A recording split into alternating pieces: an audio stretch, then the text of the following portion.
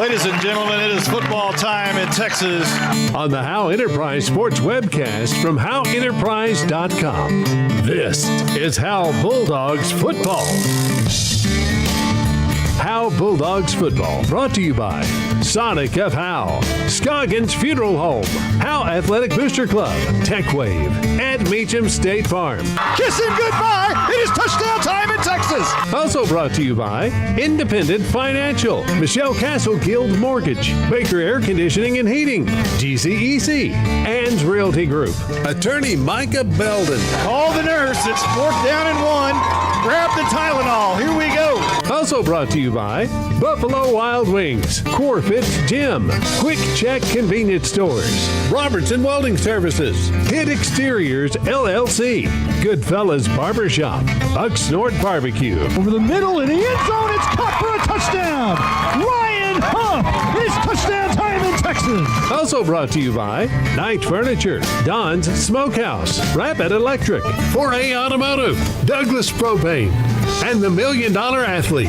It's a Haley's Comet for the first time in his career. Now let's open the Robertson Welding Service tailgate party and join the voice of the Howe Bulldogs, Monty Walker. The Howe Bulldogs make the second of 4 diesel-burning road trips tonight as they square off with the Rains Wildcats. Both teams have a common opponent in Pottsboro, and both teams got drilled by Pottsboro. It should be a good game tonight as Howe tries to break the 17-game losing streak. It's Howe at Rains, and it's football time in Texas. You're listening to the Robertson Welding Service tailgate party. Since 2011, Scoggins Funeral Home and Crematory has walked with hundreds of families through the most overwhelming time of their lives. Their job is simple: to make this season a little easier. What you can expect is a no-pressure, people-first philosophy, custom services for memorials that you'll remember forever, and reasonable pricing.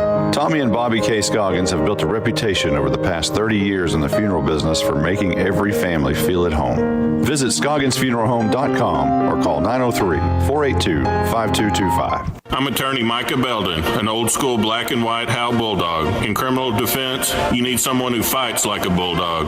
Call me now if you've been investigated, arrested, or charged with a crime in North Texas. My number is 903-744-4252. We'll set up a free consultation. You will find out that I'm rough, tough, and I can't get enough. I'm board certified in criminal law by the Texas Board of Legal Specialization, Principal Office, Sherman, Texas. Visit my website at ShermanCriminalLawyer.com. You're listening to the Robertson Welding Service tailgate party. Today's Senior Spotlight is brought to you by Ed Meacham State Farm. Now let's join Monty Walker with this week's seniors. This week's Senior Spotlight, we're joined with Ethan Lopez. Elo, your senior year didn't initially come out for football, then did. Why the change of heart? I'm going to be honest with you. I came out the first week of two-a-days just watching practice as a spectator, and I saw big potential from these juniors and sophomore class, and I really want to be a part of it and didn't want to miss out. And it's true. I mean, they're true leaders on and off the field. Austin Haley, Carson Daniels. I mean, they're just dogs everywhere. So, twin brother Luke, couldn't get him to play? Yeah, I tried. I almost got him. We actually almost had a meeting with Coach Jay, but he's dead set on basketball and baseball. Really good athlete. He could have helped us out, but, his choice, I'm going to respect it, stay with him.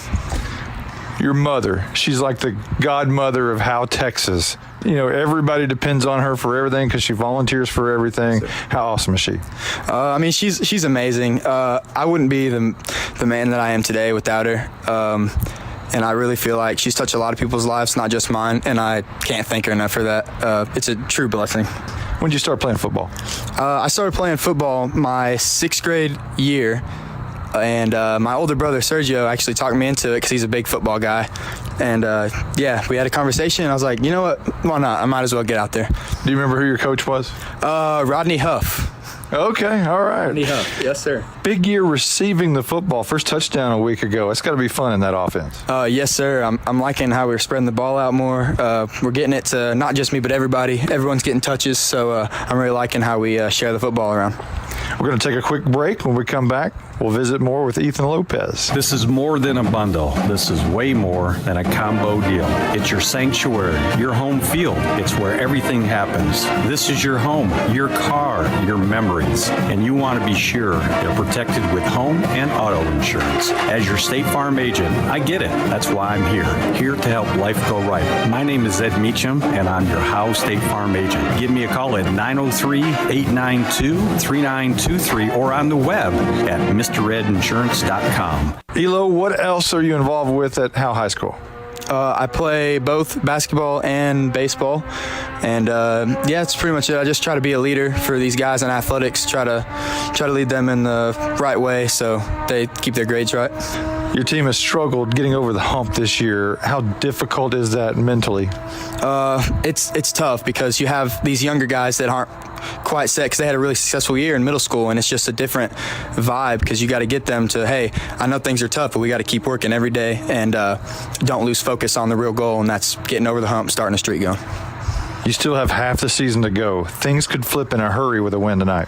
Yes, sir. Like Coach Jay said, it only takes one, and I believe that with these guys, if we get one going, it's just snowball effect from there. Things will start coming, so yes, sir. Rains tonight, what do you expect to see from them? Expect to see a lot of sweeps outside. Quarterback, really good runner. He's a dog out there, so watch Q option with the sweeps. You haven't played defense yet so far this year. Maybe? Yes, sir. Right now I'm at defensive end, so we're going to see how that goes. I think coaches prepared me, and I think I'll be ready. That is our Senior Spotlight featuring Ethan Lopez. Today's Senior Spotlight is brought to you by Ed Meacham State Farm. You're listening to the Robertson Welding Service Tailgate Party. This is Coach Davey Dubose, former Bulldogs head coach and athletic director. Jody and I still love the Dogs and ask that you show your support by joining the Howe Athletic Booster Club. Their mission is the same as it was in the 90s. They support all Howe athletics, girls and boys, middle school and high school. Good luck to all the Howe teams in the coming school year. This is Coach Jay. It's only $25 to become a member. From the alumni to the current fans and parents, we ask you to back the Dogs and become a member today. Visit Howe Athletic Booster Club on Facebook. Bulldog pride never dies. Coach, we have a problem. What's that? We're cheerleaders, and we don't feel very highly motivated today. What? I don't want to hear talk like that. You know what you girls need? You need some handmade onion rings, a burger, tots, and a shake. That actually sounds really good. Now are you motivated? Yes, sir! This is how you Sonic. It's not just good. It's Sonic good. Whoa, those onion rings really bring the hammer down. You're listening to the Robertson Welding Service Tailgate Party. Today's District 5 3A Division I Roundup is brought to you by Don's Smokehouse. Don's Smokehouse is located in downtown Howe and is a full-service butcher shop. Now let's join the blizzard. Blake Burnett with the District 5 3A Division I Roundup. Howdy, y'all. Welcome to the District Roundup. We are diving into Week 3 of District play. As of right now, before kickoff tonight, Mount Vernon leads the district at 2-0 and 5-0 on the season. Last week, they beat Commerce 63-22. Mineola is also 2-0 in district play. They are 3-2 on the season. They beat Bonham 31-22 a week ago. Pottsboro 2-0 in district play, 2-2 on the season. Beat Rains 45-0 last week. Winsboro comes in at 4th place at a 1-1 district record, 3-2 on the season. Beat the Howe Bulldogs 70-17 a week ago. Bonham 1-1 in district play, 2-3 on the season. Lost to Mineola 31-22 a week ago. Rains 0-2 in district play, 1-3 on the season. Lost to Pottsboro 45-0. Commerce 0-2 in district play, 1-4 on the season. Lost to Mount Vernon 63-22 a week ago. And Howe 0-2 in district play, 0-5 on the season. Lost to Winsboro 70-17 last week. We will see some great games this week as we have the two top teams in action, as Mount Vernon will travel to Mineola to face off. And this game could be quite the game for the district championship in the future. It will be a great game as both teams are 2-0 in district play. Winner will move to 3-0 and be in the driver's seat for the district championship. Bonham versus Winsboro is the next game I'm looking at tonight that could impact this district. Bonham has surprised a lot of people so far this season. Both teams have a common opponent in Mineola. Winsboro lost 36-35 and Bonham lost 31-22. Should be a very good game tonight. Pottsboro will travel to Commerce. I see this game being one-sided and Pottsboro moving to 3-0 in the district and will move to first place tied with the winner of the Mount Vernon Mineola game. Now the game we've all been waiting for. The Howe Bulldogs will travel to Rains tonight. The Bulldogs will look to end the 17-game losing streak. This game is a toss-up, but the defense that shows up will be the winning team. Hope everyone has a safe drive to their games and safe travels home, and that no one gets hurt tonight. Good luck to everyone playing tonight. Today's District 5 3A Division I Roundup is brought to you by Don's Smokehouse. Don's Smokehouse is located in downtown Howe and is a full-service butcher shop. You're listening to the Robertson Welding Service Tailgate Party. At Grayson Cullen Electric Cooperative, GCEC, we have been around for over 80 years and are governed by 7 principles: open and voluntary membership, democratic member control, members' economic participation, autonomy and independence, education, training, and information, cooperation among cooperatives, and concern for community. One of our communities is Howe, Texas, and GCEC is proud to support the Howe Bulldogs. This is Michelle Castle with Guild Mortgage, welcoming you to Howe Bulldogs football. Guild has been delivering on the promise of home to hundreds of thousands of people just like you for over 60 years. With a big heart and a desire to serve, we're committed to making life better in our communities. This is where we live, and we're committed to building it with you. Guild Mortgage is an equal housing lender company, NMLS 3274. Michelle Castle, NMLS number 231122. Branch address 714 North Travis Street, Sherman, Texas 75090. All loans subject to underwriting approval. Terms and conditions apply. Subject to change without notice. Welcome to the Buffalo Wild Wings Coach's Corner. Now let's join Monty Walker with Howe Bulldogs head coach Bill Jaley.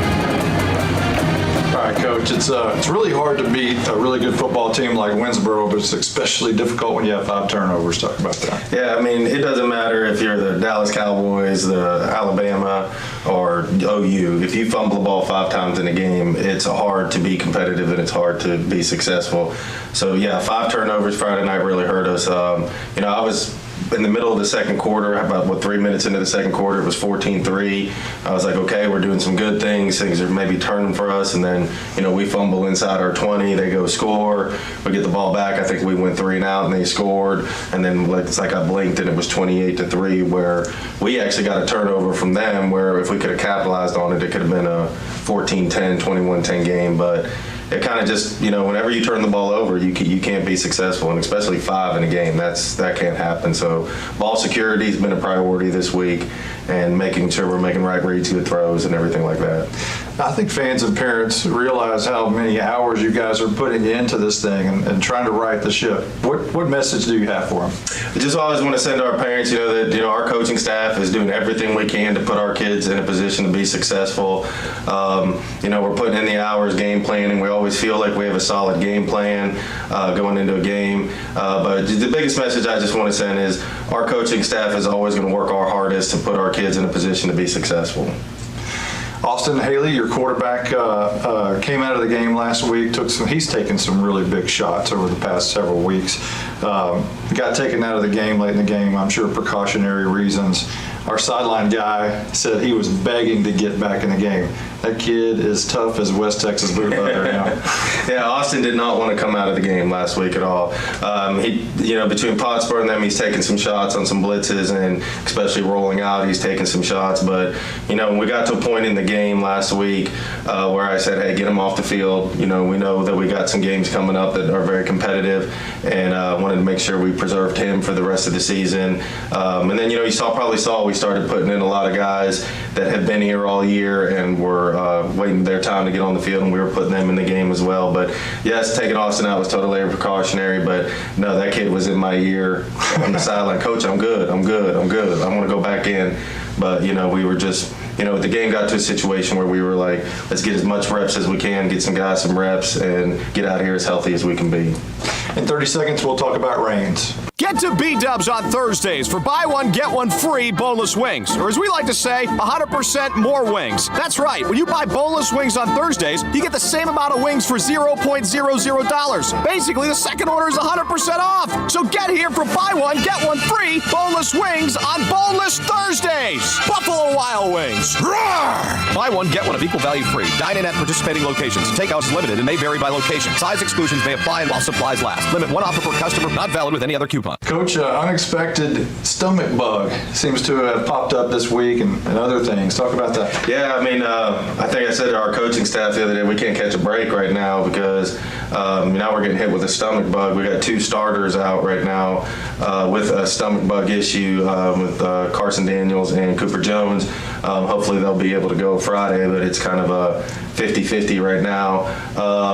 But, we also lost Landon Duty last week. Landon played a great game at defensive end. If you were there. His first step was amazing. Yes. If you were there and you watched the game and when we were watching the film, I really tipped my hat. That's why Landon was my big dog this week because that kid gave 100% effort on every play he was in, and he was doing a great job at that defensive end position. So we have the possibility of having 3 starters out this week. Hopefully just maybe 1 is what I'm praying for. If some of them may be able to go, I'm confident in the guys backing up. Colin Murphy will get a lot of reps at the F this week if Cooper's unable to go. And, I believe in Colin just as much as I believe in Cooper. So I'm excited to see what they do when they get their opportunities. But I'm praying for the best that everybody's healthy come Friday. Your opponent, Reigns, you have a common opponent in Pottsboro. Same outcome, basically, with both teams. What have you seen from them? Reigns, every team we play is a good team. In this district, every team's a good team. But I feel this week, we really match up with them at the line of scrimmage. We match up with them at the skill positions. Finally playing a team that's got a little bit of speed, but not as much speed as we've seen in the last 2 weeks between Pottsboro and Winsboro. Not as big up front as we've seen the last 2 weeks. So I'm excited to see how our kids respond this week, with an opponent that I feel we match up to. They see it on film, too, that we match up with them. But Reigns is still a good team. They still got some athletes on the field. A little bit different than what we're used to. They're not, size-wise, they're not as big. They've been big the last 2 years, but they're not as big size-wise. But, there'll still be, I'm anticipating a very competitive football game Friday. Well, for the first time when you play Reigns, you won't have Randy Barnes across the sidelines from you. They had a coaching change. Coach Barnes now at Farmersville. Charlie Coker was hired. Anytime you have a new coach, they go through changes, a new coaching staff. Are you seeing a whole lot of differences from last year and this year? Not many. They're still spread. They're still going to be 2x2, 3x1, empty. They will throw in a sniffer game. The last 2 years playing Reigns, they were really big on the jet sweeps. They're still really big on the jet sweeps. They're still really big. If you remember the game last year, running the jet across and the quarterback running the quarterback counter, quarterback power in the middle, still doing that same stuff. So they're very similar in a lot of things. Even defensively, they're in the same front that they've always been in. But you can see the little wrinkles the new coaches put in there, the little things they're trying to do a little different. But very similar scheme-wise, though, but a little bit different in a couple things. But they'll still be a good football team. Today's Coach's Corner has been brought to you by Buffalo Wild Wings. You're listening to the Robertson Welding Service Tailgate Party. Independent Financial is proud to support Howe ISD and their hardworking students, teachers, and staff. We share your vision for a brighter tomorrow and a championship season. For every challenge, Independent Financial has you covered. Our team can suggest a wide range of financial products to make your personal banking fast and easy. Plus, we have the know-how to deliver the game-changing business banking solutions. Independent Financial, your community in your corner. Member FDIC, Equal Housing Lender. CoreFit Gym on Hanning Street in Howe is a full gym stocked with all the cardio and weightlifting equipment you could need. They also have a couple of new tanning beds. CoreFit Gym has 4 personal trainers available and features sports performance programs for athletes. At CoreFit Gym, memberships are only $40 for the entire family or $30 per individual. CoreFit Gym is on Facebook and located at 300 Hanning Street in Howe. Call them at 469-371-0603. You're listening to the Robertson Welding Service Tailgate Party. Today's Opposite Corner is brought to you by the $1 Million Athlete. Now let's join Monty Walker in the Opposite Corner. We're joined now with Raines head coach Charlie Coker. Now, you grew up in the Greenville area and went to Lone Oak. Talk about those days. Yes, sir. I'm originally from Greenville. My dad was raised in Greenville, and my dad was a football coach as well. He coached 46 years, and he was the head coach at Lone Oak when I was coming through school. He was at Lone Oak 12 years, so I was fortunate being a coach's kid because we didn't move around a lot as I was growing up through those formative years. I went to junior high and high school at Lone Oak, but we lived in Greenville through those years. So I've got a bunch of classmates and friends from Greenville, and I've got a bunch of classmates and friends from Lone Oak, and had a good experience growing up. Now, your dad is in the Greenville Lion Athletic Hall of Fame, coached 46 years at Lone Oak, Prosper, Edgewood, as you mentioned. I'm assuming there's a lot of resources there for you to lean back on. Yes, sir. He has a lot of wisdom from all those years. He's in the Greenville Hall of Fame. He played linebacker in Greenville, graduated from Greenville High School in '68. Then he went on to play at East Texas and was on the national championship team at East Texas in 1972, and then coached 46 years. He was a rehire. He retired in maybe 35 years and said he's going to do a couple more years. And then that went on, of course, for an additional 11 years. But like you mentioned, he was the head coach at Lone Oak, Prosper, and Edgewood. So 20 of those 46 years, he was an athletic director, head football coach. So a lot of times I have a question. There's certain people I go back and rely on, and he's obviously one of them, along with Coach Owens over Sulphur Springs, Coach Reardon at Chapel Hill, and a few others as well. Now, you mentioned Sulphur Springs. You were on the staff there at Sulphur Springs when they won the 2008 state championship. Being on the mountaintop must be the greatest feeling. It's an awesome feeling. We went 14-2 that year. We lost 2 district games. We actually got third in district behind Longview and Texas High. But we got hot in the playoffs and got a few good draws, and you just get your momentum going, and we went on to win the state championship. Longview came out of our district, and they played in the 4A, large division state championship against Lake Travis, and they got beat. But that was a real fun time there. Winning the state championship, and that was my third year of coaching. And so I was joking with my dad because he never won state that, I did it in 3 years. And then in my 7th year of coaching, I was on a staff that went 0-10. And so in the first 7 years, I'd already won a state championship and went 0-10.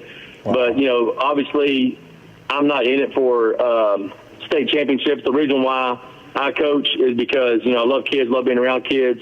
My mom she's a retired elementary school teacher, and so the impact that we can have on kids, it's kind of my mission field. And so, wins, losses, good seasons, bad seasons, they kind of come and go through the years. And once you've been coaching long enough, you're going to get a little bit of both of that.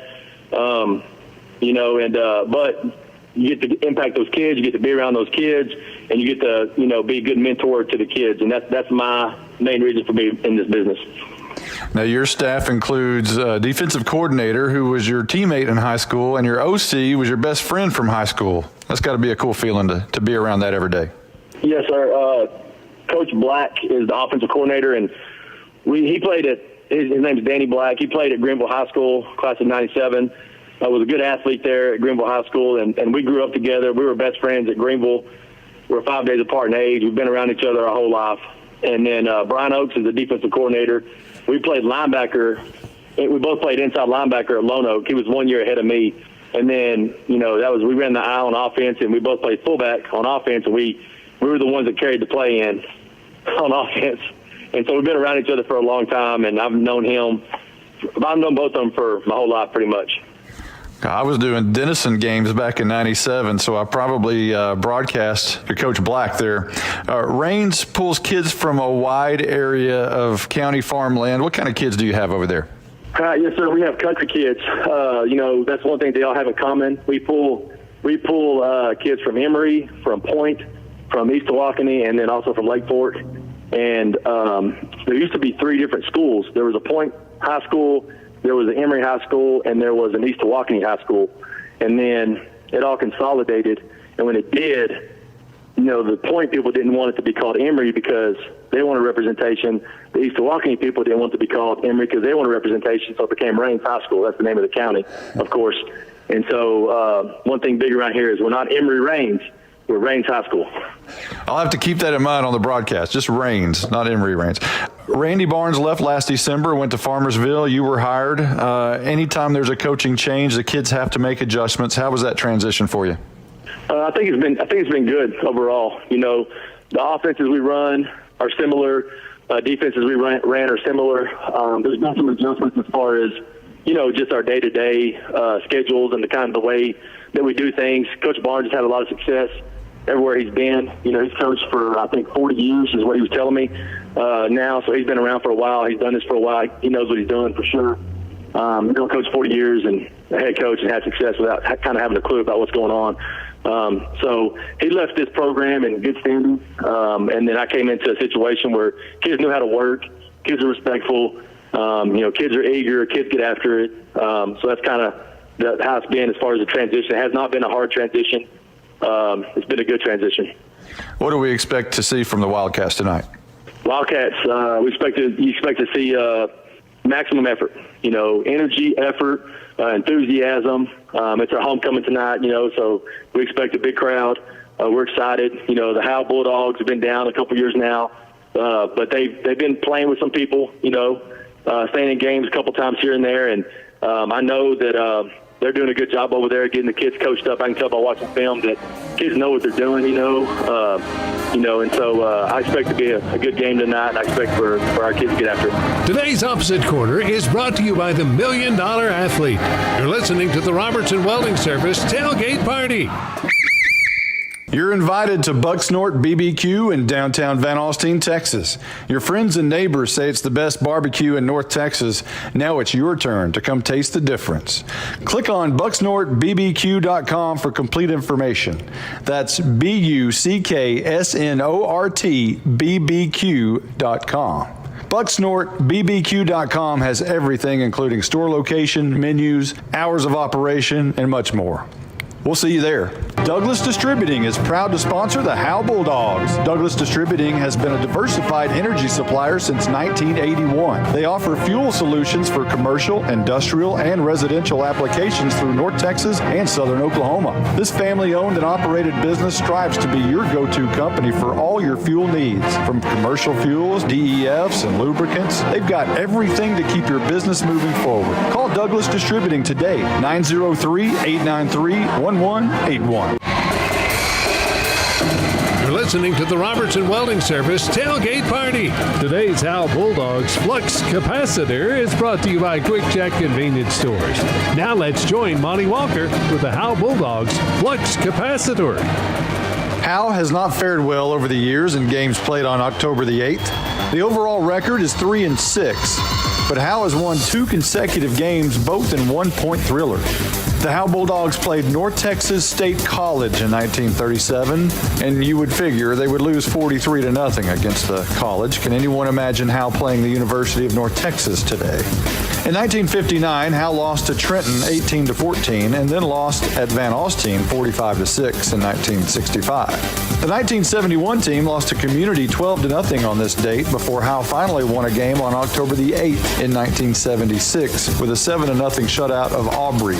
That night, with quarterback Tony Wall running the option, freshman running back Mark Harper scored on a 9-yard run, and Mike Wheeler booted through the PAT. In 1982, Farmersville blasted Howe at home 34-0, and Howe lost to Salina 28-13 in 1993. In 2004, the Dogs won in overtime on a Kevin Brooks 6-yard reception from Tyler Hightower. A 2-point conversion run by Joel Ferris was the game winner for a 37-36 win at Blue Ridge. In 2010, Howe won another thriller 28-27 at Paradise as the Dogs' defense held on for the win. Chase Fountain threw for 3 touchdowns that night, and Towner Bailey rushed for 114 yards. The Bulldogs are 0-3 overall against Raines. All games have been played since 2018, with the only other game at Raines a 41-7 loss in 2018. The Wildcats have outscored Howe 151-45 in 3 games.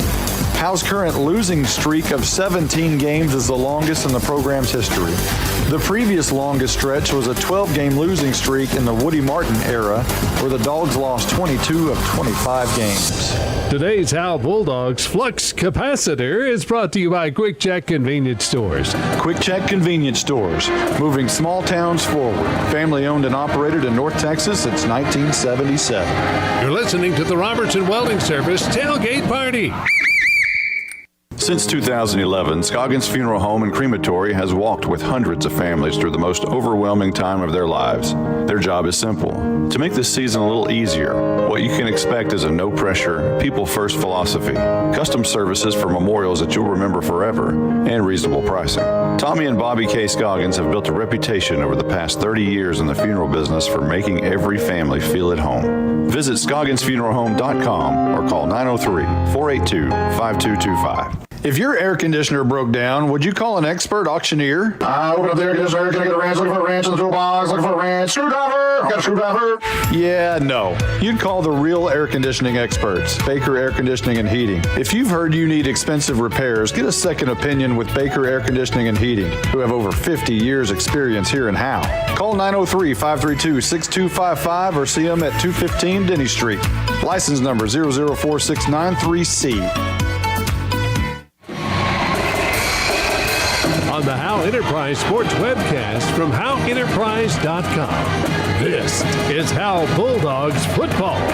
Today's scene setter is brought to you by Baker Air Conditioning and Heating, proud partner of Bulldogs Athletics. You know, most of you guys know I try and be a spiritual guy. I'm not telling you what to believe. I'm not telling you how to believe. But every day, at some point during the day, I open up a book that I believe in. And I just pop to a page. I look through it, okay?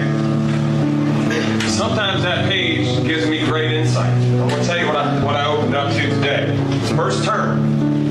But you don't have to be a historian of this to know what I'm telling you, okay? The first thing I opened to is a story about David, all right? David was the son of Samuel, one of the greatest kings of Israel, all right? What happened with David, he had 8 brothers. Okay, when Samuel's time came to lose power, everybody was looking to his sons. He had 8. David was the least likely, but the one chosen. He was the youngest, the smallest, the weakest. He was the one selected. Now you may say, well, why am I telling you that tonight? Why do we need to hear that? Here's why. I'm telling you what. He was the least likely candidate. There are a lot of people out here tonight who think you are the least likely candidate to be successful. David was chosen because he had an intangible. His intangible was his heart. All right? Now they're bigger. They got athletes. They got guys going to Division I schools. All right? We can see that. And so can everybody else. But nobody can see the intangible with us. All right? There's a reason why I opened up to that passage. We got to make that happen tonight. Be the intangible tonight. Here we go. Lord, I'm only one. I am one. I cannot do everything. But I can do something. It's I'm about to do tonight. With your help, I will do. Thank God I play for Indian Hill.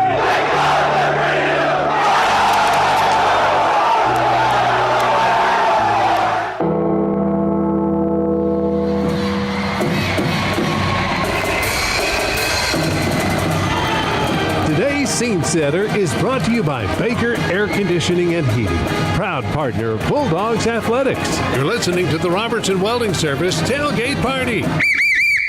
On the Howe Enterprise Sports webcast from HoweEnterprise.com. This is Howe Bulldogs football. Football time in Texas is just moments away. Now, with the call of the game, here's the voice of the Bulldogs, Monty Walker.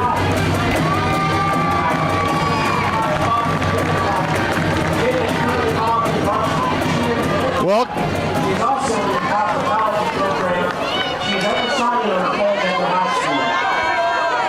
welcome. Okay, are we on? Welcome to Wildcat Stadium. I should have let Jake do his job. Here I'm over here, our board op, Jake Roberts. He's doing everything tonight, and I just stepped in on him, and I hit the board, and I shouldn't do that anymore. I'm an old guy. Jake's a young technician, so I should just let him do his job. Besides all of that, hey, we got a football game tonight, and it ought to be a pretty dadgum good one. Howe Bulldogs come in winless on the season. Matter of fact, have lost 17 in a row. You want to snap that one tonight. The Rains Wildcats 1-3. They're 0-2 in district play. Both teams looking for their first district win tonight. Both have a common opponent in Pottsboro. Both got smashed by Pottsboro. So we're going to find out real quickly tonight about the Howe Bulldogs. This ought to be a contest that they should not only be in it, but also have a chance to win it.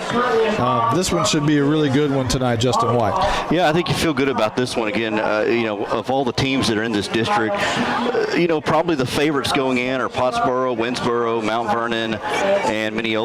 And so, the rest of the bottom half, Howe and Rains are one of those. And they kind of have similar, again, talking about Pottsboro, similar outcomes there. And they match up pretty well. So I feel good about this one as a Bulldog fan.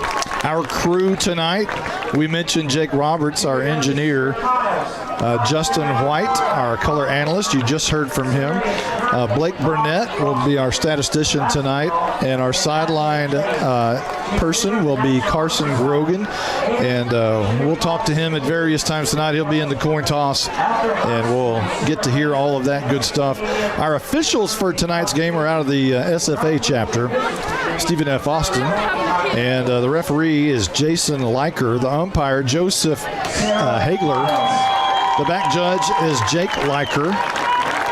And the line judge is Wayne Sanders. And the head linesman is Beeman Snyder. That's your officials for tonight's game. Let's go over the starting lineups, if we can do so. Let's switch it up a little bit this week, Justin White. Okay. Your hit exterior starting lineup is your hometown Howtown Roofing Company. Roofing with Bulldog pride, one shingle at a time. And Justin White will give us our Howe Bulldogs starting offense. All right, let's start here on the line. Luciano Vasquez, a sophomore. Clay White, a senior. Malin Walker, a sophomore, is at center. Charlie Vera, the lone freshman, at right guard, and right tackle Michael Riddle. So you got two sophomores, three sophomores, a freshman and a senior on that offensive line. Caleb McNutt, ex-receiver. Other receiver is Ryan Huff. Ethan Lopez is your slot receiver. Fullback is Carson Daniels. We'll see him maybe in limited action tonight. Cooper Jones is out. Colin Murphy, we expect some big things from him tonight at the other receiver spot. And then Austin Haley coming in at quarterback, 14 for 31 last week, 159 yards and a touchdown, leads the offense. Overall, 1,200 yards through the air is Haley, climbing up again on the all-time charts for the Howe Bulldogs. You mentioned Cooper Jones is out. Colin Murphy gets a big start tonight. Both are sophomores. Murphy on the season, one catch for 30 yards. And we'll talk about that later on in the keys to the game. The Rains Wildcats defense up against that offense tonight will be the defensive tackle Yvonne Rodriguez. No, he doesn't wear 7, and I don't know if they call him Pudge or not. He wears number 9. But Yvonne Rodriguez, the nose tackle Kyle Gaddis, and defensive tackle Jaden Case, defensive end Philip Kleinmeyer. The linebackers tonight, Kentley Neighbors, Bobby Dell, and Caleb Wilhite. And in the secondary will be Bo Schellinger, Audie Macri, and we'll talk about him a lot tonight because he also plays quarterback. The strong safety is Hayden Fuller, and the cornerback on the near side will be Corey Foster. All right, defense for the Bulldogs. Luis Gonzalez starting at, had him listed linebacker against defensive end. He'll be playing a little bit of both. First start of the season, Malin Walker playing on the defensive line, defensive tackle, along with Jaron Grisham, and then Charlie Vera at freshman. Is the freshman. Linebackers, Asher Reinhardt at outside linebacker. Middle linebacker is Bryce Crosby and Carson Daniels. Strong safety is Caleb McNutt. And then as well in the secondary, cornerbacks Wesley Inge and Caleb Warman, both seniors. And then Austin Haley leading that secondary, leading that defense at free safety. Up front, as it's homecoming for Rains, you might be able to hear that in the background. They're trying to figure out who their queen Wildcat is this year. But the offense for the Raines Wildcats, led by offensive coordinator Danny Black. Up front, John Hinch, 6'4", 295 pounds, will be the left tackle. The left guard is Dalton Oney. The center is Kyle Gaddis. The right guard is Dalton Barker, and the right tackle is Colin Holcomb. The ex-receiver is Corey Foster. The tight end / Y receiver will be Gavin Oakes. They really don't run a tight end. They run a 3-receiver set most of the time. So Oakes will be one of the slot receivers. As in the backfield will be Prab Singh, and he'll get a lot of carries. And fullback Amari Clayton expected to get carries as well, and Bo Schellinger, a slot receiver. So that is your Raines Wildcat offense. So once again, the starting lineups brought to you by Hit Exteriors, your hometown Howtown roofing company, roofing with Bulldog pride, one shingle at a time. Justin White, we'll talk about our opponent overview. We'll let you do this. I would imagine it would have a lot to do with Audie Macquarie. Yeah, Audie Macquarie's going to lead the offense. You remember last year, Luke Shepard, who has graduated now, was out last year, and Audie Macquarie was the backup quarterback, and he ran all over the Bulldogs. He can pass the ball, but he's definitely good on the run, a speedster, and unfortunately the Bulldogs have struggled on the ground rushing defense, so that may be kind of scary. They average about a little over 300 yards per game. They're going to run that read option a lot, a lot of jet sweeps, and then a lot of quarterback powers right through the middle, so watch for that. Again, talk about Shepard being gone on the defense. They got three pretty good linebackers that lead them in tackling. Kentley Neighbors, Bobby Dell. Bobby Dell's one of those names I feel like we've been hearing for 2 years. It sounds like a third baseman for the 1977 Rangers. He's one of those names I feel like kind of like an Austin Haley or a Bo Baker, from Bells. Like, is this kid graduated yet? But Bobby Dell right there at middle linebacker, he's their leading tackler on the team. Bo Schellinger's a good defensive back. And then talk about Macquarie. He's kind of like the Austin Haley of that team, plays a quarterback and then plays a safety. Yvonne Rodriguez, he's another defensive lineman, 4 tackles for a loss, 2 sacks coming in. But I think the Bulldogs match up pretty well with them size-wise, so I think that's favorable for the Bulldogs. That is your opponent overview, brought to you by attorney Micah Belden. You'll hear his commercials tonight, so if you get in legal trouble, be sure and contact Micah Belden. He's a Howe graduate. Now, the Howe Bulldogs overview brought to you by Goodfellas Barbershop. I'll go over the Bulldogs overview, which in part goes together with Raines, as Audie Macquarie, we mentioned last year, had 151 yards rushing against Howe in a spot roll. As you mentioned, it was supposed to be Luke Shepard, but he had a concussion, couldn't play. Audie Macquarie, who hadn't played ever on varsity, moved into that role and had a huge night against the Howe defense, running that read option, which they do, and they do it well. But the opponent overview for Howe is they're going to have to stop the run. Howe is giving up an average of 509 yards per game. That is unheard of. 509 yards per game allowed by the Howe defense, if you needed that to be repeated, because it's, the numbers don't lie. They gave up a school record 612 yards total yards a week ago to Winsboro, a very good Winsboro team. But Howe is going to have to stop the run. They're going to have to learn how to tackle, stop the run, and on offense, they're going to have to keep moving the football, but not turn the ball over and actually punch it in for points. They're getting a lot of yards, averaging 333 yards per game, but only averaging 19 points per game. You should have more points with that amount of yardage, and Howe's going to have to do that. That's your Howe Bulldogs overview, brought to you by Goodfellas Barbershop. Goodfellas Barbershop in downtown Howe, specializing in all cuts and styles and straight razor shaves. Experience the old school feel at Goodfellas Barbershop in downtown Howe. Let's go over our final thought tonight.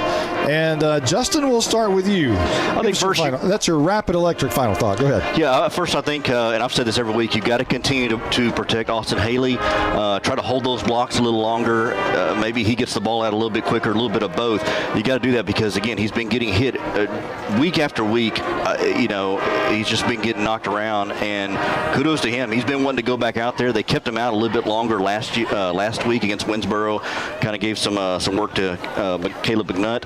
But I also think turnovers. They turned the ball over 5 times last week. Kind of like Coach Jay said in the coaches show. I mean, no matter if you're Alabama or OU, you turn the ball over 5 times, really puts you behind the 8 ball. And when you're giving up over 500 yards of offense or defensively, that doesn't help either. So I think protecting the ball turnover-wise and then protecting Haley. That was part 1 of our Rapid Electric final thought. The Blizzard, Blake Burnett, for the first time tonight. Give us your final thought. I do this every week. Go ahead. My final thought tonight is Howe has to get the run game going early to get time of possession in this game and keep Reigns' offense off the field. Just because Howe's given up so many yards on defense this year, if they take the time of possession and win that, they have a big chance of winning the game. The run game's got to get going early and often. That's part 2 of our Rapid Electric final thought. So for the first time tonight, let's say hello to Carson Grogan down there. Carson Grogan, give us your Rapid Electric final thought. I said it last week. After we're losing you. Got me now. Oh. Keep going. Keep going. Hello. Go ahead. I said last week after Howe forced a turnover, it did not. It took the lines. To force turnovers, the offense has to capitalize, score some type of points, field goal. No matter what, you get points off turnovers. And that is Carson Grogan. We may have to, hopefully we won't have to send him over here. That's a long way over there.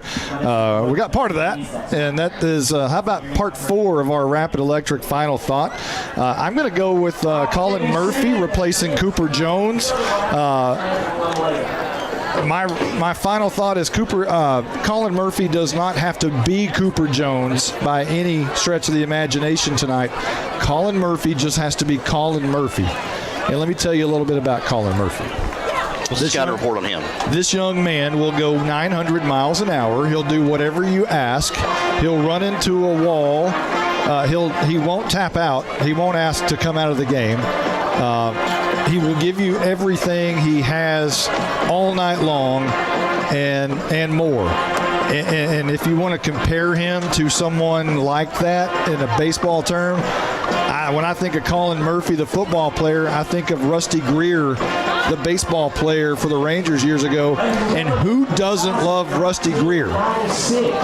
He's a guy who brought his lunch pail and did everything you asked, and that's what I think you get from Colin Murphy. So hopefully Murphy will have a great game tonight. Doesn't have to make the big play, the 8 catches for over 100 yards as Cooper Jones and hurdling anybody. He doesn't have to do that. He just has to be him and let Ethan Lopez, maybe step up a step, and same with Caleb McNutt, and the same with Ryan Huff. Maybe you divvy it around just a little bit more, and like Blake said, pound the run game, and perhaps this is a little bit different offense, and hopefully even a little bit better. Colin Rusty Greer Murphy. I like that. So that's your Rapid Electric final thought. We're going to take one. No, actually, are we getting ready for kickoff or for the coin toss? I'm not sure how far away. The players have not come through their tunnel yet. Here's good news. The tunnel is up for Howe. They didn't blow a breaker this week. We do know that new tunnel that looks outstanding over there, it's the gray Bulldog face and the black tunnel with Howe Bulldogs written down the side. I mean, it is a really good-looking tunnel. Problem with it is it takes a lot of juice, and it's blown up 2 stadiums so far this year. Again, last week we thought that they were having issues. We had a new crew blowing it up. Wes Robertson and Hunter Brusso, former Howe Bulldog player, are the crew now. And last week we were kind of worried about whether they were going to be able to have it. And we saw when they didn't run through a tunnel, we thought, oh, no, the new crew, they're having issues. They couldn't get it to work. No, they just blew a breaker because the dadgum thing takes a lot of juice. Well, what's funny is they knocked out their own tunnel, and then they knocked out Winsboro's tunnel as well. Yeah. So, and it's a brand new stadium over there. They're kind of working out the kinks over there in Winsboro. But I tell you what, the hospitality at Winsboro was nice. absolutely incredible, was it not? Yes, the Chick-fil-A and the mac and cheese and all that was great. The mac and cheese is so underrated. It is. I'm still talking about that. There was, there's no chicken left, obviously. There's no nuggets, no strips. All that was taken. The only thing left was a half a pan of macaroni and cheese. And we're like, have y'all even tried that? It's amazing. Yeah, I tried it at halftime. I was like, well, this is all there is. I'll go ahead and take some. I ate some. I was like, how is this still here? I mean, by the way, Chick-fil-A is not a sponsor of us, so go to Buffalo Wild Wings. And there you go. Wings. But again, what we think is going to be a good game tonight. Howe needs to be in a good game. They need to get off to a good start. It would be nice to win the coin toss and go down and score and let the Bulldogs get a lead and work from there, and then work on stopping the run. We've got a new defensive line, and there's been some changes there. So, maybe that'll help out as well. They're going to have to run that read option. Yeah, I think one of the things I've talked about each game is just being able to keep yourself in there, hang in there at least till halftime to make adjustments. I mean, a lot of times, again, the Bulldogs are down 28-35-0 second quarter, and just kind of really takes the wind out of the sails of the team. And one player getting his first start on defense, Justin. Yeah. And I tell you what, proud Papa up here. I've been waiting to see him on defense. I'll be honest. Yeah. Been waiting. And he's got, 3 tackles and a forced fumble, all coming from offense, though. The last 3 games. Yeah, the last 3 games here. So it'd be good to see him tackle someone on defense there. But he's done a good job there offensively on that line and gets double duty tonight. So a couple of players going both ways. Of course, Malin Walker and Charlie Vera going both ways tonight, along with Carson Daniels and Caleb McNutt. Haley. Obviously, Austin Haley, as what a warrior really he is. Blake Burnett has some stats on Austin Haley as far as where he is on the all-time list and where he could march up to be. It could be this week, could be next week. Blake, what do you got? As of right now, Austin Haley needs 11 passing touchdowns, and he's at 26. And once he gets to 37, he will be second all-time. He will pass Chase Fountain, and he needs 15 passing touchdowns to pass Jay Skipworth for first all-time. And he only needs 461 yards to pass Chase Fountain all-time, which is very doable, and I say he gets that done in the next 2 weeks on the yards. The touchdowns, with 5 games left, the 11 is reachable, and the 15 is reachable if he plays great in all those games. Yeah, they're going to have to really air it out in the end zone to be able to reach that this year for touchdown-wise. But again, only needs 476 yards. 463. 463 yards to become the all-time leading passer in Howe school history. And you know what? I'm sorry. You're talking about a kid who's about to become the all-time leading passer in your town. I'm sorry, but that's a pretty big deal. There's some people that don't want to hear that because they're not winning games. But I'm going to tell you what, the kid deserves it. He's a great kid. And for Austin Haley is, he's the prototypical kid you want at the top of your football team because of his leadership, his attitude, and everything he brings, not athletically to the football team, but mentally and his leadership. I don't care if he ever threw another pass. To have a kid like that in the locker room is massive. And just because he's accomplishing all these things, it's just, it's just another notch as far as I'm concerned, because he's a great kid and he's accomplishing great things. And I can't apologize. I'm going to keep talking about it because he's a great kid and he's accomplishing great things. Definitely leads by example. So we're still waiting for the coin toss and the players to run through. Of course, we had homecoming, so that's delayed us a little bit. We're going to take our first time out tonight. We'll be back in about a minute here on HoweEnterprise.com. I'm attorney Micah Belden, an old-school black and white Howe Bulldog. In criminal defense, you need someone who fights like a bulldog. Call me now if you've been investigated, arrested, or charged with a crime in North Texas. My number is 903-744-4252. We'll set up a free consultation. You will find out that I'm rough, tough, and I can't get enough. I'm board certified in criminal law by the Texas Board of Legal Specialization, Principal Office, Sherman, Texas. Visit my website at shermancriminallawyer.com. If your air conditioner broke down, would you call an expert auctioneer? Open up the air conditioner. Can I get a wrench? Looking for a wrench in the toolbox. Looking for a wrench. Screwdriver. Got a screwdriver. Yeah, no. You'd call the real air conditioning experts, Baker Air Conditioning and Heating. If you've heard you need expensive repairs, get a second opinion with Baker Air Conditioning and Heating, who have over 50 years experience here in Howe. Call 903-532-6255 or see them at 215 Denny Street. License number 004693C. Welcome back. We are at Wildcat Stadium in Emory.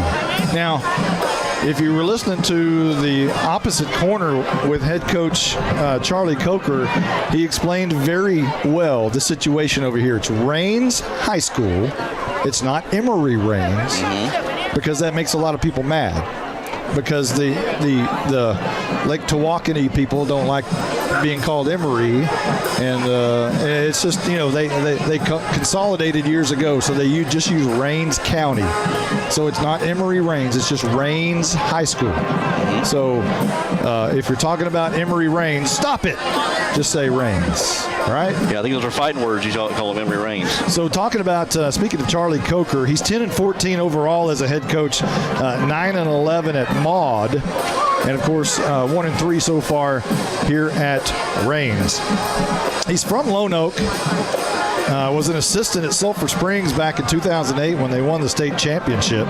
He coached was assistant coach at Chapel Hill, Crosby, and here at Rains at one point. His father, Jim Coker, is in the Greenville Lions Hall of Fame. He coached 46 years, his dad did, at Greenville, Lone Oak, Bowles, and Quinlan Ford. And as a player, he played at East Texas State University when they won a national championship in 1972. He was a linebacker at Greenville. That's why he's in the Hall of Fame over there. It must have been a pretty good one. Charlie Coker, his son, takes over here for Randy Barnes, who was 22 and 29, as the Bulldogs take the field, or they go through the run-through on the far side. Barnes was 22 and 29 over here in 5 seasons at Rains before exiting in December. He took over at Farmersville, and then Farmersville beat Rains in week 1. So Randy Barnes immediately got revenge. Yeah, there you go. And not revenge, I should say, because it was an amicable leave. But here come the Rains Wildcats. And obviously you can hear we're on the near side as the crowd very loud for Rains. On the very far side, the Howe Bulldog crowd, not really a lot. It's probably just parents for the most part. I don't see there's a lot of metal bleachers, way more metal bleachers than there are humans over there. See a lot of metal, see a lot of gray there from empty spots. Carson Grogan, we're going to try to talk down to him real quickly, and we need to check that mic first of all and make sure it's still going to work for us tonight. But talk to us. What's the mood of the Bulldogs so far? You just saw them. Yeah, Monty, the Bulldogs came out with a lot more energy than an expected Mineola or Mount Vernon game. They're ready to. Very nice. So I think we're just about ready for the national anthem as the players have turned, and I think that's what we're ready to do. Here's the Rains High School band.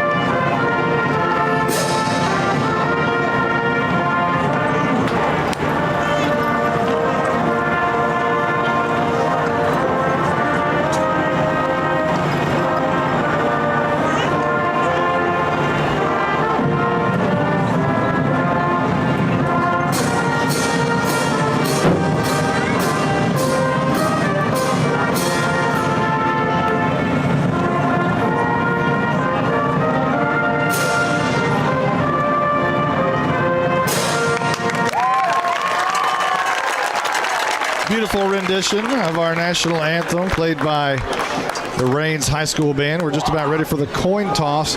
Before we do so, Blizzard, you're our District 5-3A Roundup man. We got a big game in District 5-3A. Talk about that. Yes, we do. We have Mount Vernon versus Mineola. Both teams are 2-0 in the district, and it could be the winner of this game could end up being the district champion tonight. Mineola is home. Mount Vernon is traveling there, and I just got word via the chat on the Friday Night Football app, Mineola's best player, Pendergrass, will be playing tonight. Wow. You knew somehow he'd be on the field, right? That's amazing. So we're just about ready for the coin toss. Carson Grogan down in the coin toss huddle. And the players are shaking hands right now. And Mr. Grogan will put a mic right in the face of our umpire. Radio. All right, so we're going to have a mock toss. You guys have won the toss. You are going to receive the ball, and you guys are going to kick from the clock. But I'm going to go ahead and toss this coin just like the stadium knows what we're doing here. All right, so I'm going to toss this up here, and oh, look. Oh, we won. They did call heads. So we're going to receive the ball, all right? So we're going to, wait. You're going to get on this side, all right? And you're going to get over here on this side, all right? Oh, I love it when they do the mock. That was pretty cool because here's for you at home. Pull back the curtain here. What's going on? All right, we're going to tell you that a lot of times they don't do a live coin toss. A lot of times it's predetermined. They do it in the locker room so that they know going out there, and they just do it for show, right? So Carson Grogan put the mic into the referee's mouth, and he said, "Oh, we got radio here. Well, let's just do it. You guys won the toss, but I'm going to flip it anyway." And then he flipped the coin, and Austin Haley goes, "Oh, look at that, we won!" Oh, I was wondering who that was. So Howe has won the toss, which is great news for the Bulldogs.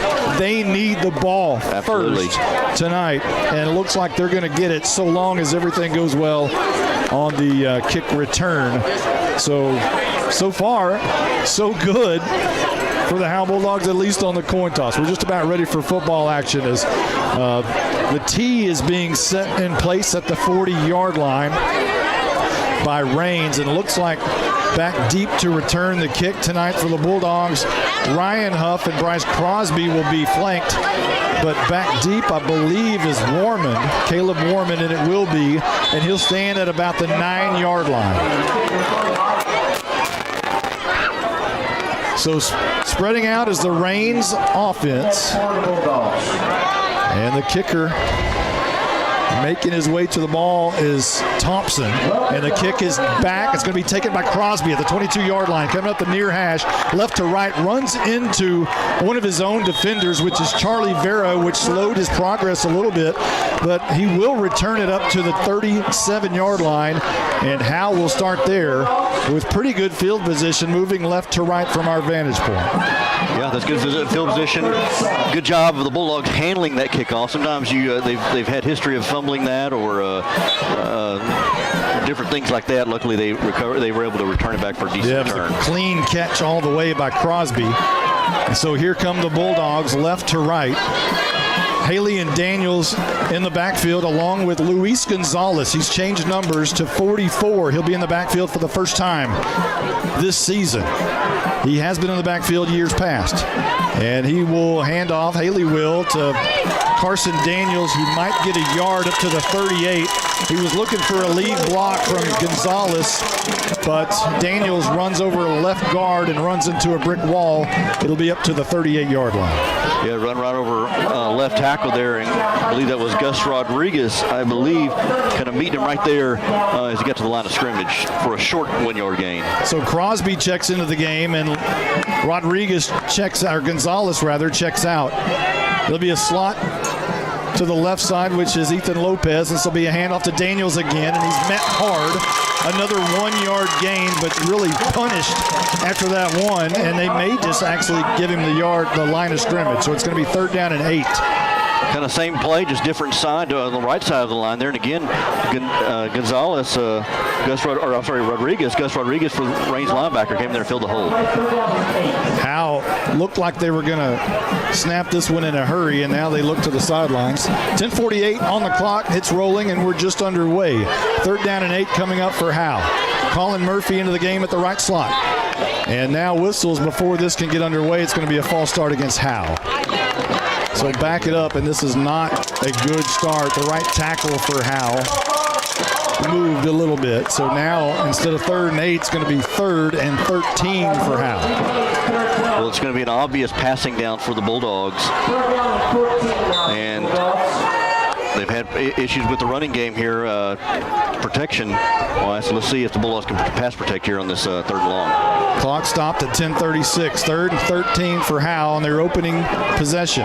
Haley rolls out left, looks down the field under pressure, fires, throws, and it's going to be incomplete as he was intended for. He was looking for Ethan Lopez at about the 1st down marker, but falls incomplete, and Howe's going to have to punt this one away, one would presume. Well, he had a rollout to his left there, and kind of a long play to come together. They almost just really overthrew Lopez. Howe showing as if they might go for it. Will now back up. And Haley to boot this one away. Quick kick, and it's going to be off the front of his toe. This is not a good kick at all. Shy of midfield. It's going to roll at the 47-yard line. And my goodness, that is not a good punt at all. 13-yard punt, but there's a flag on the play. So it's against Raines. And that's a personal foul. Haley was hit as he punted. That was roughing the penalty variety there, roughing the kicker variety there for the Bulldogs. And I'm talking about Austin Haley needing to do a good job of acting when he gets hit like that to fall down on the ground. He did. And able to get a 1st down out of it. That's very, very fortuitous for the Howe Bulldogs as they'll move this ball about where he punted it, right at the 48-yard line where it was recovered. And I've written on my chart punt, so now I got to mess all that up. So the ball at the 48-yard line. Shy of midfield, moving left to right is Howe. New set of downs. It was going to be a handoff to Daniels and a read option, but Haley pulled it out of Daniels' gut. It was going to take off around the left edge and slipped and fell on the turf. He somehow managed to bear crawl his way for a 2-yard gain. I think the linebacker or defensive end didn't know Haley really had it because he was falling down. 2nd down and 8 for Howe after the 2-yard gain on the read option pull from Daniels as Haley kept it. 9:50 on the clock. We're just underway. Raines in all blue jerseys with a white helmet. Howe in their gray pants with the black stripe, white jerseys. Handoff Daniel up the middle. Good for 3 inside Raines territory at the 47-yard line. Again, the Bulldogs are going to run between the tackles most of the night. They don't have the speed really to get outside of that, and so run right behind the center, right behind Walker, and right guard Charlie Vera there with Daniels for able to plunge his way for about 3 or 4 yards. So 3rd down and 6 for the Bulldogs. Big possession, big play right here. Haley in the gun. Handoff. No, he pulls it, throws it across the middle, and it's going to be incomplete as he was hit. It was Lopez who was intended for, and Lopez was hit about the same time the ball got there, and the ball popped up. Thankfully, he wasn't intercepted. Yeah, I like the call. He read the defense, faked the option there in the belly of Daniels, and hit the slant there to Lopez, just not able to hang on to it. Howe looks like they're going to go for it on 4th down and 6 in Raines territory at the 48-yard line. You like this call? I do. Well, they're going to punt it. Now they're going to punt it away. So Haley will stand at his own 45-yard line, and this one's a lot better kick. It's going to be taken at the 14-yard line where Audie Mackery receives it and falls down. And looks like Raines will start from their own 15. All right, we talked about this defense for the Bulldogs. They lit up a school record 612 yards last week. So what kind of changes have they made during the week to combat this read option offense here by Raines? So Raines will come out moving right to left in that royal blue. It's not a navy blue at all. It's a royal blue. And they'll be moving right to left. Macri in the gun. The read option will be handed on the first play and taken down very quickly on the very first play. Good job there by, looks like Gonzalez and McNutt in on the tackle. There's a flag on the play, though. It's an official timeout as there's an injured Raines Wildcat who's still on a knee, and we'll have to check and see. I think it's the ball carrier, was it not? If that's so, is that Amari Clayton?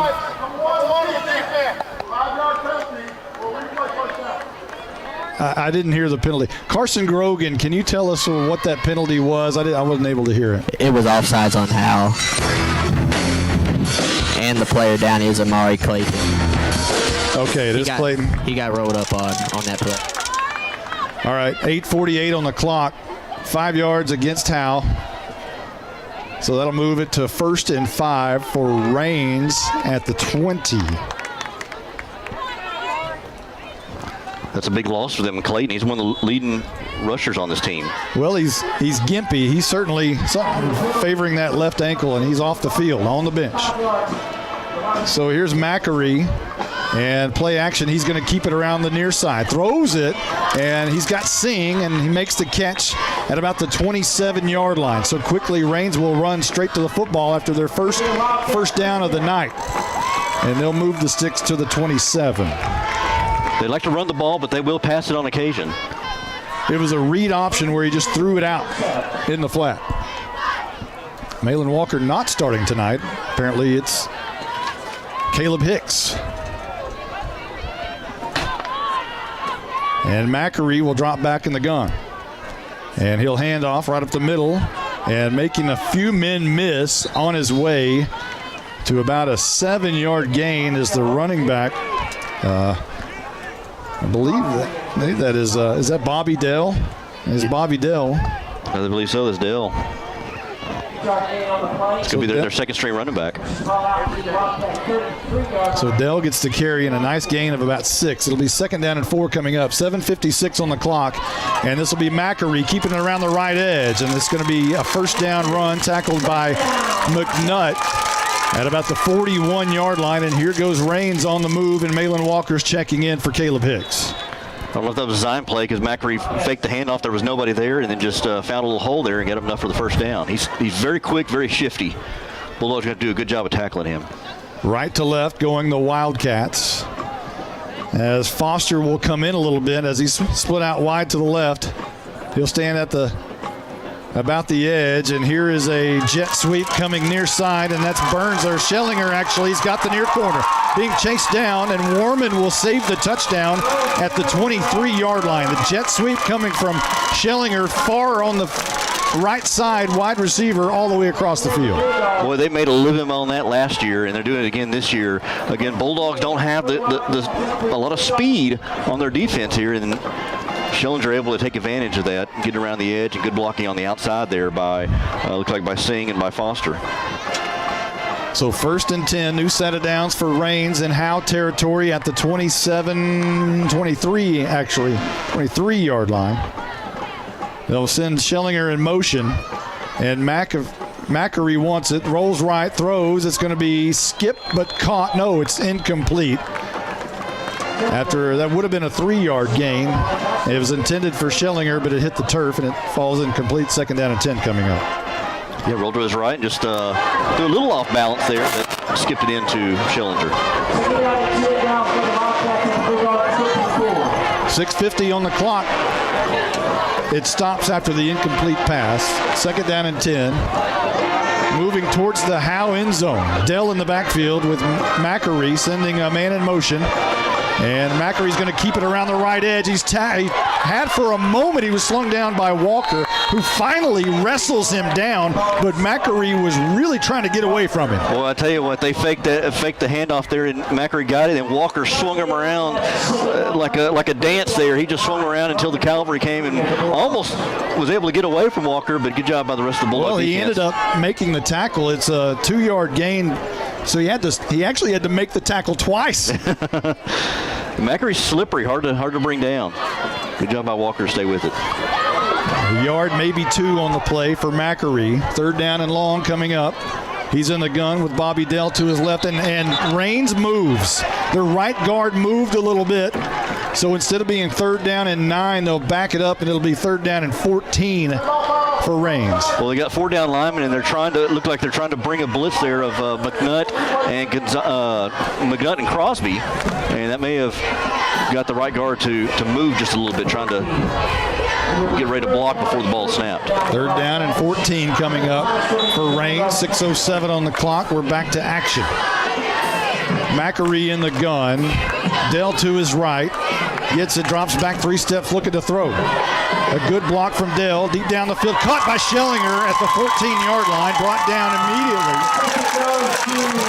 by Austin Haley, but close to a 1st down at the 15-yard line. Well, good credit to the Raines Wildcat offensive line. They gave Macari plenty of time to survey the defense and dissect the defense there. And good catch there by Schellinger. 4th down and 1 coming up for the Wildcats.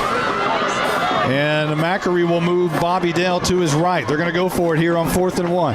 Macari is going to keep it up the middle. He's going to have enough for the 1st down, and finally slings his way inside the 10 to about the 8-yard line.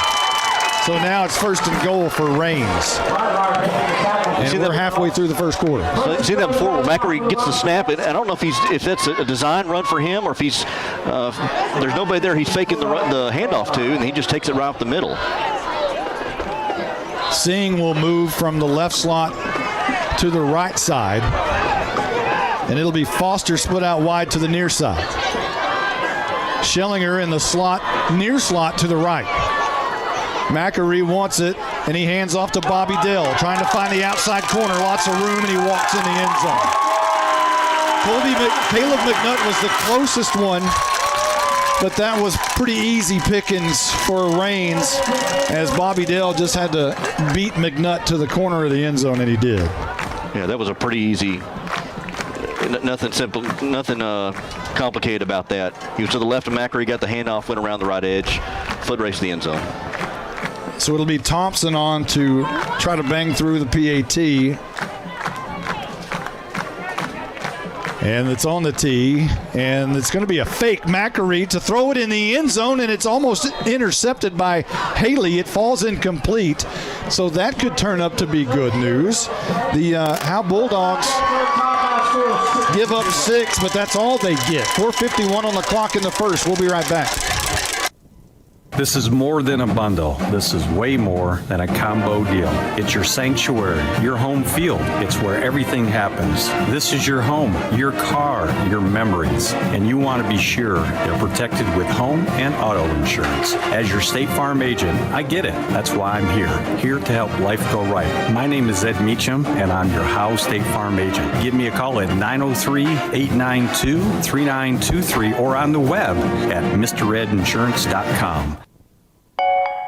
At Grayson Cullen Electric Cooperative, GCEC, we have been around for over 80 years and are governed by 7 principles: open and voluntary membership, democratic member control, members' economic participation, autonomy and independence, education, training, and information, cooperation among cooperatives, and concern for community. One of our communities is Howe, Texas, and GCEC is proud to support the Howe Bulldogs. Here's your Tech Wave kickoff. It's banged to the right side. Ryan Huff will run to the middle of the field. He's got a little crease and a little seam, and he makes his way up to the 43-yard line. A nice return by Ryan Huff up near midfield to the 43. And there's 4:41 on the clock to start this new possession. The last possession for Raines went 8 plays, 85 yards on your hit exterior scoring drive replay. It was an 8-yard touchdown by Bobby Dell to finish it off. A little trickery on the PAT, but Raines was unable to succeed, and the 2-point conversion failed. And the drive took 4 minutes and 11 seconds off the clock. And here comes Howe from their own 43-yard line, moving left to right with 4:41 on the clock. Haley empty back, drops back 3 steps, looks across the middle, lots of time, and it's going to be incomplete trying to find Caleb McNutt. And a wide open Lopez was down the field even further, but it falls incomplete. Yeah, I couldn't tell if that was, I guess that was intended for McNutt originally. I thought he was the closest receiver, I guess. Yeah, because Lopez was right behind him. And so I don't know if there was some miscommunication there or not. And then good protection by the offensive line. Haley kind of had to throw that off the back foot. 3 receivers near side. And it'll be Lopez, Murphy, and Huff near side.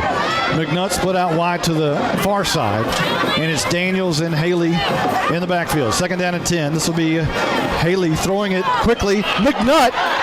Murphy, a first down catch to the 45-yard line in range territory. That's what we were talking about. You don't have to be Cooper Jones, just be Colin Murphy. And that was a good read by Haley. Faked the handoff, read the defense to do that slant right across the middle to Murphy. And good job by Murphy, kind of like Jones, a good yards after the catch there. That was a great catch by Murphy and a quick pass, quick strike from Haley. 1st down and 10. A new set of downs into range territory. 2 receivers either side, and a fake to Daniels and a throw left side to Lopez is incomplete. Haley's just a little bit off so far tonight. Yeah. Threw it a little bit out in front of Lopez, who couldn't get out there fast enough to bring it in at 2nd down and 10. Yes, I don't know if he was able to finish off that route or Haley had to get rid of it a little bit more, a little quicker than he'd like to. He was feeling some pressure there from the Reigns defense. If I were Reigns, I'd be stacking the box right here because at some point you're going to have to hand it to Daniels, and this is a prime down to do it. 2nd down and 10. Man goes in motion. They fake to Lopez. They pull it from Daniels. On the run is Haley deep down the field for Murphy, who catches it, but it's just out of bounds. And it'll be 3rd down and 10. And at some point you thought, hey, they're going to have to, not only get some yardage on 2nd down to set up a short 3rd down, but also burn some of this clock. Instead, there's 3:55 on the clock, and now they've got a 3rd down and 10. Haley in the gun, Daniels to his left. They stop to look for the play.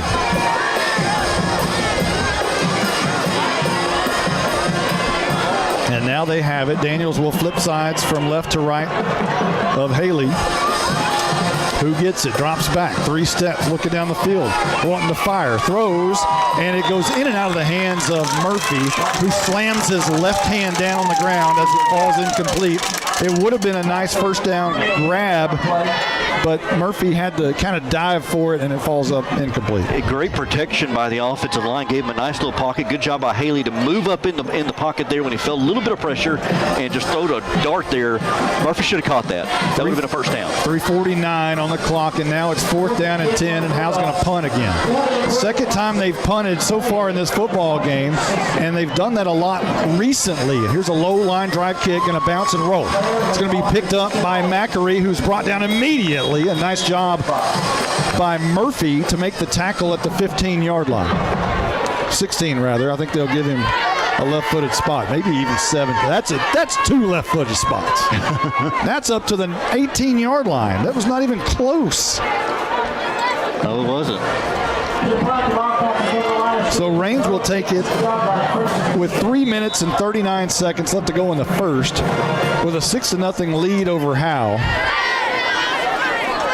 And are going to be moving right to left. Macri and Bobby Dell in the backfield. This will be Bobby Dell again, straight up the middle, looking for yardage, finds yardage, breaks it outside. Now there's whistles. Dell looked like he had a clear lane of about 5 yards. I didn't see a flag or whistles. What's this? I think they're saying he's down. Yeah, they're saying he's down. So apparently his knee hit the ground prior to getting to the 20-yard line. They'll spot him at the 19. Wow. So just a 1-yard gain on that. Wow. Fortunate for Howe, as Macri with 3:09 and rolling on the clock here in the first is barking. Howe showing blitz for a moment, and now Macri's going to keep it around the right edge, and it's going to be finally brought down after he crosses the 20 to the 22-yard line. He slipped around the right edge, and right there finally for a pack of Bulldogs after about a 5 or 6 yard gain. Good job by McNutt to push him back inside, because that right side, there was only maybe one, maybe two defenders on that side for the Bulldogs. He breaks one tackle, and he's off to the races. So good job there by McNutt to push him back inside there for the rest of the Cavalry to come. This is a big 3rd down and 5 for the Howe defense. Raines offense, and Howe showing blitz. Reinhardt going to be coming off the edge, and this is going to be Mackery rolling out, wanting to throw. It's going to be incomplete and almost picked off.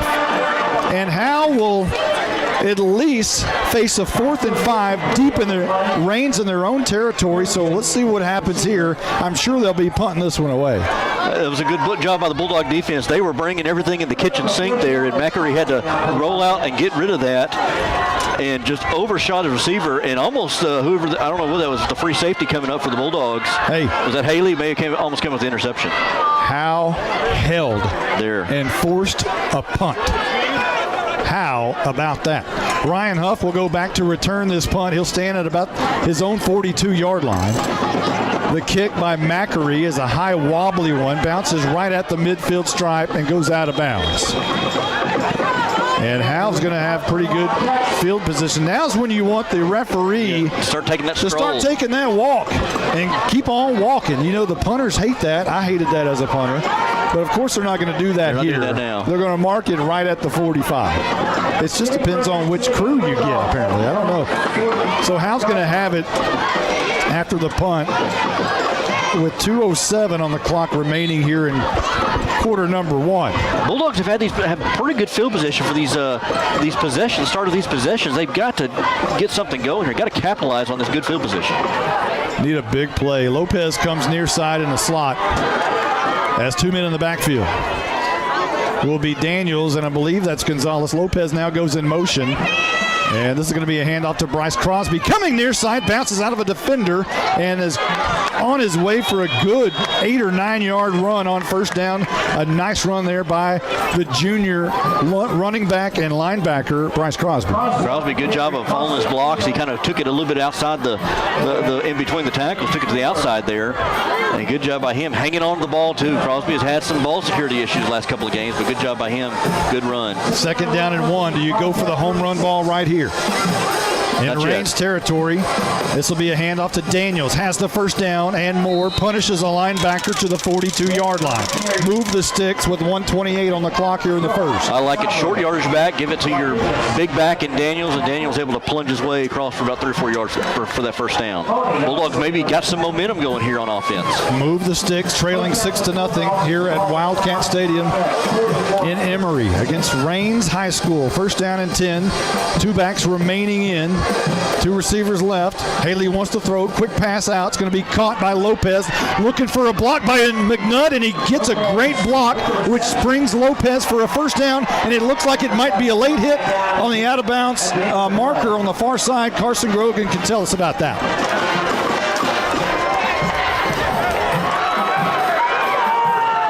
And apparently he's out of range. Microphone issues. So we'll check the flag. I think it's going to be a late hit on Ethan Lopez. It is going to be a late hit. So that's going to put Howe in great shape. As it stood, Howe would have the ball at about the 30 or 29-yard line perhaps, but you can tack 15 onto that. And they'll spot it at the 15. I like it. It was a quick pass, and I think that's what when the Bulldogs get the ball out quickly. I think that's when they can really utilize their offense, get their offense going there. Good job by Lopez, and then the penalty there. A couple of penalties here in this first quarter have helped the Bulldogs. So here come the Bulldogs trying to, are they getting breaks for the first time this year? Yeah, so far. 1:01 on the clock here in the first. And Howe with a new set of downs at the Raines 15-yard line. Looking for some points right here. Howe needs them. 2 men in the backfield are Crosby and Daniels. They straddle Haley, who is in the gun, and he gets it. Looking left side, firing in the end zone for McNutt, and he overshoots him out of bounds. It was a fade route, and it falls incomplete. And it'll be 2nd down and 10. Yeah. I never liked the fade route. I mean, I see you got McNutt, you got the height advantage, but I've never liked that. Just never thought it was a high percentage chance of catching the ball. And that'll bring up a second down and 10. Same formation, 2 receivers right, 1 to the left. Lopez in the slot to the right, 2 men in the backfield, Crosby and Daniels. Haley sends Lopez in motion. And a high snap. It'll be a handoff to Crosby up the middle, maybe 3. Inside the 15 to about the 14-yard line. Well, there was a lot coming. A lot of Wildcats were in that backfield, and Haley was lucky he got the ball off to Crosby in time because, I mean, there were linebackers blitzing from everywhere. I said 3, but it's really only 1. So ball at the 14, 3rd down and 9 coming up. 30 seconds on the clock and rolling here in the first. I'm not sure about the wind factor, if there is one. Carson Grogan can tell us about that maybe after this play or after the first quarter. Daniels and Crosby in the backfield. Haley wants to throw. Quick pass right. Caught by Ethan Lopez. Is he in? Yes, it is touchdown time in Texas. Lopez with a strike right up the middle. And Haley nailed him. 11 seconds left in the first, and Howe has tied the game at 6, awaiting this PAT. We thought maybe Austin Haley was off target here to start the game, but not that time. Read the defense, faked the handoff, and hit a dart right there across the middle to Ethan Lopez. A good job by Lopez to get to the end zone there for the touchdown. Back-to-back touchdowns in games for Lopez, who had not a touchdown coming into last week's game. Haley's hold is good. Daniel Dell Angel's kick, I think, went off the left upright, but it does go through. And Howe takes the lead. Wow. 7-6 with 11 seconds left to go in the first. We'll be right back. Coach, we have a problem. What's that? We're cheerleaders, and we don't feel very highly motivated today. What? I don't want to hear talk like that. You know what you girls need? You need some handmade onion rings, a burger, tots, and a shake. That actually sounds really good. Now are you motivated? Yes, sir! This is how you Sonic. It's not just good. It's Sonic good. Whoa, those onion rings really bring the hammer down. This is Michelle Castle with Guild Mortgage, welcoming you to Howe Bulldogs football. Guild has been delivering on the promise of home to hundreds of thousands of people just like you for over 60 years. With a big heart and a desire to serve, we're committed to making life better in our communities. This is where we live, and we're committed to building it with you. Guild Mortgage is an equal housing lender company, NMLS 3274. Michelle Castle, NMLS number 231122. Branch address 714 North Travis Street, Sherman, Texas 75090. All loans subject to underwriting approval. Terms and conditions apply. Subject to change without notice. Your hit exterior scoring drive recap for Howe. 6 plays, 55 yards. Took a minute 54 off the clock, and it was capped off by a 14-yard touchdown strike pass from Haley to Ethan Lopez, who dove forward from the 1 or 2 yard line to get in the end zone. And your Tech Wave kickoff is a pooch kick, and it looks like McNutt was trying to field it in the air, and now a late flag comes down, as apparently the ball may have just gone out of bounds, and maybe that's going to be the call. Carson Grogan, tell us about the wind, if there is any, and tell us about that flag right there. There is no wind out here, Monty. And on that kickoff, that was perfectly executed by DeAngel, but just McNutt couldn't get his feet in bounds and possess the ball. That was such a perfect kick. I like it. I like it a lot. A lot. Like the aggressiveness here. I like that.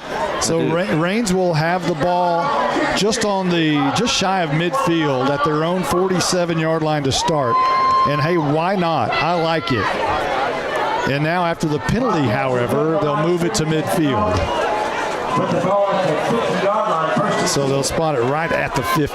Ball, the nose of the ball just barely touching the line. It'll be 1st and 10, right to left going Raines. We probably have maybe a play right here left in the first quarter, as Macari is going to hand off up the middle, and that's Bobby Dell racing out. Look out. He's got the 35 and 30, and finally being drugged down by the shoelaces at the 30-yard line.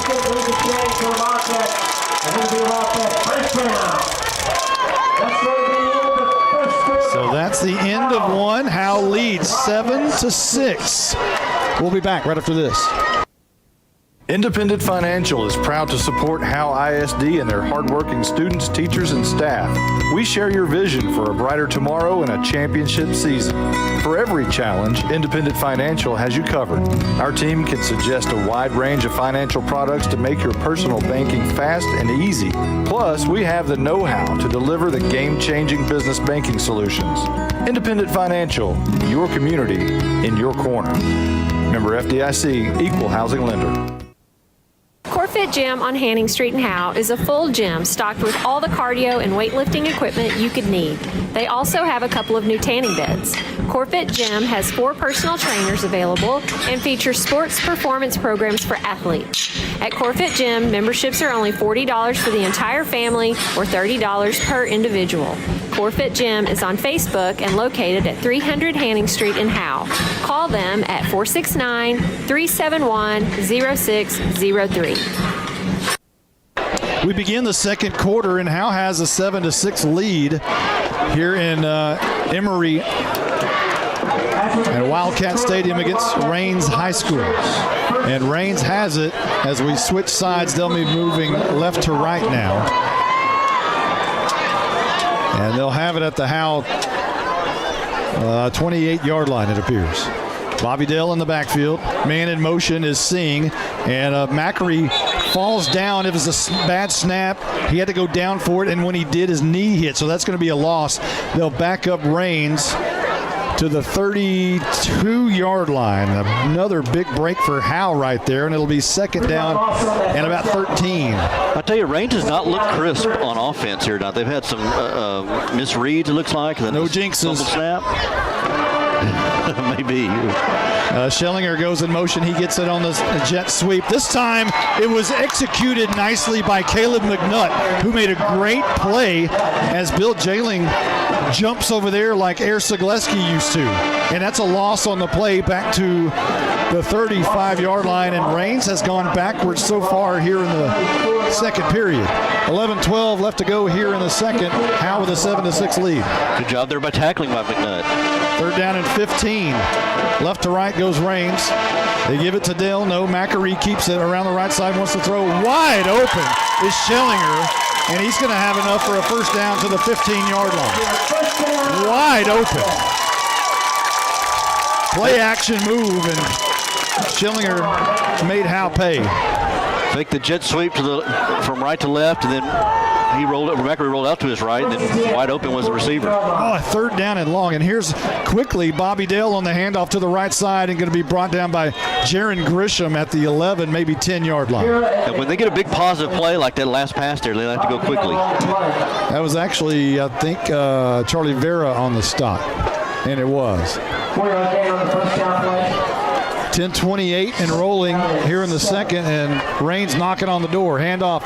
Bobby Dale escapes a tackle of Luis Gonzalez, and he punches his way into the end zone, I believe, but the ball's on the turf. In the end zone. Raines says they've recovered it in the end zone.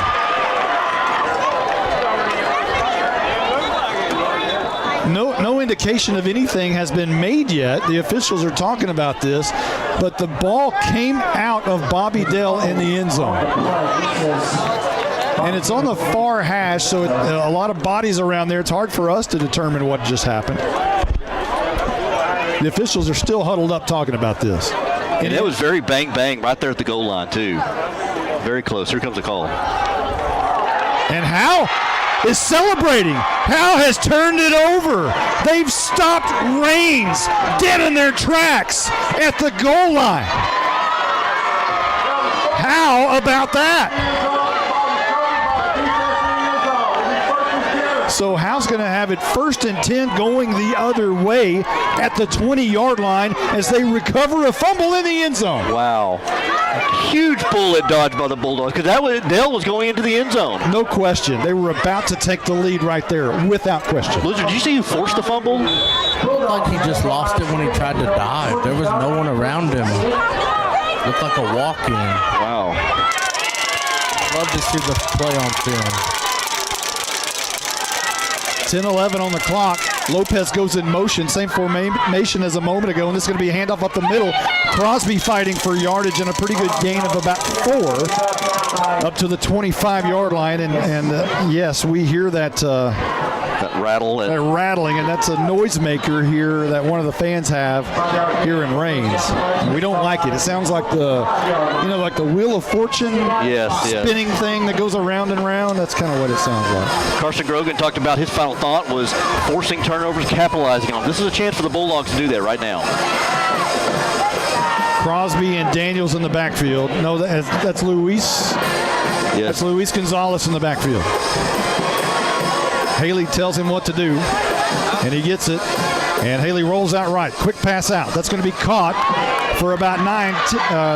And then turning his shoulders and running behind his shoulder pads is Ethan Lopez. Enough for a first down. They'll move the sticks. A great job by Lopez to keep running that play out. It really was. He caught the ball maybe a yard short, maybe right at the sticks. He avoided one tackle, shrugged him off, and able to get just a little bit more to be sure he got that first down. Good job there by Lopez for yards after the catch on that one. Howe at their own 33-yard line and a new set of downs with 9:19 on the clock. He stepped out of bounds apparently, so that killed the clock. Same formation. Haley wants to throw deep ball right side, looking for Huff, who goes up with it and has it fall out of his hands at the last moment. It would have been a great leaping catch, but Huff couldn't come down with it. It might have just been a great play on the far side by the Wildcats. I like that, going for the home run ball. It was one-on-one coverage there with Huff, and I believe that may have been Corey Foster, maybe. It was Foster. Foster right there in coverage, and kind of a jump ball. I like the aggressiveness by the Bulldogs. And Huff was aggressive in the air, trying to bring that down. He really was. Lopez in the slot near side, along with McNutt down at the bottom. This is going to be a handoff to Daniels, dragging a defender, still churning his legs. Maybe one, they're trying to strip the ball from him. And he's going to get perhaps back to the line of scrimmage. Maybe a gain of 1 to the 34-yard line. And that's going to bring up a crucial 3rd down and 9 for Howe with 8:51 and rolling here in the second. Well, one thing I do like about this drive is they're draining clock. They're taking time off this clock here. 3 receivers right, including Murphy, Lopez, and Huff. Daniels will now bump out of the backfield and come as a slot left. McNutt down at the bottom. Haley drops back 3 steps, flushed out, coming near side, looking down the field, throws for Lopez, and it's intercepted at the 32-yard line. He was on target for Lopez, but Mackery steps in front of it and brings it down.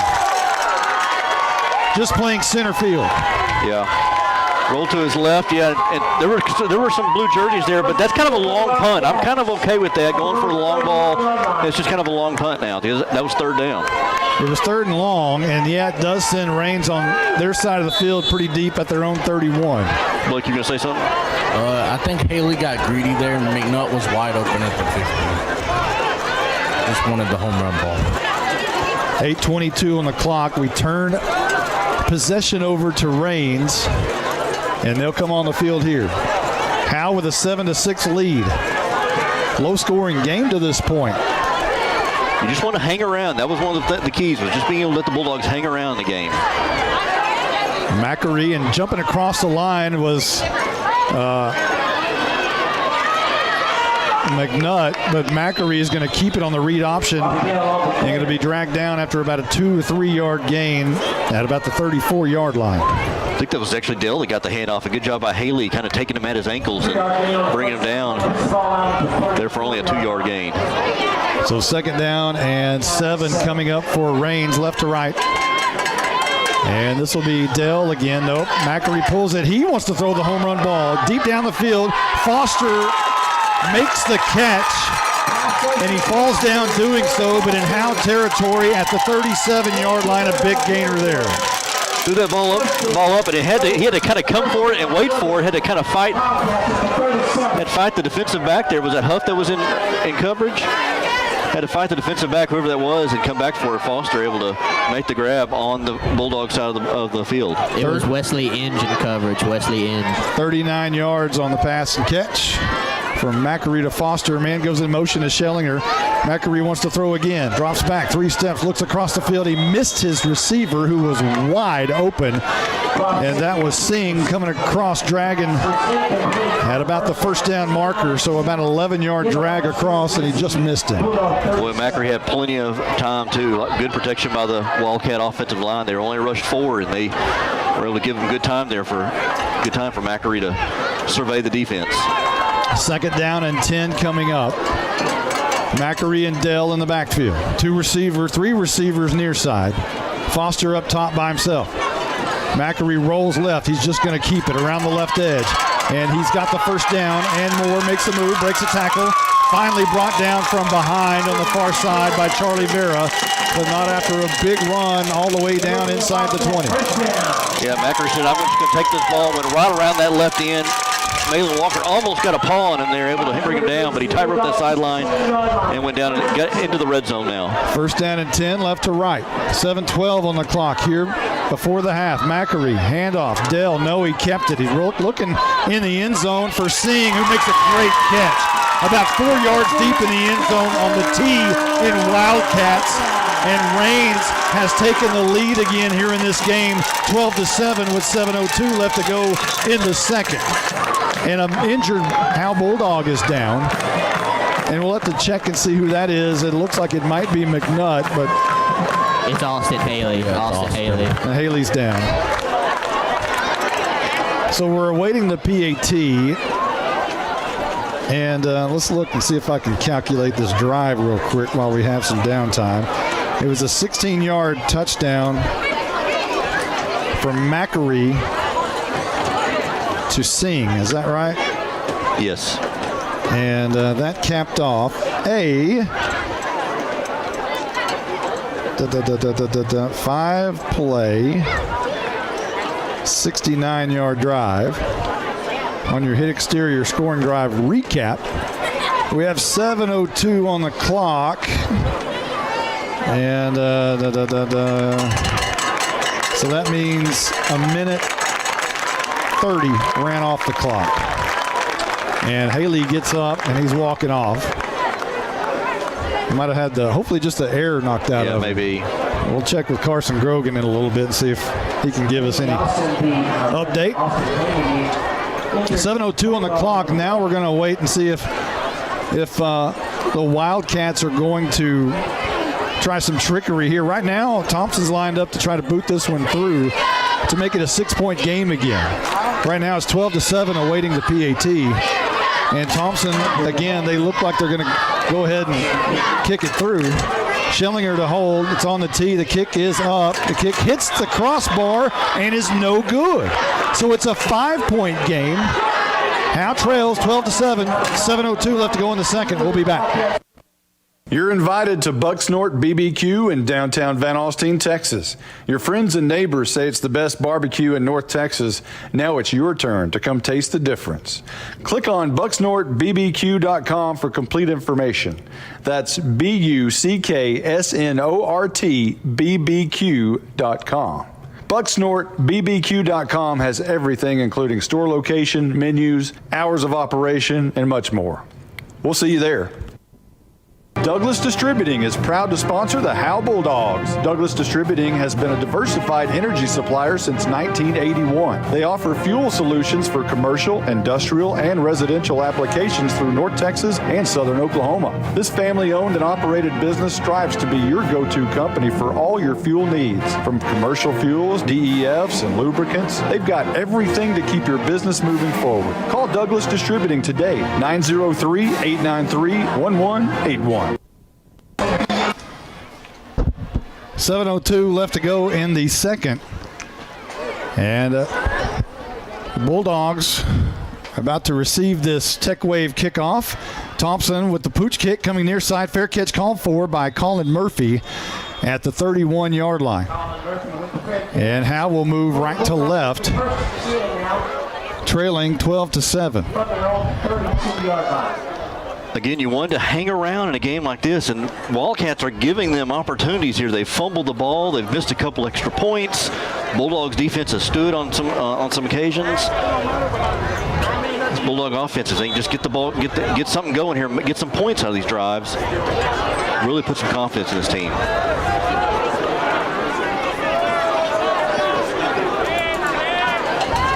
So here comes Haley with Daniels in the backfield. 3 receivers right, 1 to the left. And it's going to be McNutt down here at the bottom. And Haley drops back, throws. It's going to be caught by Lopez after about a 3-yard gain. He turns it into maybe a 10-yard gain as he fights forward past the sticks at the 41-yard line. I tell you, Lopez kind of there in the flat, little swing pass out there, and he does a good job of just making people miss. And was probably going to be about 2 yards shy of the first down, able to make a guy miss and plunge his way for about 2 or 3 extra yards to get the first down. I might have said 41. It's the 44-yard line, just shy of midfield. 6:35 on the clock. Man in motion is Murphy. They're going to hand off to Daniels, met in the backfield. That one had nothing doing as he went over right guard, and it just went backwards. So a loss of maybe 2, and now they're back to the 41. That's a loss of 3. Yeah, Murphy was coming in motion, and as soon as the ball was snapped, the play just didn't look right from the beginning, so 3-yard loss on that, 2-yard loss. Second down and 13, 3 receivers down at the bottom. Haley looks over for the play. McNutt, Lopez, and Murphy. And it's going to be Ryan Huff at the top. Daniels in the backfield. He'll stand to the right of Haley, who drops back. 1 step, fires quickly to Lopez, turns around, and he's met immediately. That does get him back to about the 44-yard line. But this is going to be another long situation for Howe on 3rd down and perhaps 9 at the 45-yard line shy of midfield. Lopez has been able to get yards after the catch, but Bobby Dale came in there and tackled him immediately. And this is a 3rd and 9 here for the Bulldogs. Again, they look to the side for the play. 3 receivers far side now. Lopez, Murphy, and Huff.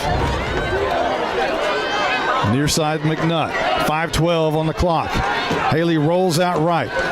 Being chased down, fires, throws. It's going to be incomplete. 4th down and 9 coming up. And Howe's going to have to boot this one away. He had pressure from the backside, and Haley really had to just kind of throw that one away. And Ivan Rodriguez coming in from that backside there, coming right at him. Had to hurry up and get rid of it. And Gavin Oakes, the linebacker, was also coming at him and just got rid of it probably a little quicker than he wanted to. And another 4th down by the Bulldogs. So Haley, I'm sure, will drop back in punt formation here.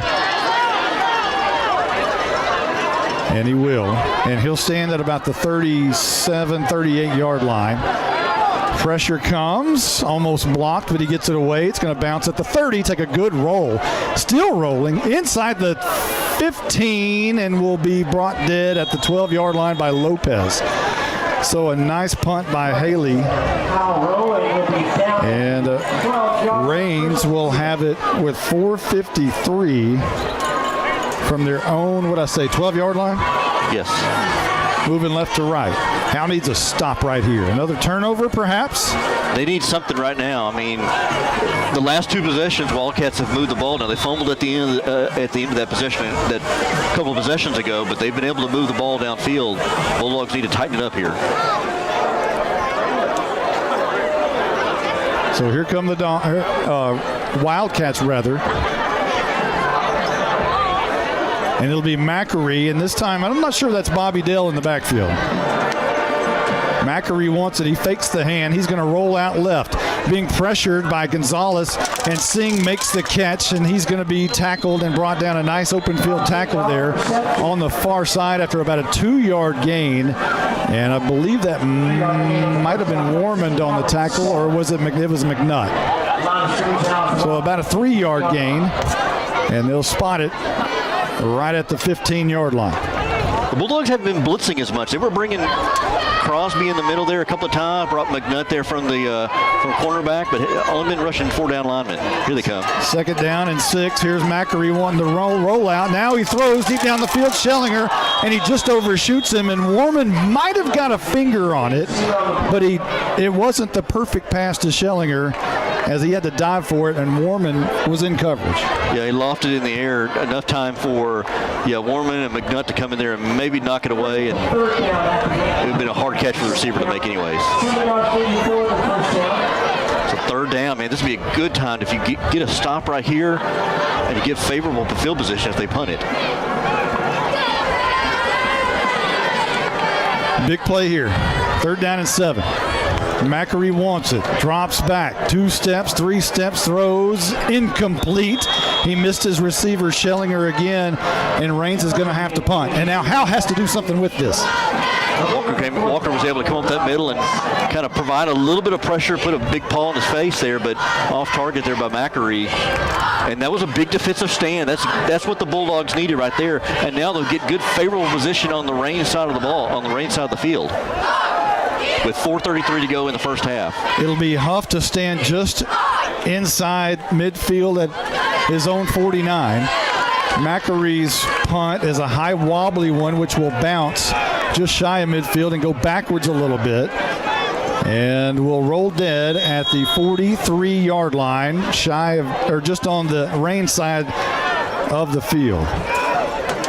4:23 on the clock before the half, and Howe would really like to take all 4:23, would they not? You really would. Punch it in and kick your extra point and take a 2-point lead. That would be ideal. Carson Grogan, what's the mood like down there? The Bulldogs got a lot of energy on the sideline. And just an update on Austin Haley. He got the breath knocked out of him on that defensive play, and Ricky Ake was taping up a couple of his fingers, so maybe a finger problem for Austin Haley. Yeah, he had some busted fingers a couple of weeks ago at Pottsboro when he took that beating. His fingers were kind of bloody after the game. Tough kid. 1st and 10, and this will be a handoff to Daniels, who fights his way through one block and somehow gains a yard out of that after I think he ran right into the back of Malin Walker. And it'll be 2nd down and 9. Slow developing play for the Bulldogs again, trying to run between those tackles. And that defensive line for Raines is getting a good push up front on the Bulldog offensive line. 2nd down and 9 coming up as they look out for the play. 2 receivers to the right, 2 men in the backfield, which is Daniels and Crosby. Haley wants it. And he will give it to Crosby up the middle. And Crosby will gain a yard or 2 to the 40. And Howe chewing up some clock right here. Raines is going to get the football first to start the second half. So you certainly don't want to give it back to him right here before the half. Howe taking some time. There's 29 on the play clock. You got a lot of time to snap it here. You can snap it under 3 minutes. I say hit a slant across the middle to Lopez. 2 receivers either side. Lopez and Murphy are the slots. Huff and McNutt are the wideouts. Daniels in the backfield as we hit the 3-minute mark. 7 on the play clock. Howe chewing that time up. And dropping back is Haley. Flushed out of the pocket, nearly sacked, somehow avoids it. I don't know how. He's going to tuck it and run now. Throws down the field. It's going to be caught by Murphy at the 15, at the 10. Kiss him goodbye. It's touchdown time in Texas. But the officials, are they signaling? Do you see a flag or anything? I thought I saw an official waving it off, but no. That's good. I think that's a good. It's touchdown time in Texas. I was hoping that there wasn't a man downfield because Haley flushed out of the pocket so far and ran so far laterally that I was worried that a lineman was downfield. But yes, it's touchdown time in Texas. And Murphy scores on a 40-yarder. And Del Angel's PAT, this one is up right down the middle and good, and Howe takes a 14-12 lead with 2:39 remaining in the second. Since 2011, Scoggins Funeral Home and Crematory has walked with hundreds of families through the most overwhelming time of their lives. Their job is simple: to make this season a little easier. What you can expect is a no-pressure, people-first philosophy, custom services for memorials that you'll remember forever, and reasonable pricing. Tommy and Bobby K. Scoggins have built a reputation over the past 30 years in the funeral business for making every family feel at home. Visit ScogginsFuneralHome.com or call 903-482-5225. Hello, Howe Bulldogs. This is Coach Joey McQueen, former Bulldogs head coach and athletic director. Vic and I still love the Dogs and ask that you show your support by joining the Howe Athletic Booster Club. Their mission is the same today as it was in the 90s. They support all Howe athletes, girls and boys, middle school and high school. It's only $25 to become a member. From the alumni to the current fans and parents, we ask that you back the Dogs and become a member today. Go visit the Howe Athletic Booster Club on Facebook. Have a great year, Bulldogs. Your hit exterior scoring drive recap: 3 plays, 43 yards for Howe. It was a Haley to Colin Murphy touchdown that bounced in the air, went up in the air. Murphy ended up with it and ran it to the house. And the Bulldogs take the lead 14-12 after the Del Angel PAT. And with 2:39 remaining in the first half, Howe has the lead. Another pooch kick. This one going near the sideline. It goes out of bounds. And this time McNutt doesn't have a chance. And Raines is going to start with really good field position once again. But again, I like the call. Well, on that last play, you talk about Haley Houdini right there, able to avoid a tackler, almost got sacked, would have been the worst thing, rolled to his right, and then threw a pass that was intended for, like you said, intended for Huff, ricocheted off him, right into the hands of Colin Murphy, who was just back there, not expecting the pass, and able to make the catch and go to the end zone. And the Bulldogs have a 2-point lead with 2:39 to go here in the first half. The defense needs a hold. They need a hold right now. They need a stop. Not a hold, but a stop. They don't need a hold. Yeah, they need a stop. So they'll spot the ball at the 49. Raines just inside their own territory, shy of midfield by a yard. It'll be 1st and 10 with 2:39 on the clock. Mackery is going to roll out. The ball's on the turf. He rolls it out, and he gets around the edge and is going to be brought down. A great tackle on the far side. No gain on the play, and the clock will roll at 2:26. Boy, Haley was like a cruise missile coming from that his safety spot. Came in there and make the tackle on his counterpart, the quarterback, Mackery. Left to right. And Mackery will be in the gun here. 2nd down and 10 coming up. Bobby Dell into the game. Mackery's going to keep it over right tackle. He's got a big hole and a big blocker right in front of him, and he could be gone. 30, 25, 20, being chased down. And he's got the 5, being drugged down right at the goal line, and he's in. Touchdown, Mackery on a huge 51-yard run. And Raines regains the lead, 18-14, awaiting the PAT with $1:51 left to go before the half. Bulldogs brought pressure. When you blitz, you better be able to tackle if you bring everybody, and he ran past everybody, and poor tackling by the Bulldogs. Good run by Mackery. He had a huge blocker right in front of him in a huge wide lane, and they're going to go for 2 here to try to get some points back. Mackery is going to be in the gun. Bobby Dell will stand to his left. I believe, are they going to wildcat? They're going to wildcat, and then the more trickery. They're going to try to throw it in the end zone. It's caught at the goal line and in on the end around. I think Singh threw it, and Mackery caught it. There's a flag on the play, however. Let's check the flag. Both teams are walking off. It appears like it will be against Howe. It's going to be roughing the passer against Howe. Roughing the passer. Well, the passer was actually a tailback. So that'll be a 15-yard penalty tacked on to the end. 1:51 left to go in the second, and it's 20-14. Raines in the lead. I'm attorney Micah Belden, an old school black and white Howe Bulldog. In criminal defense, you need someone who fights like a bulldog. Call me now if you've been investigated, arrested, or charged with a crime in North Texas. My number is 903-744-4252. We'll set up a free consultation. You will find out that I'm rough, tough, and I can't get enough. I'm board certified in criminal law by the Texas Board of Legal Specialization, Principal Office, Sherman, Texas. Visit my website at shermancriminallawyer.com. If your air conditioner broke down, would you call an expert auctioneer? I open up the air conditioner. Can I get a wrench? Looking for a wrench in the toolbox. Looking for a wrench. Screwdriver. Got a screwdriver. Yeah, no. You'd call the real air conditioning experts, Baker Air Conditioning and Heating. If you've heard you need expensive repairs, get a second opinion with Baker Air Conditioning and Heating, who have over 50 years experience here in Howe. Call 903-532-6255 or see them at 215 Denny Street.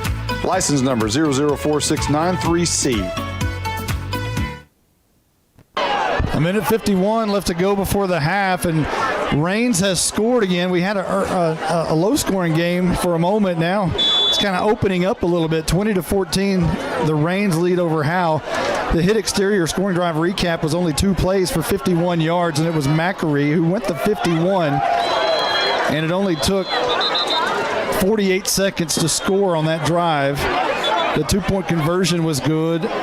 And our new score, 20-14, as mentioned. And a 15-yard penalty on the end of the 2-point conversion is going to send the kickoff team for Raines inside Howe territory at the 45-yard line. Looks like we got a timeout called by Howe.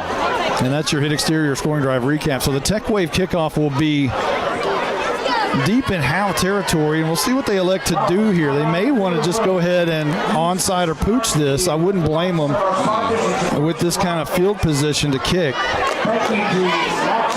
And check and see. Monty, some scores around the district real quick. Pottsboro leading Commerce, that's 25-7. Mount Vernon and Mineola, Mount Vernon leads Mineola 21-7. And then Winsboro is back up on Bonham, 21-17. That's in the second quarter. A minute 51 left to go before the half.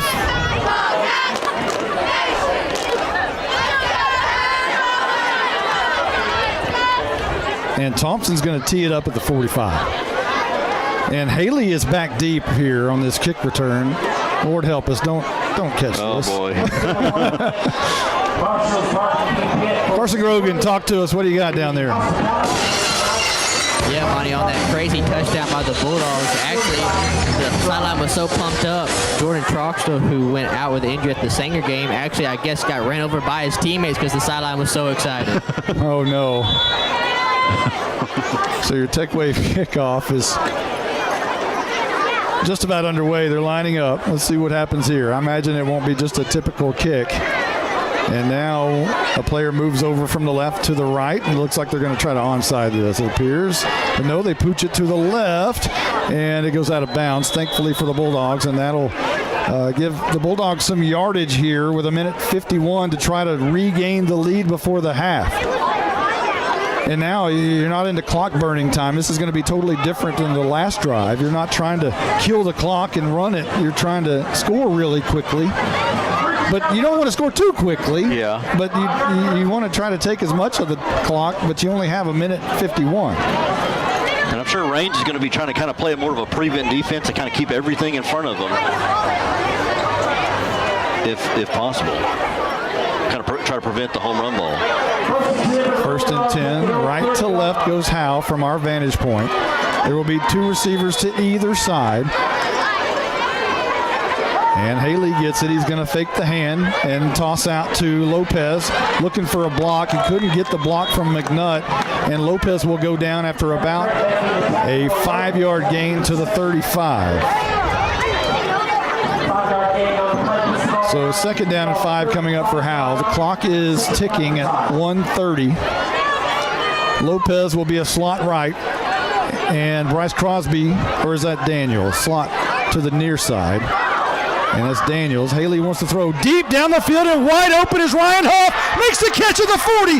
He's got no one around him. He could walk the dog into the end zone. It's touchdown time in Texas. Wow. 65 yards. Haley to Huff. Howe ties the game at 20. When I tell you there wasn't nobody within 30 yards, no exaggeration by any means, there was nobody. Complete breakdown by the Reigns defense. I need to see that one on film. I don't know if anyone lined up on him. Wow. There were stacked receivers to the outside, and they just lost track of Huff. Danielson to take the lead. Haley to hold. Flags are down. Dale Angel's kick is up and true. The flag's going to be on Reigns. It'll be declined, and Howe takes a 1-point lead, 21-20 with about 10 left to go in the first half.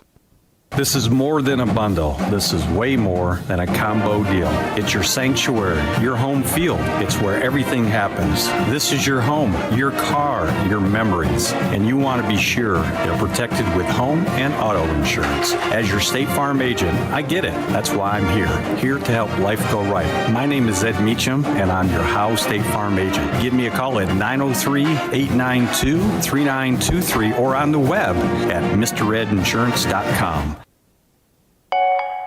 At Grayson Cullen Electric Cooperative, GCEC, we have been around for over 80 years and are governed by 7 principles: open and voluntary membership, democratic member control, members' economic participation, autonomy and independence, education, training, and information, cooperation among cooperatives, and concern for community. One of our communities is Howe, Texas, and GCEC is proud to support the Howe Bulldogs. Your hit exterior scoring drive recap for Howe. Only 2 plays. It went 70 yards.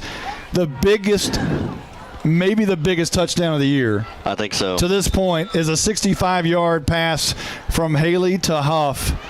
Huff was wide open, and he strolled into the end zone. Danielson's PAT has given Howe the lead with 1:10 left to go before the half, and they need to hold right here. Reigns is going to get the ball back to start the second half. And here's the Tech Wave kickoff, going to be taken all the way inside the 15-yard line. The ball's on the turf. Howe has it at the 32-yard line. It was stripped. And I believe, I'm not sure who stripped it, but Howe had clear possession of it at the 32-yard line. Wow. Whose key of the game was stripping the ball and capitalizing on it? That was Carson Grogan. Talk about it, Carson Grogan.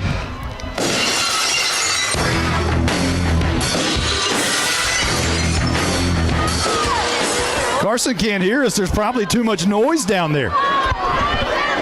What a break for the Bulldogs here, man. So Howe will have it at the Reigns 32, knocking on the door right here with 1 minute left before the half. Haley with 2 receivers to either side, drops back, sets up the screen. It's going to be caught by Daniels. Daniels has the 25, skips the defender to the 15, makes a man miss. 15 to the 10 to the 5. He is in. It is touchdown time in Texas. What a run by Carson Daniels. He made 5 men miss, and Howe ups the lead 27-20 with 48 seconds left to go before the half. A screen pass. He was rumbling and mumbling and stumbling. Carson Daniels into the end zone. What a run by Daniels. My goodness. And Howe with a PAT could take an 8-point lead.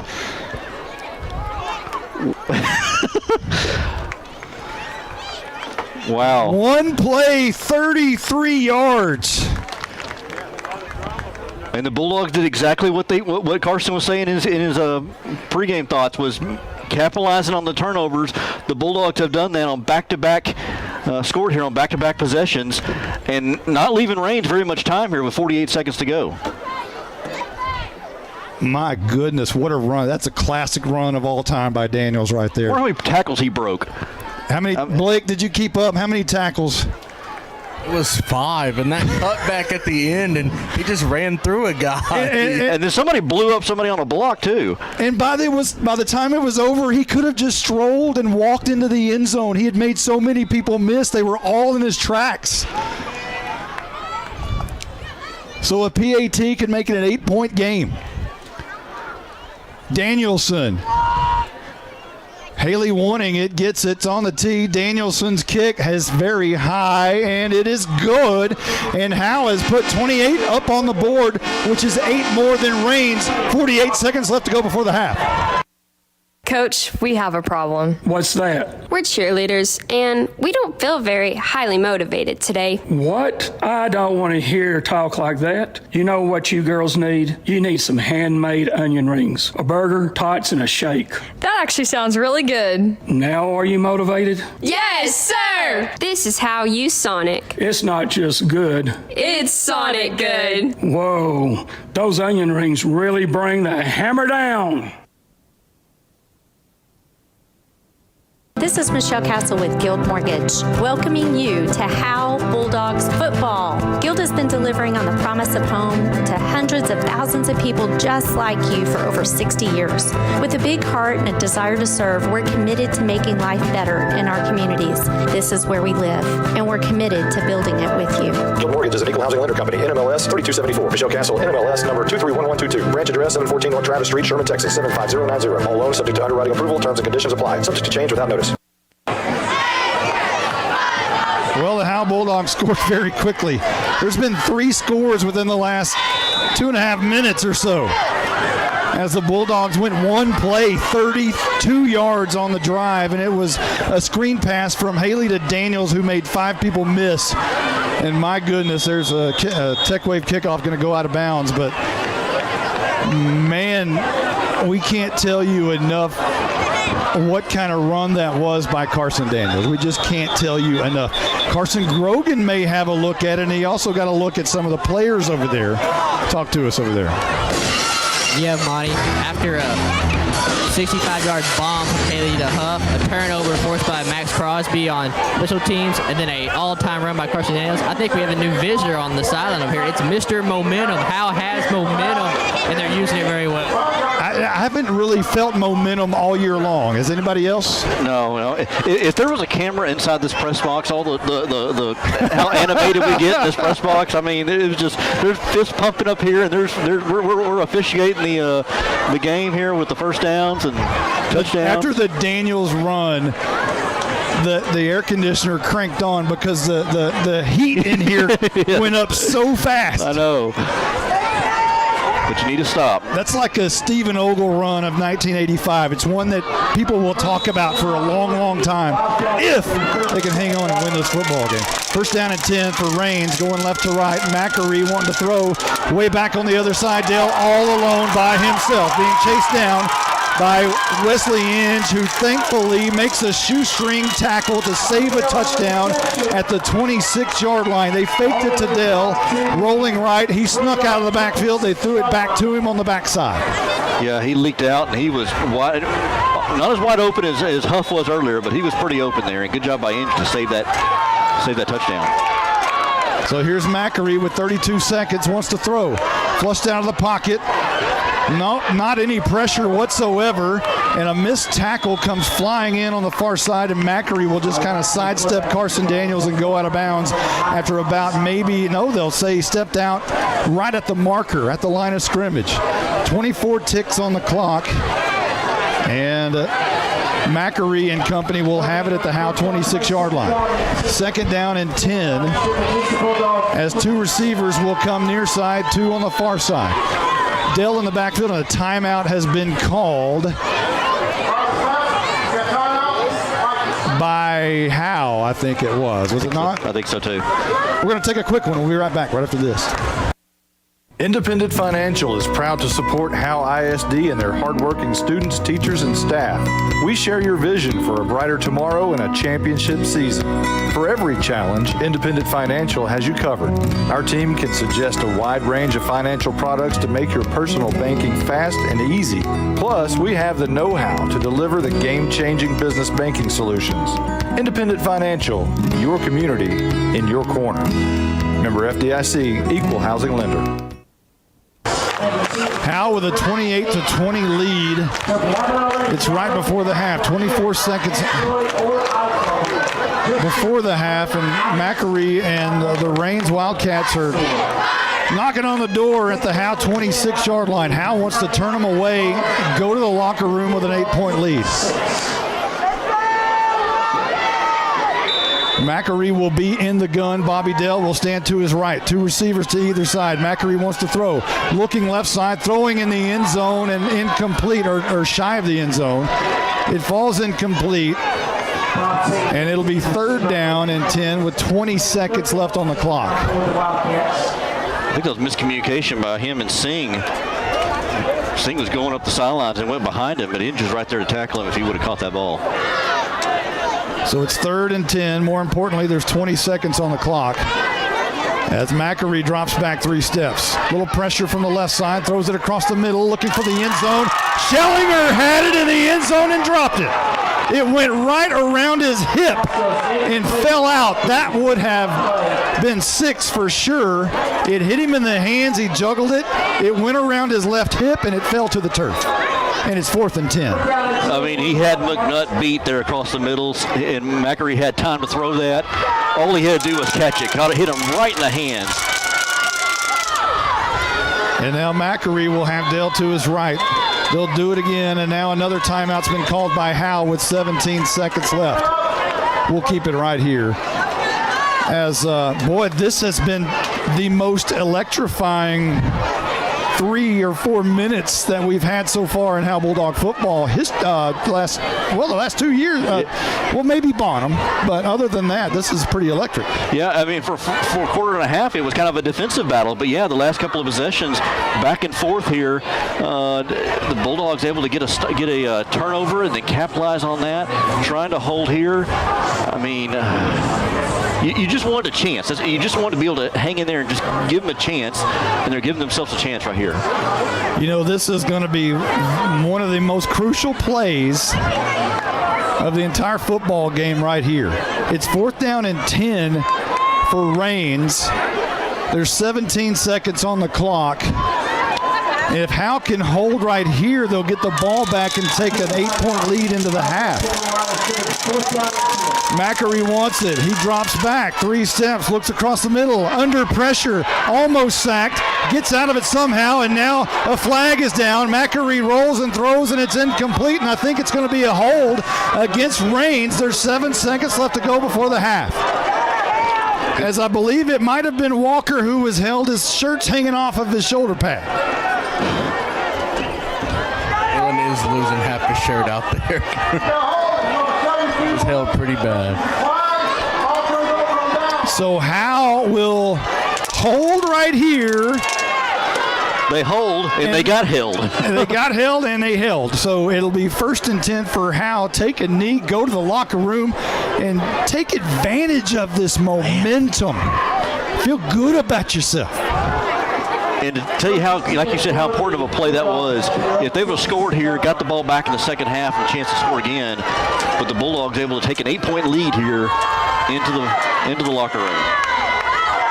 So Haley will go into the gun with 7 seconds left. The snap is back, and he takes the knee, and they're going to the house with an 8-point lead. How about that? We'll take that. Howe Bulldogs with an 8-point lead, 28-20 as they head to intermission. We've got a heck of a halftime show coming up. Bandsman of the Week, Howe ISD Employee of the Week. We'll be right back right after that.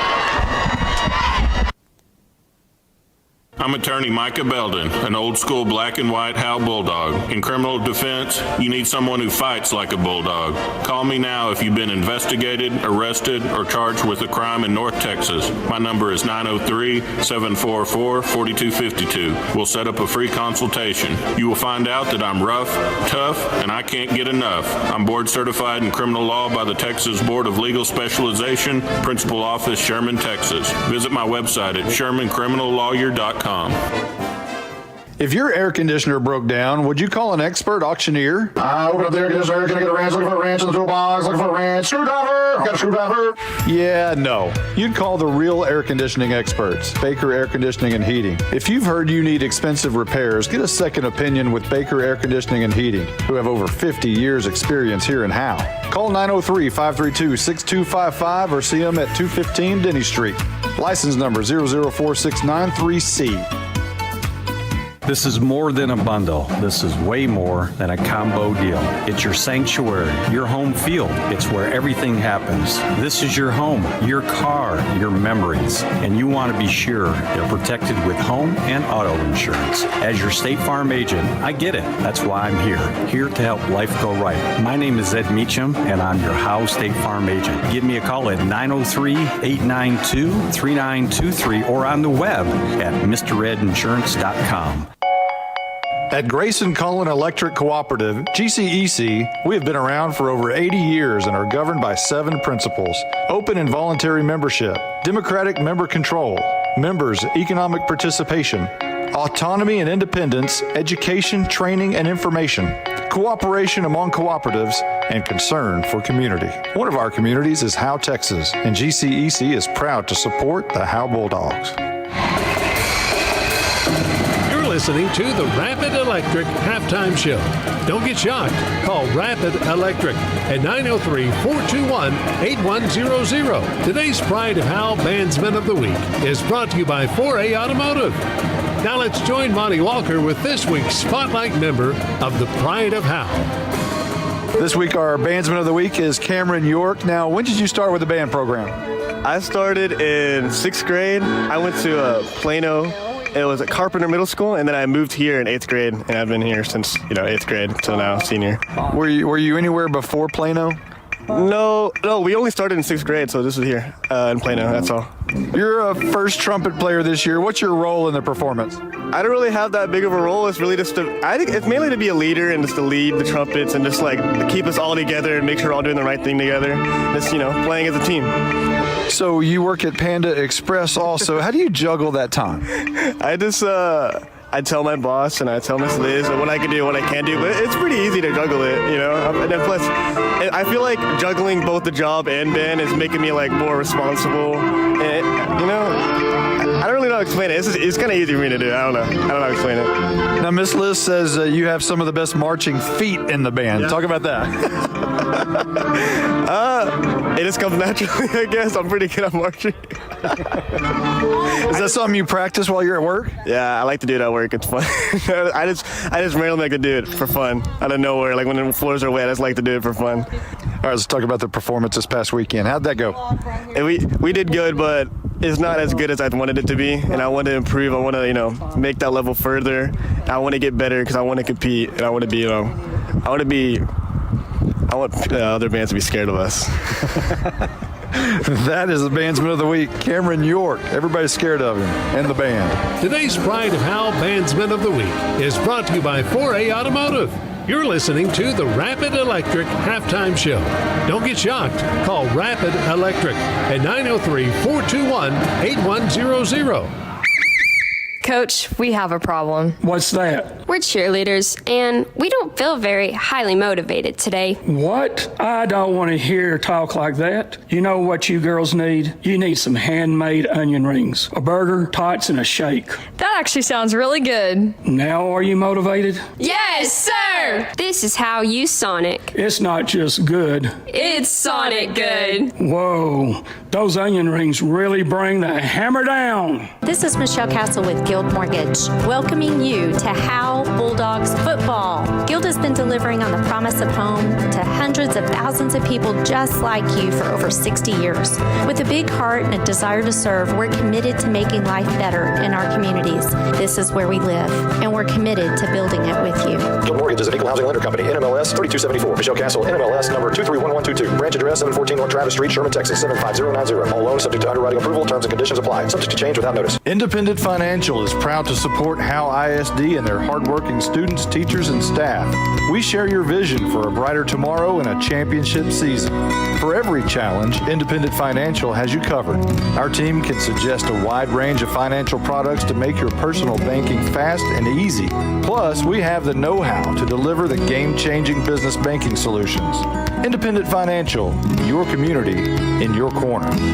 Member FDIC, equal housing lender. CoreFit Gym on Hanning Street in Howe is a full gym stocked with all the cardio and weightlifting equipment you could need. They also have a couple of new tanning beds. Corfett Gym has 4 personal trainers available and features sports performance programs for athletes. At Corfett Gym, memberships are only $40 for the entire family or $30 per individual. Corfett Gym is on Facebook and located at 300 Hanning Street in Howe. Call them at 469-371-0603. You're listening to the Rapid Electric Halftime Show. Don't get shocked. Call Rapid Electric at 903-421-8100. Today's Howe ISD Employee Spotlight is brought to you by 4A Automotive. Now let's join Monty Walker with today's Howe ISD Employee Spotlight. I'm joined with Howe Middle School 6th grade science teacher Sarah Salinas. You were recently named Employee of the Month. That's a big honor. Talk about that. So I am very excited. First off, this is my first year to teach science, so I'm just really excited trying new things to get the kids engaged and involved, and I guess it's showing across the school. So you're a Howe graduate. When did you graduate here? I graduated in 2010. And tell us about your experience at Howe. So I've always been in Howe since kindergarten, and I just love that it's close-knit and you know everybody, and you get to kind of see people that you've known for a really long time, and now I have their students and their kids, so it's just exciting to be a part of the community. I was going to ask you about that. What's different about Howe ISD as a student as opposed to now a teacher? So, I mean, it's just interesting to see both sides of things. I get to be around people that taught me and be coworkers with them and see them on a different side of things, but it's still good old Howe, all the same, you know. So you did a study program at NASA. It's pretty impressive. Talk about that. So yes, in college I got an opportunity I got a grant where I had a lot of different STEM training and different experiences where I went on a lot of different trips, and it was just all mainly about STEM interactive lessons and just trying to get the kids engaged and hopefully to want to be scientists when they grow up. So where'd your teaching career begin? I started out in Tom Bean, and I taught there it was kind of I started mid-year, and I took over for a teacher that was leaving to go with her husband. He was a coach. So I taught 6th grade math and 5th grade math there, and I really liked it there. Good, small, loved the people, and my idea has always wanted to be here. I've always wanted to be home, so. You just couldn't wear that orange and black, right? Yeah, I mean, orange and black wasn't really my favorite, but the people there are great. So speaking of school colors and all that, you're involved in youth cheer, or have been, at least in the past. Talk about that. So youth cheer, my daughter is very involved in, and she's getting more involved into competition cheer, and I just like to help out when I can and try to be an extra hand with that as well. I grew up cheering here, so I know a little bit about it. Do you have a mentor that stands out to you? Maybe a teacher that you had in the past, maybe somebody that's still here. So I feel like we all get along really well here, and there's a lot of people that I can name here, but my big person that I always think and take to heart with me is Cindy Wilkerson. She was here whenever I was in high school. She was my cheer coach, and she was just somebody that really stood out to me because I know that she loved me, and she took really good care of me while I was here and kind of helped me through a lot that I was going through in high school. So she's kind of my person. Today's Howe ISD Employee Spotlight is brought to you by 4A Automotive. You're listening to the Rapid Electric Halftime Show. Don't get shocked. Call Rapid Electric at 903-421-8100. You're invited to Bucksnort BBQ in downtown Van Alstyne, Texas. Your friends and neighbors say it's the best barbecue in North Texas. Now it's your turn to come taste the difference. Click on bucksnortbbq.com for complete information. That's BUCKSNORTBBQ.com. BucksnortBBQ.com has everything, including store location, menus, hours of operation, and much more. We'll see you there. Douglas Distributing is proud to sponsor the Howe Bulldogs. Douglas Distributing has been a diversified energy supplier since 1981. They offer fuel solutions for commercial, industrial, and residential applications through North Texas and southern Oklahoma. This family-owned and operated business strives to be your go-to company for all your fuel needs. From commercial fuels, DEFs, and lubricants, they've got everything to keep your business moving forward. Call Douglas Distributing today, 903-893-1111. 811-811. Since 2011, Scoggins Funeral Home and Crematory has walked with hundreds of families through the most overwhelming time of their lives. Their job is simple: to make this season a little easier. What you can expect is a no-pressure, people-first philosophy, custom services for memorials that you'll remember forever, and reasonable pricing. Tommy and Bobby K. Scoggins have built a reputation over the past 30 years in the funeral business for making every family feel at home. Visit ScogginsFuneralHome.com or call 903-482-5225. This is Coach Jim Fryer, former Bulldog head coach and athletic director. Connie and I still love the Dogs and ask that you show your support by joining the Howe Athletic Booster Club. Their mission is the same today as it was in the 80s. They supported all Howe athletes, girls and boys, middle school and high school. From the alumni to the current fans and parents, we ask you to back the Dogs and to become a member today. This is Coach Jay. Visit Howe Athletic Booster Club on Facebook. Bulldog pride never dies. You're listening to the Rapid Electric Halftime Show. Don't get shocked. Call Rapid Electric at 903-421-8100. Now let's join Caroline Slauson and Justin White.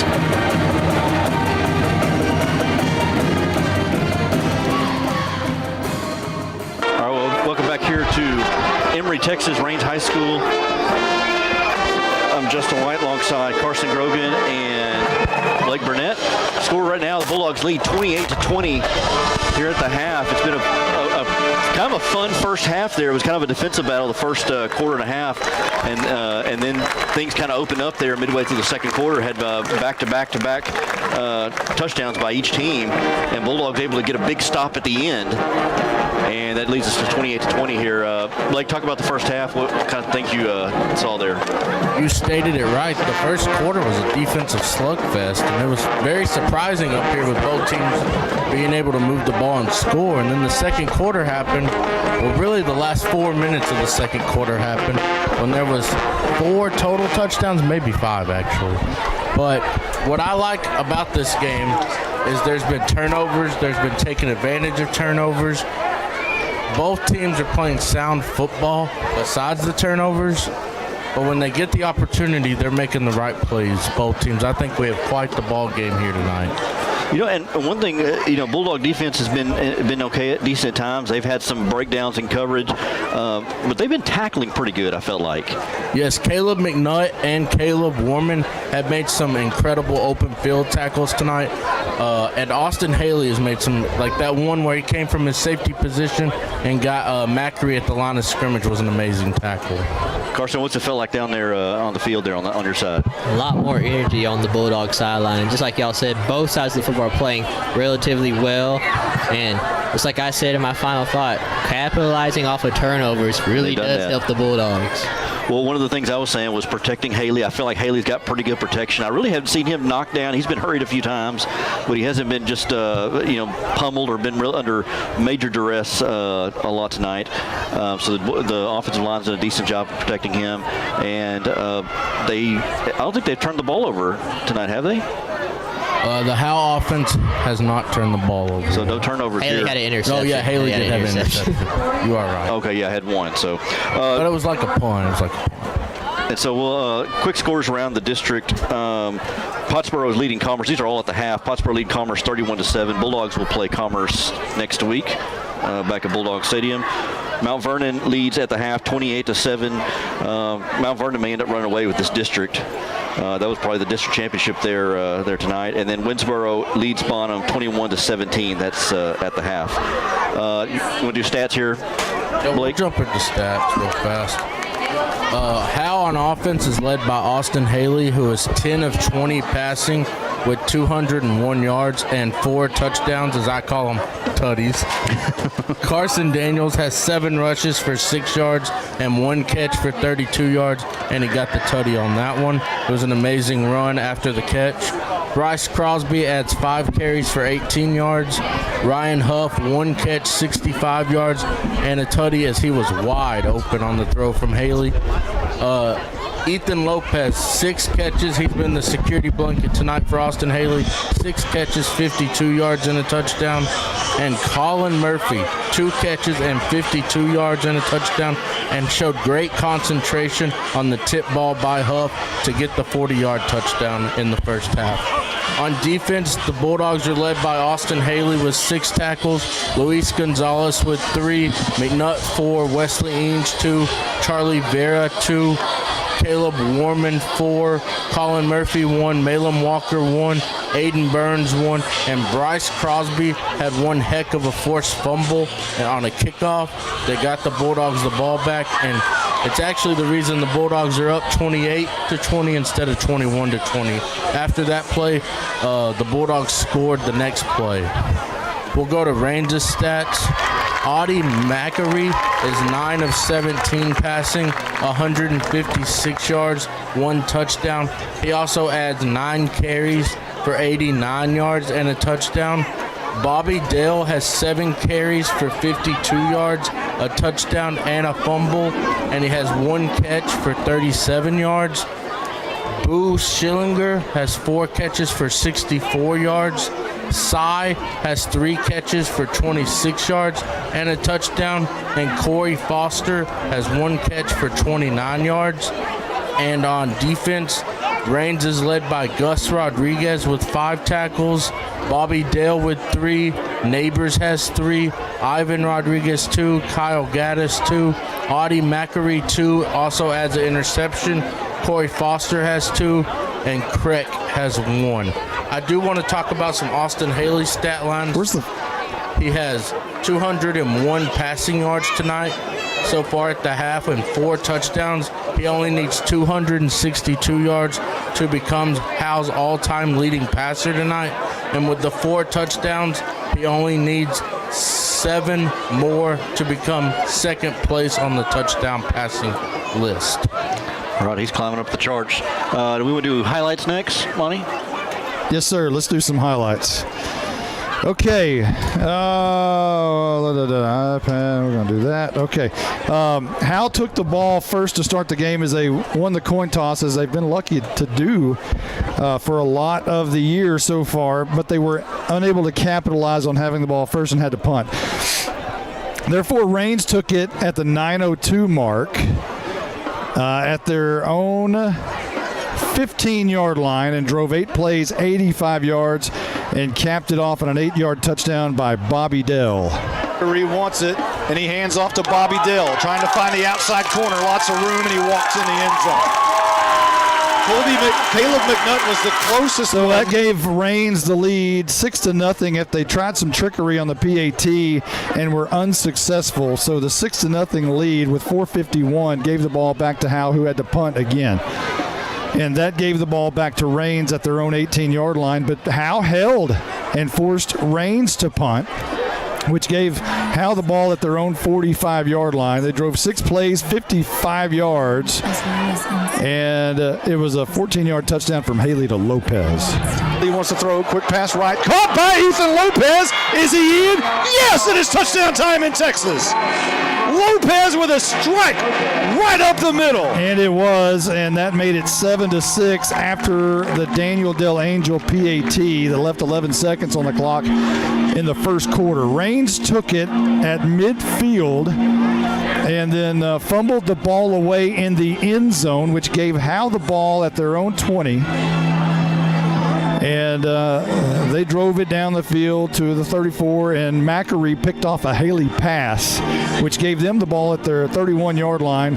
They drove 5 plays, 62 yards, took 1:30 off the clock, and took the lead on a 16-yard touchdown from Macari to Singh. Dell, no, he kept it. He's looking in the end zone for Singh, who makes a great catch. About 4 yards deep in the end zone on the tee in Wildcats. And that made it 12-7 as they missed the PAT with 7:02 left to go in the second. Howe's next possession had to punt, but they also forced Reigns to punt on their next possession. Howe took it from the 43-yard line, went 3 plays, and it was a Haley to Colin Murphy touchdown to give Howe again the lead. Flushed out of the pocket, nearly sacked, somehow avoids it. I don't know how. He's going to tuck it and run now, throws down the field. It's going to be caught by Murphy at the 15, at the 10. Kiss him goodbye. It's touchdown time in Texas. We were wondering if there was a down the field, a legal man downfield. It was not called, and the touchdown counted 14-12. Howe with the lead at that point with 2:39 on the clock before the half. Lots happened right before the half. Raines took it at their own 49-yard line, and it only took them 2 plays to score on a 51-yard run by Mackery. Mackery's going to keep it over right tackle. He's got a big hole and a big blocker right in front of him, and he could be gone. 30, 25, 20, being chased down, and he's got the 5, being drugged down right at the goal line, and he's in. Touchdown, Mackery. That drive only took 48 seconds and gave Raines a 20-14 lead with 1:51 left to go before the half. But Howe scored twice with 1:51 left to go before the half. And the first one was on a 65-yard bomb to a wide-open Ryan Huff. And that's Daniels. Haley wants to throw deep down the field, and wide open is Ryan Huff. Makes the catch at the 40. He's got no one around him. He could walk the dog into the end zone. It's touchdown time in Texas. 2 plays, 70 yards for Howe. Took only 41 seconds off the clock.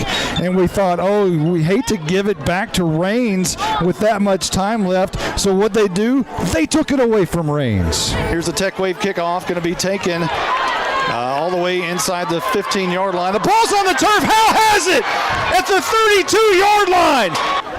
And that gave the ball with 48 seconds remaining and enough time, or a minute 10 rather, and that was enough time for Howe to score, but they only needed 1 play, and it was a Haley to Daniels and one of the all-time greatest runs I've ever seen from a Howe Bulldog.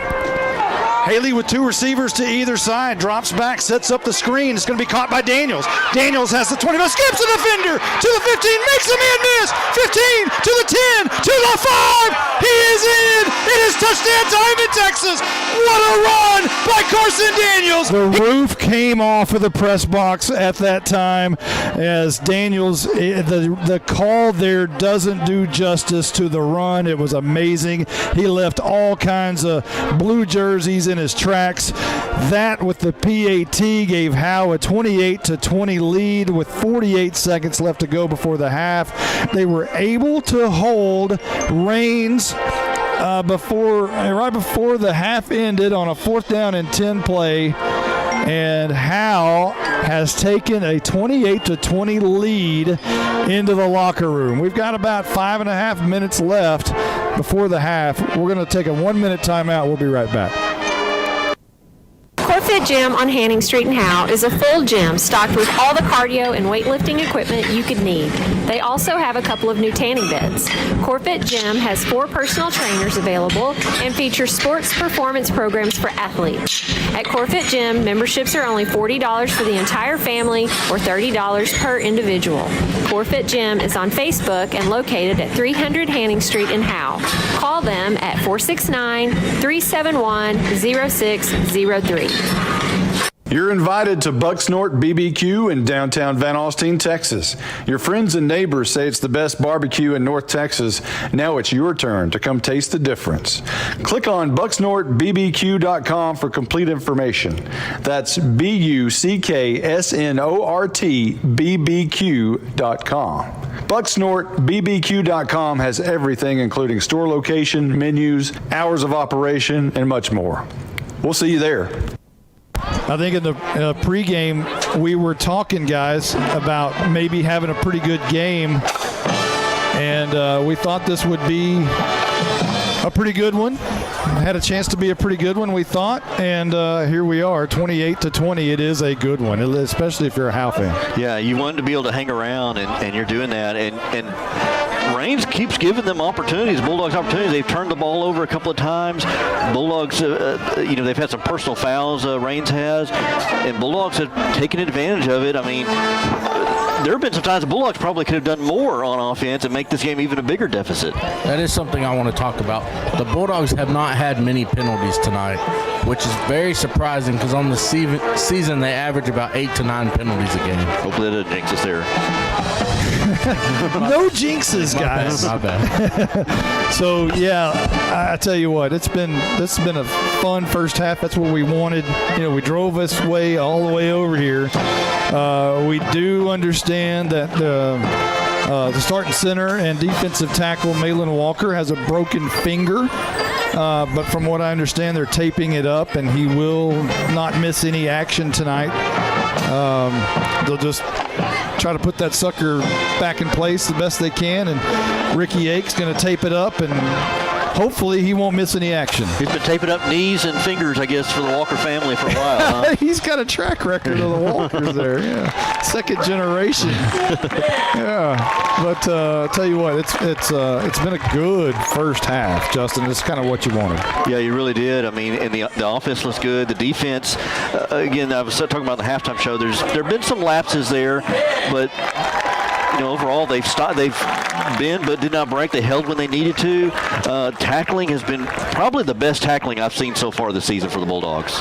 And we haven't even really mentioned they're missing their biggest offensive weapon tonight. Cooper Jones not playing tonight, as he is the leading receiver for the Bulldogs, just shy of 500 yards with 492 yards on 36 catches and a touchdown. But Colin Murphy replacing him tonight in that spot, and we wish Cooper the best and a hurry up speedy recovery. But Colin Murphy stepped up and caught himself a 50-something yard touchdown himself. Right there off the ricochet. Yeah, Jones is a big part of this offense, but yeah, they're missing him. But Murphy has done a good job in replacement.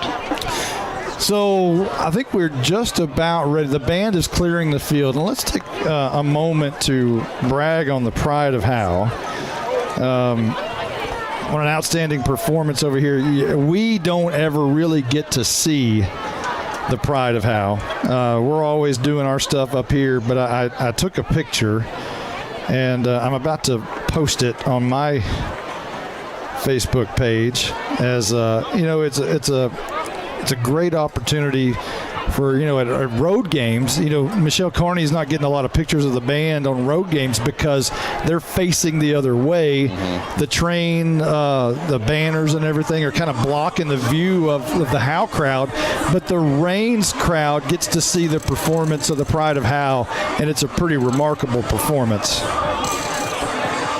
So we're going to take no, let's just keep it here. I said I was going to post that. Let me do so. So do you want to ramble on for a second, Justin? I was going to ask Blake about adjustments to the second half, what the Bulldogs could do in the second half to kind of keep this thing going. I'll talk about a defensive adjustment that I would make if I was the coach. The little swing pass out of the backfield that Reigns has ran like 3 times has gashed the Bulldogs for big plays. I would like to see that be stopped and just tackling like they have been in the first half. I like that they've been putting a little bit more when they put pressure on Macquarie and kind of cause havoc in the backfield. That seems to have caused issues for them. This is the first game that I can remember that Howe's been blitzing in some time. I was wondering about that. I was thinking at least been productive blitzing. We may go lights on here in the second half. Okay. Are y'all okay with that? Sure. If we can, that's fine with me. We'll see how we can do. Mr. Magoo here may have to make a mid-switch. Maybe the fans from across the way will be able to see all our fist pumping and hands in the air and all that. You know what? Never mind. Let's hit the light. Oh, there we go. That's better. Thank you, Jake Roberts. Jake Roberts doing a great job. He has been our engineer on road games and even other games than that. One home game, I believe, but he has the Howe Podcast 101 on YouTube, and if you haven't been able to check out Howe Podcast 101, please do so. He does a great job over there interviewing a lot of people in town, including Roger Tidwell and Wes Robertson and a host of others, some volleyball player, cheerleader. I think it was a cheerleader. So check out Howe Podcast 101. You made an appearance too, hadn't you? I did. I've made 2 appearances. 2 appearances. Okay. Am I the record holder right now? With 2 appearances. I'm the record. Yeah, there you go. It's that screaming radio guy. The one who does fist pumps when Carson Daniels. Double fist. I think that was a double fist pump. It was like you were running with him. I think I was double fist pumping, running with my back almost parallel to the ceiling during that call. Here is Daniel Del Angel going to pooch kick it. It's going to be fair caught at the 42-yard line. And that's where Raines will take over starting their first possession of the second half. So here we go. What do we expect here, second half-wise, guys? I'm kind of curious. I want to see the adjustments that both coaches have made here for each team. This is going to be a real interesting chess match.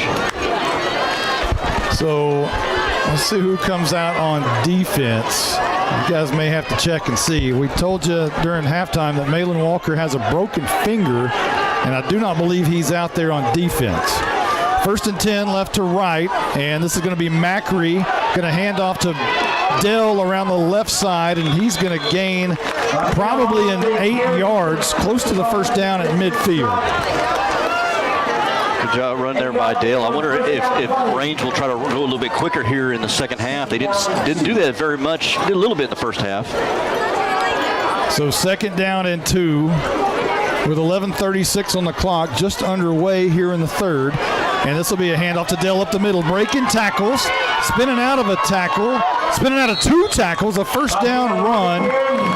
And he slipped the tackle of Bryce Crosby, who somebody hit Crosby in the legs about the same time. And that's going to be a first down run to about the 41-yard line.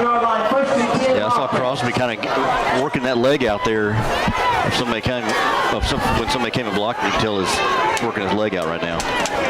So 1st and 10 for Raines, rolling right, and just going to keep it is Macri. He cut it. He'll cut it up right. He drags Crosby on his back for a first down run inside the 20 to about the 19-yard line. So a good run there of 22 yards for Macri. And Raines is on the move on the ground. Well, the game plan here is just run it right at Howe and just wait for them to stop it. And so far, Howe has not been able to stop it. So I'd be surprised if they don't just keep running the ball on this possession. It's Caleb Hicks, I believe, in a defensive tackle for Malin Walker here on this first series.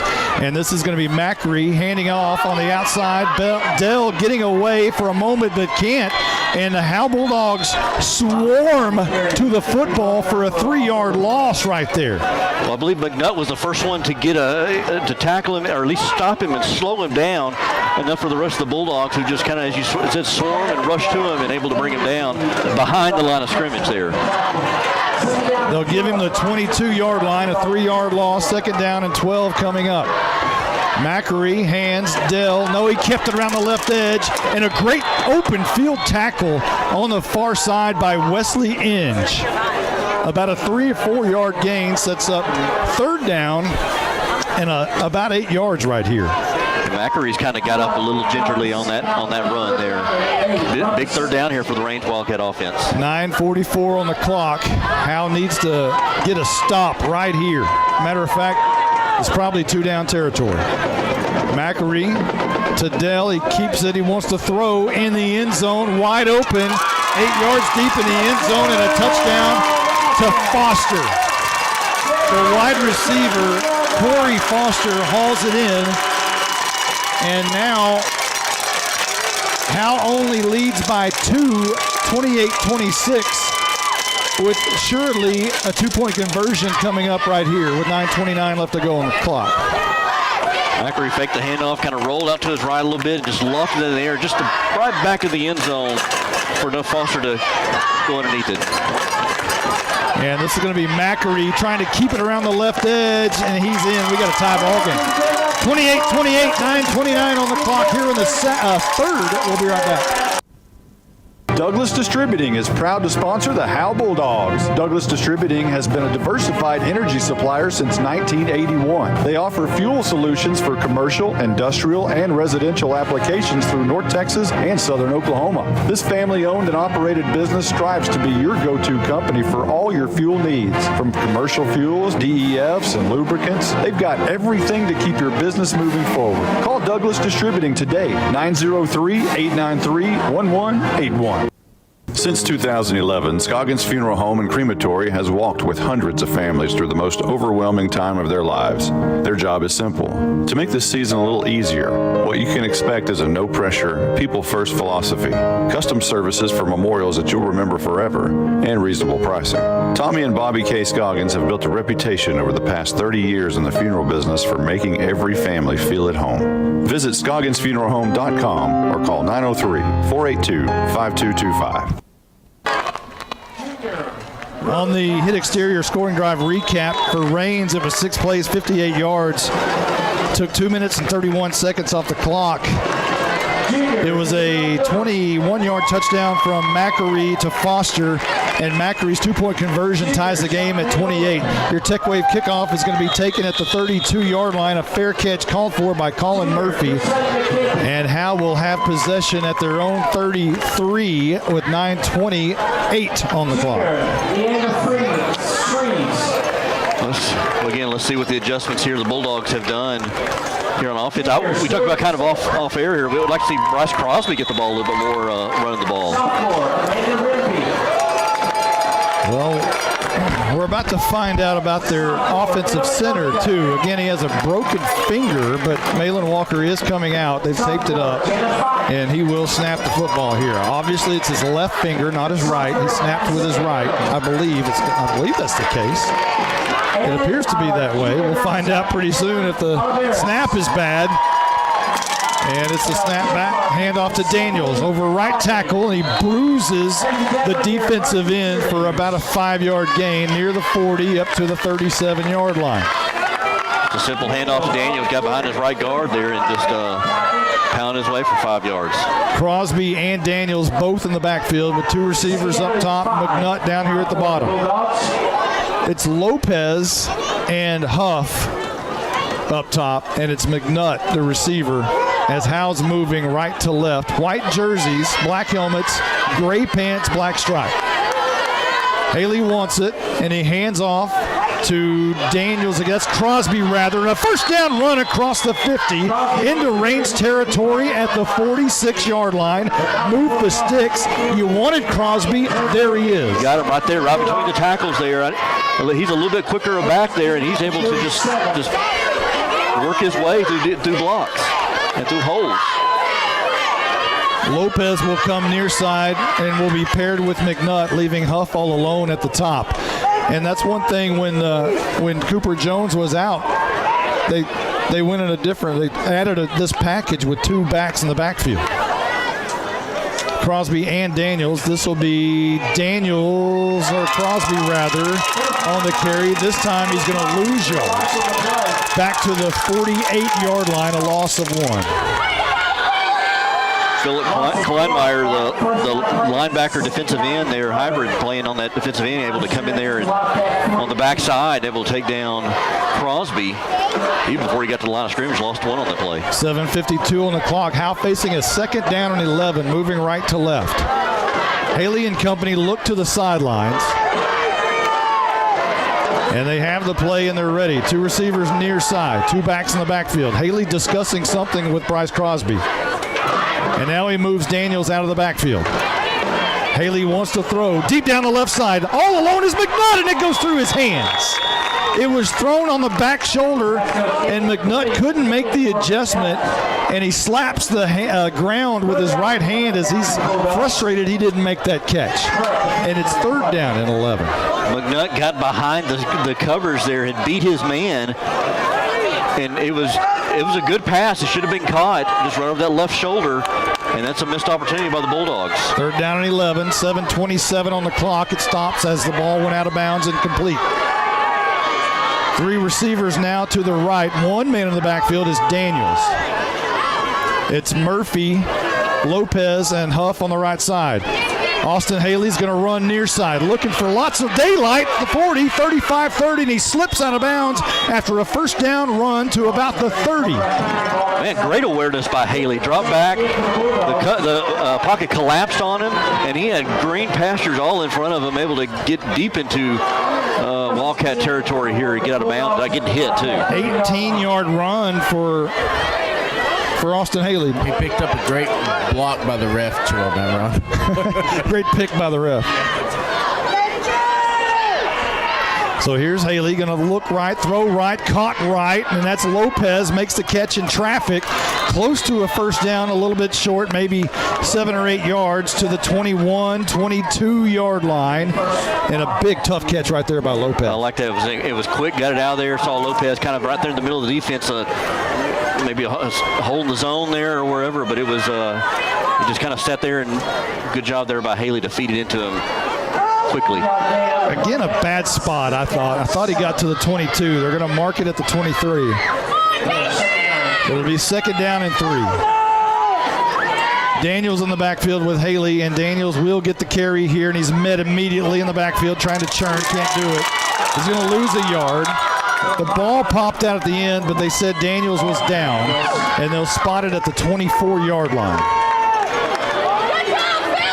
Yeah, just good penetration there by that defensive line there for Raines, and not much for Daniels there on that one. Key 3rd down here for the Bulldogs. 3rd and 5, maybe 4.5. 6:13 and rolling here in the 3rd. And you're right, this is as big as they come. And is this 4-down territory for Howe? I was just wondering, is this 4-down territory, or is DeLangel got the range?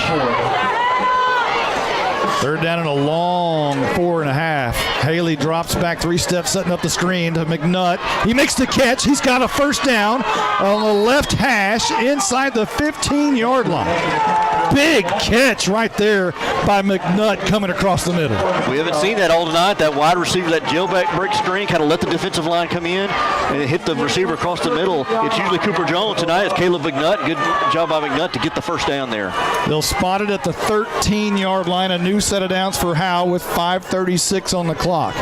And it is churning. Haley is going to hand off to Daniels over right tackle. Not much there. A yard or two to the 11. And again, positive yards for Howe as we're getting close to the 5-minute mark as it's rolling. Bulldogs are moving the ball and got the clock ticking away, too. That's what they want to do. Looks like everybody's going to be bunched together right here in this formation. The slots and the wides come very near together. Daniels in the backfield. Haley rolls back, flushed out, throws, and it's just over the head of Colin Murphy at the 8-yard line. It falls incomplete as Murphy was dragging across from the backside. And I tell you what, just overshot Murphy by just maybe a yard or two. If he would have caught that, he had his man beat and could have just turned the corner and gone to the end zone. Missed opportunity by the Bulldogs. It'll be 3rd down and 8 for Howe. It's 3rd downs all night long, it appears, for at least in the second half. And they've been successful so far tonight on 3rd downs, but you don't want to be in that situation all night long. Under 5 minutes now here in the 3rd quarter. Tie ball game, 28-28. Haley drops back. 3 steps, looks right now, flushed out of the pocket, coming near side, escapes a tackle, makes a move inside the 8-yard line, and that's going to set up a big decision here with a 4th down and 5 perhaps as Haley gets up and fires a strike to the official. And what do you do right here? I think they're bringing in Danielson. I think I think you go ahead and take your points here.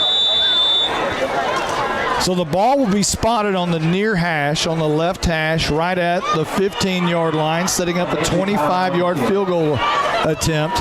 An injured player is down for rain, so that stops time momentarily, and it kind of ices the kicker a little bit, doesn't it? It does. Makes him think about it just a little bit. And DeLangel went to his right knee as in kind of disgust because he wanted to bang that one through, and now he walks off to the side to join his teammates who are in the huddle. There's something I want to talk about. The last 2 3rd downs Howe's ran, Raines has doubled Lopez. Wow. Not surprised. Lopez has been productive. How many catches did he have at Lopez right now has 7 catches. Wow. Big night. We talked about that in the pregame. Murphy doesn't have to be Cooper Jones. He just needs to be Murphy and let other people step up and make the difference in some of those catches. And he's done a good job. He's got a touchdown tonight. And it appears that Lopez is the one who's making up for those. So here's Daniel Del Angel for a 25-yard field goal attempt on the left hash. The hold is down, the kick is up, it looks good, and it is! Danielson gives Howe a 31-28 lead with 4:11 left to go in the third. Hello, Howe Bulldogs. This is Coach Joey McQueen, former Bulldogs head coach and athletic director. Vic and I still love the Dogs and ask that you show your support by joining the Howe Athletic Booster Club. Their mission is the same today as it was in the 90s. They support all Howe athletes, girls and boys, middle school and high school. It's only $25 to become a member. From the alumni to the current fans and parents, we ask that you back the Dogs and become a member today. Go visit the Howe Athletic Booster Club on Facebook. Have a great year, Bulldogs. I'm attorney Micah Belden, an old school black and white Howe Bulldog. In criminal defense, you need someone who fights like a bulldog. Call me now if you've been investigated, arrested, or charged with a crime in North Texas. My number is 903-744-4252. We'll set up a free consultation. You will find out that I'm rough, tough, and I can't get enough. I'm board certified in criminal law by the Texas Board of Legal Specialization, Principal Office, Sherman, Texas. Visit my website at shermancriminallawyer.com. Your hit exterior scoring drive recap for Howe. Get this, 12 plays, 67 yards, and took 5 minutes and 18 seconds off the clock. And here's your Tech Wave kickoff. Going to be taken on the run by Macri. Look out, and they blow it dead. I'm not sure why.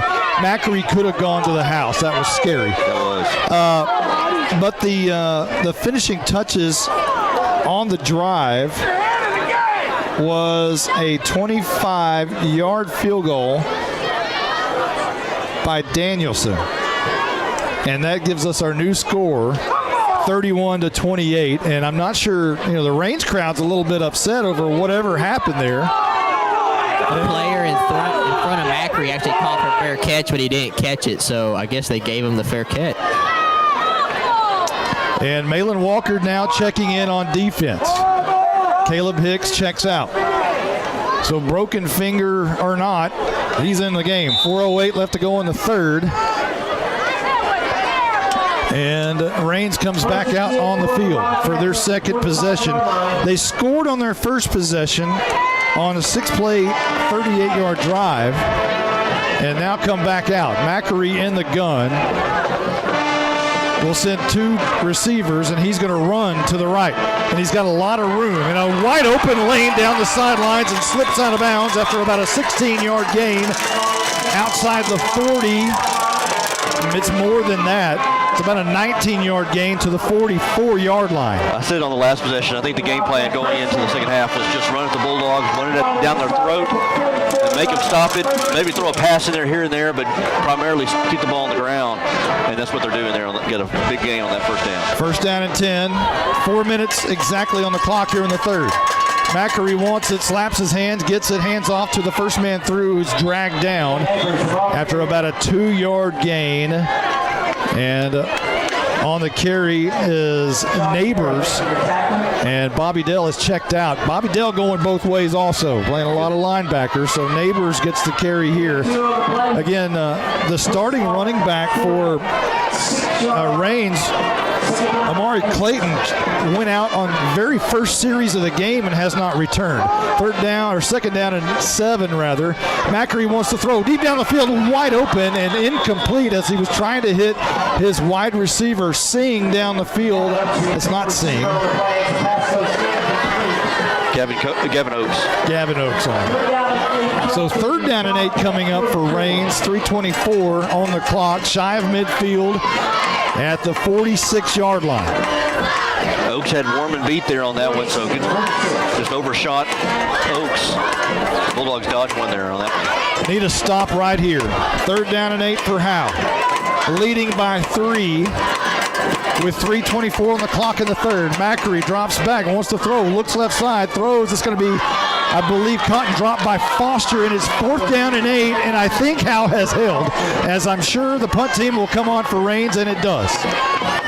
I tell you what, try to get it out to Foster, and he had his man beat. And again, I don't know if he dropped that or just overshot him, but I tell you, they're giving the Bulldogs opportunities, keeping the Bulldogs in this. And they've had opportunities to get first downs and score and just not taking advantage of it. I'm not sure I'd fully trust Macri to punt this football, though. 4th down and 8. Macri is going to run to it and kick it. And it's a end-over-end kick, going to bounce and roll. And Howe's going to, oh, my goodness, what a punt. It's going to roll all the way down inside the 5 to the 4-yard line. Wow. You can't, you'd like to say, Huff, you can catch that ball, but it was a wobbly kick. I can't fault Huff at all right there. And plus, he had a defender right in his face. Yeah, he thought about it, and for some reason he tried to field that, and it bounced off his knee or off his arm or something, and they would have probably recovered it. But you're deep in your own territory. Was that, what do we say, the 3-yard line, 4-yard line? 4-yard line with 3:05 left to go in the third. Leading Reigns 31-28, and the offense comes back on the field. Ball security is very important on this possession, deep in your own territory. So 2 wides on the left, 1 on the near side is McNutt. Haley with about a yard into his end zone in shotgun formation, and he wants to throw. He's being pressured, throwing it, and he just heaves it away. He was being pressured about 8 or 9 yards deep in the end zone. Yeah, good job there by Haley throwing that away. And I was going to say, you need clean snaps, clean handoffs, no holds in the backfield, because possible hold in the backfield could result in a safety, depending on where it is. We'll try to check down with Carson Grogan here in just a moment. As the clock stops with 2:59 on the scoreboard here in the third. Again, Haley's going to have to take the snap a yard deep in his end zone with 2 backs to either side. Haley is going to hand off to Daniels in a lane for a moment. But you have to remember, Daniels takes the handoff about 4 yards deep anyway, and it looks like a big run, but he only gained, perhaps maybe 4 or 5, and that'll set up a third down. Well, they're going to spot it at the 6. I think the 6, yeah. Needs to get to the 13.5, almost 14-yard line. Well, the scoreboard says 3rd down and 8. The sticks looks like about 3rd down and 7. But Haley will now take it from the 1-yard line. He'll drop back. Under pressure, they bring the house, and Haley does a good job of just getting the ball away and throws it at the feet of one of his receivers because he was about to go down for 2 points. Yeah, you had number 9, Ivan Rodriguez, and number 17, who's actually not listed on our roster, coming right at him on his backside. He saw it coming and just threw it in the dirt there to Daniels. And the punt team will now come out for Howe, and Haley is going to punt. This could be dangerous too. This is not a, hey, I'm going to sneak off the field or just sneak back into punt formation. This is a true punt the ball away formation. We don't see this a lot from Howe. 2:17 on the clock. Snap is back. It's good. High kick and whistles before this gets underway. And this is going to be a false start against Howe. Apparently somebody on the offensive line moved on the left side. I think they're looking at McNutt. So half the distance to the goal here. From the 5. And it was already a little hairy getting it out on that first one. As now Haley's in real trouble. He'll stand about 8 yards deep in the end zone, awaiting this snap. And it's a good one. And the kick is a low wobbly kick, bounces and rolls to the 32, picked up by Macri. And a good job by Luis Gonzalez to contain Macri and make sure he goes nowhere as Gonzalez makes the tackle at the 32-yard line. Was that a wobbler or was that partially blocked? I don't know. I think it was Jake Roberts saying it's partially blocked. Let's check with Carson Grogan to see if he got a chance to see it.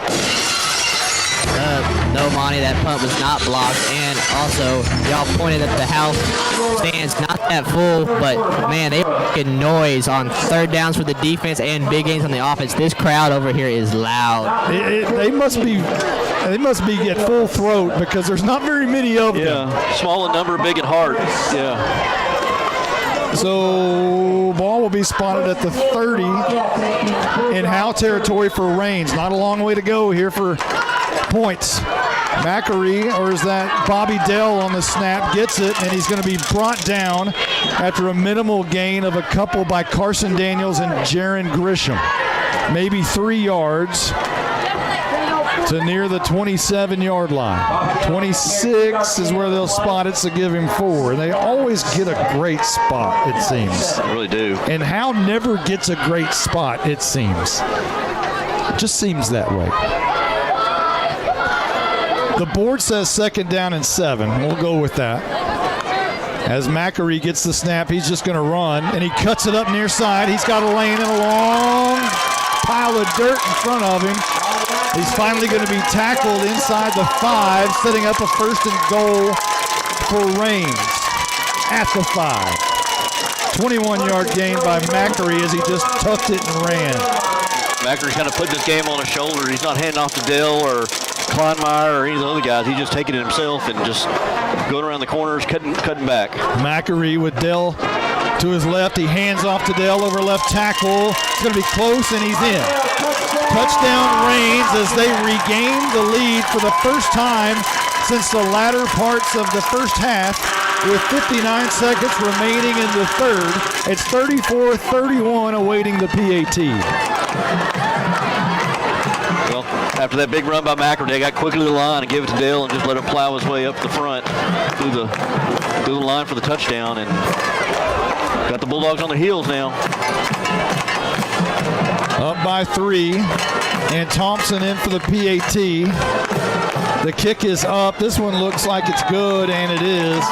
And it is a 4-point game at Wildcat Stadium here in Emory.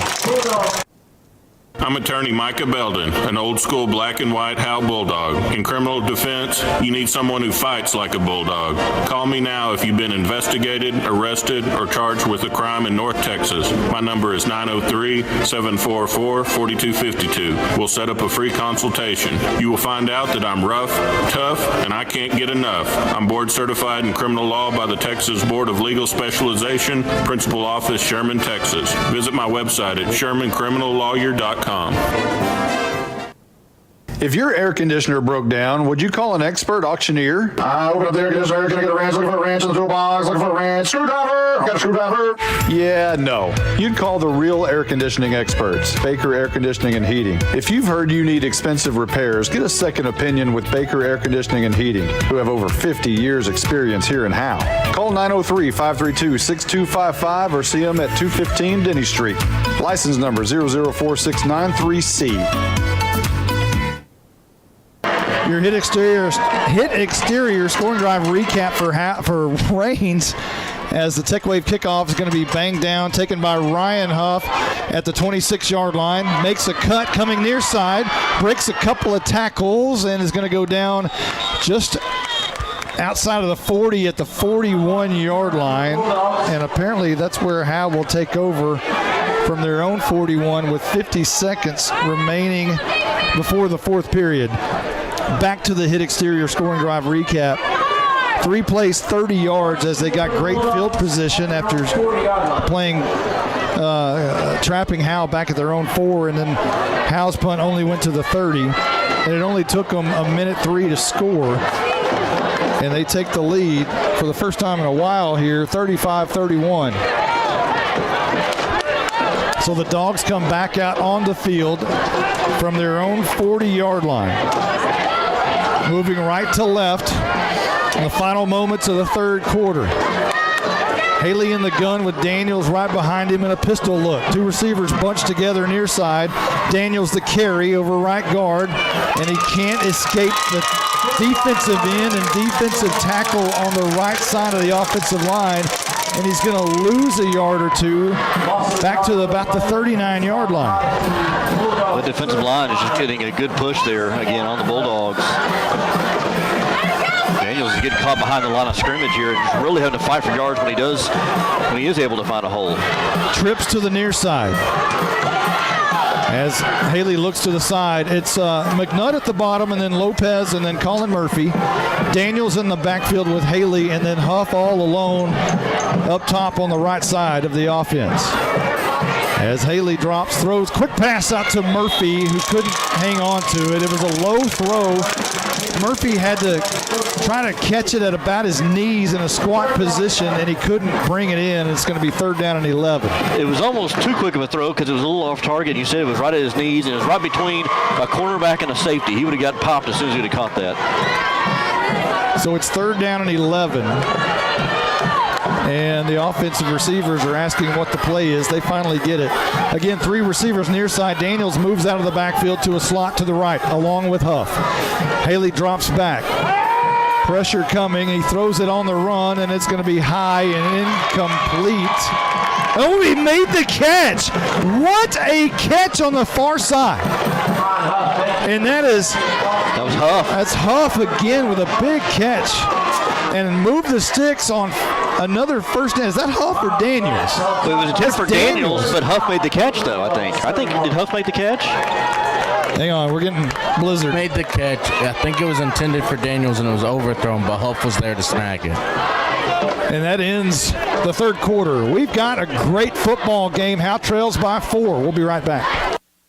This is more than a bundle. This is way more than a combo deal. It's your sanctuary, your home field. It's where everything happens. This is your home, your car, your memories. And you want to be sure they're protected with home and auto insurance. As your State Farm agent, I get it. That's why I'm here to help life go right. My name is Ed Meacham, and I'm your Howe State Farm agent. Give me a call at 903-892-3923 or on the web at mredinsurance.com. At Grayson Cullen Electric Cooperative, GCEC, we have been around for over 80 years and are governed by 7 principles: open and voluntary membership, democratic member control, members' economic participation, autonomy. Thank you, GCEC. We will get back with that as the play is about to resume here as it's 4th quarter time in Texas here in Emory. As Jaron Grisham checks in on offense at right tackle. We haven't seen him a lot on offense this year, but here he is. 3 receivers far side. Haley, handoff Daniels, over right tackle, and he surges forward for a couple to about the 44-yard line, and an injured Rain. No, he gets up. That's Bobby Dell. And a gain of 2 perhaps for Carson Daniels on first down sets up a 2nd down and 8. I don't think we talked about the importance of that 3rd down conversion to end the 3rd quarter, because you would have given the ball back. Probably would have had to punt it and give the ball back to Raines, who's been moving the ball in offense. So big conversion by the Bulldogs. 2nd down and 8 coming up for the Bulldogs. 3 receivers far side, 2 to the near. Empty back. Carson Daniels goes in motion from right to left. Haley looks that way, throws a screen pass, a long way to go. And I think it's going to be caught, and that's a 2-yard loss. It would have been better suited for Lopez just to let that ball fall incomplete, but he had to dive forward to make the catch as Haley's throw was way low. Yeah, it was a quick pass. He was throwing from the right hash mark to the left side of the field where the numbers are. It's a long throw. And it was long, and it was kind of short, and Lopez had to come back for it. But like you said, he probably should let that just fall incomplete and live to see another day. Instead, they lost a yard. You got to have a super big arm to make a screen pass dart from the right hash all the way to the sideline. That's a tough throw for any high school quarterback. 3rd down and 11 coming up for Howe, left to right. Big play right here. Haley is going to fake the hand to Daniels, flushed out of the pocket, throwing as he was falling down. McNutt goes up for it and comes down with it. Haley threw a prayer, a jump ball at the 30.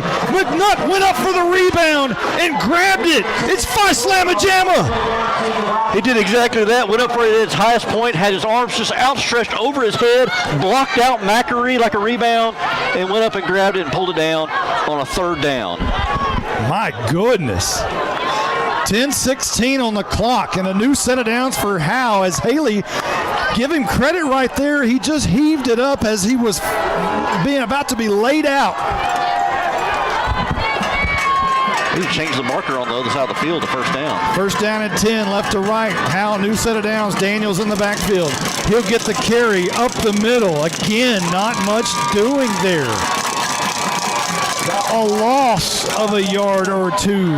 And the run game is non-existent all of a sudden. Back to the 31-yard line we go. A loss of one. It really isn't for Daniels. Bryce Crosby has checked into the game as well as Daniels checks out. I wonder if they'll try to feed Crosby here on this one. Second down and about 11, maybe 12 yards. As the players look to the side. Lopez, Murphy, and Huff on the near side. And it's McNutt by himself up top. Daniels in the backfield. No, that's Crosby in the backfield. And Haley rolls right, away from traffic, looking down the field, throws it. He's got Huff at the 5. He's got Huff in the end zone for the second time tonight. Ryan Huff, and it's touchdown time in Texas. And Howe regains the lead, 37-35, with 9:06 on the clock. And a PAT is coming up, baby. Good job there by Ryan Huff. I saw it. He moved to the inside of the field, saw Haley roll to his right, peeled back right side, and then just threw it only where Haley could catch it, or where Huff could catch it. Good job by Huff to reel it in and get his second touchdown of the night for the Bulldogs. And they go back up 37-35. Haley to hold on the PAT. It's on the tee. The kick is up, and the kick is good, and we have a 3-point game with Howe in the lead, 38-35. We'll be right back. Coach, we have a problem. What's that? We're cheerleaders, and we don't feel very highly motivated today. What? I don't want to hear talk like that. You know what you girls need? You need some handmade onion rings, a burger, tots, and a shake. That actually sounds really good. Now are you motivated? Yes, sir! This is how you Sonic. It's not just good. It's Sonic good. Whoa, those onion rings really bring the hammer down.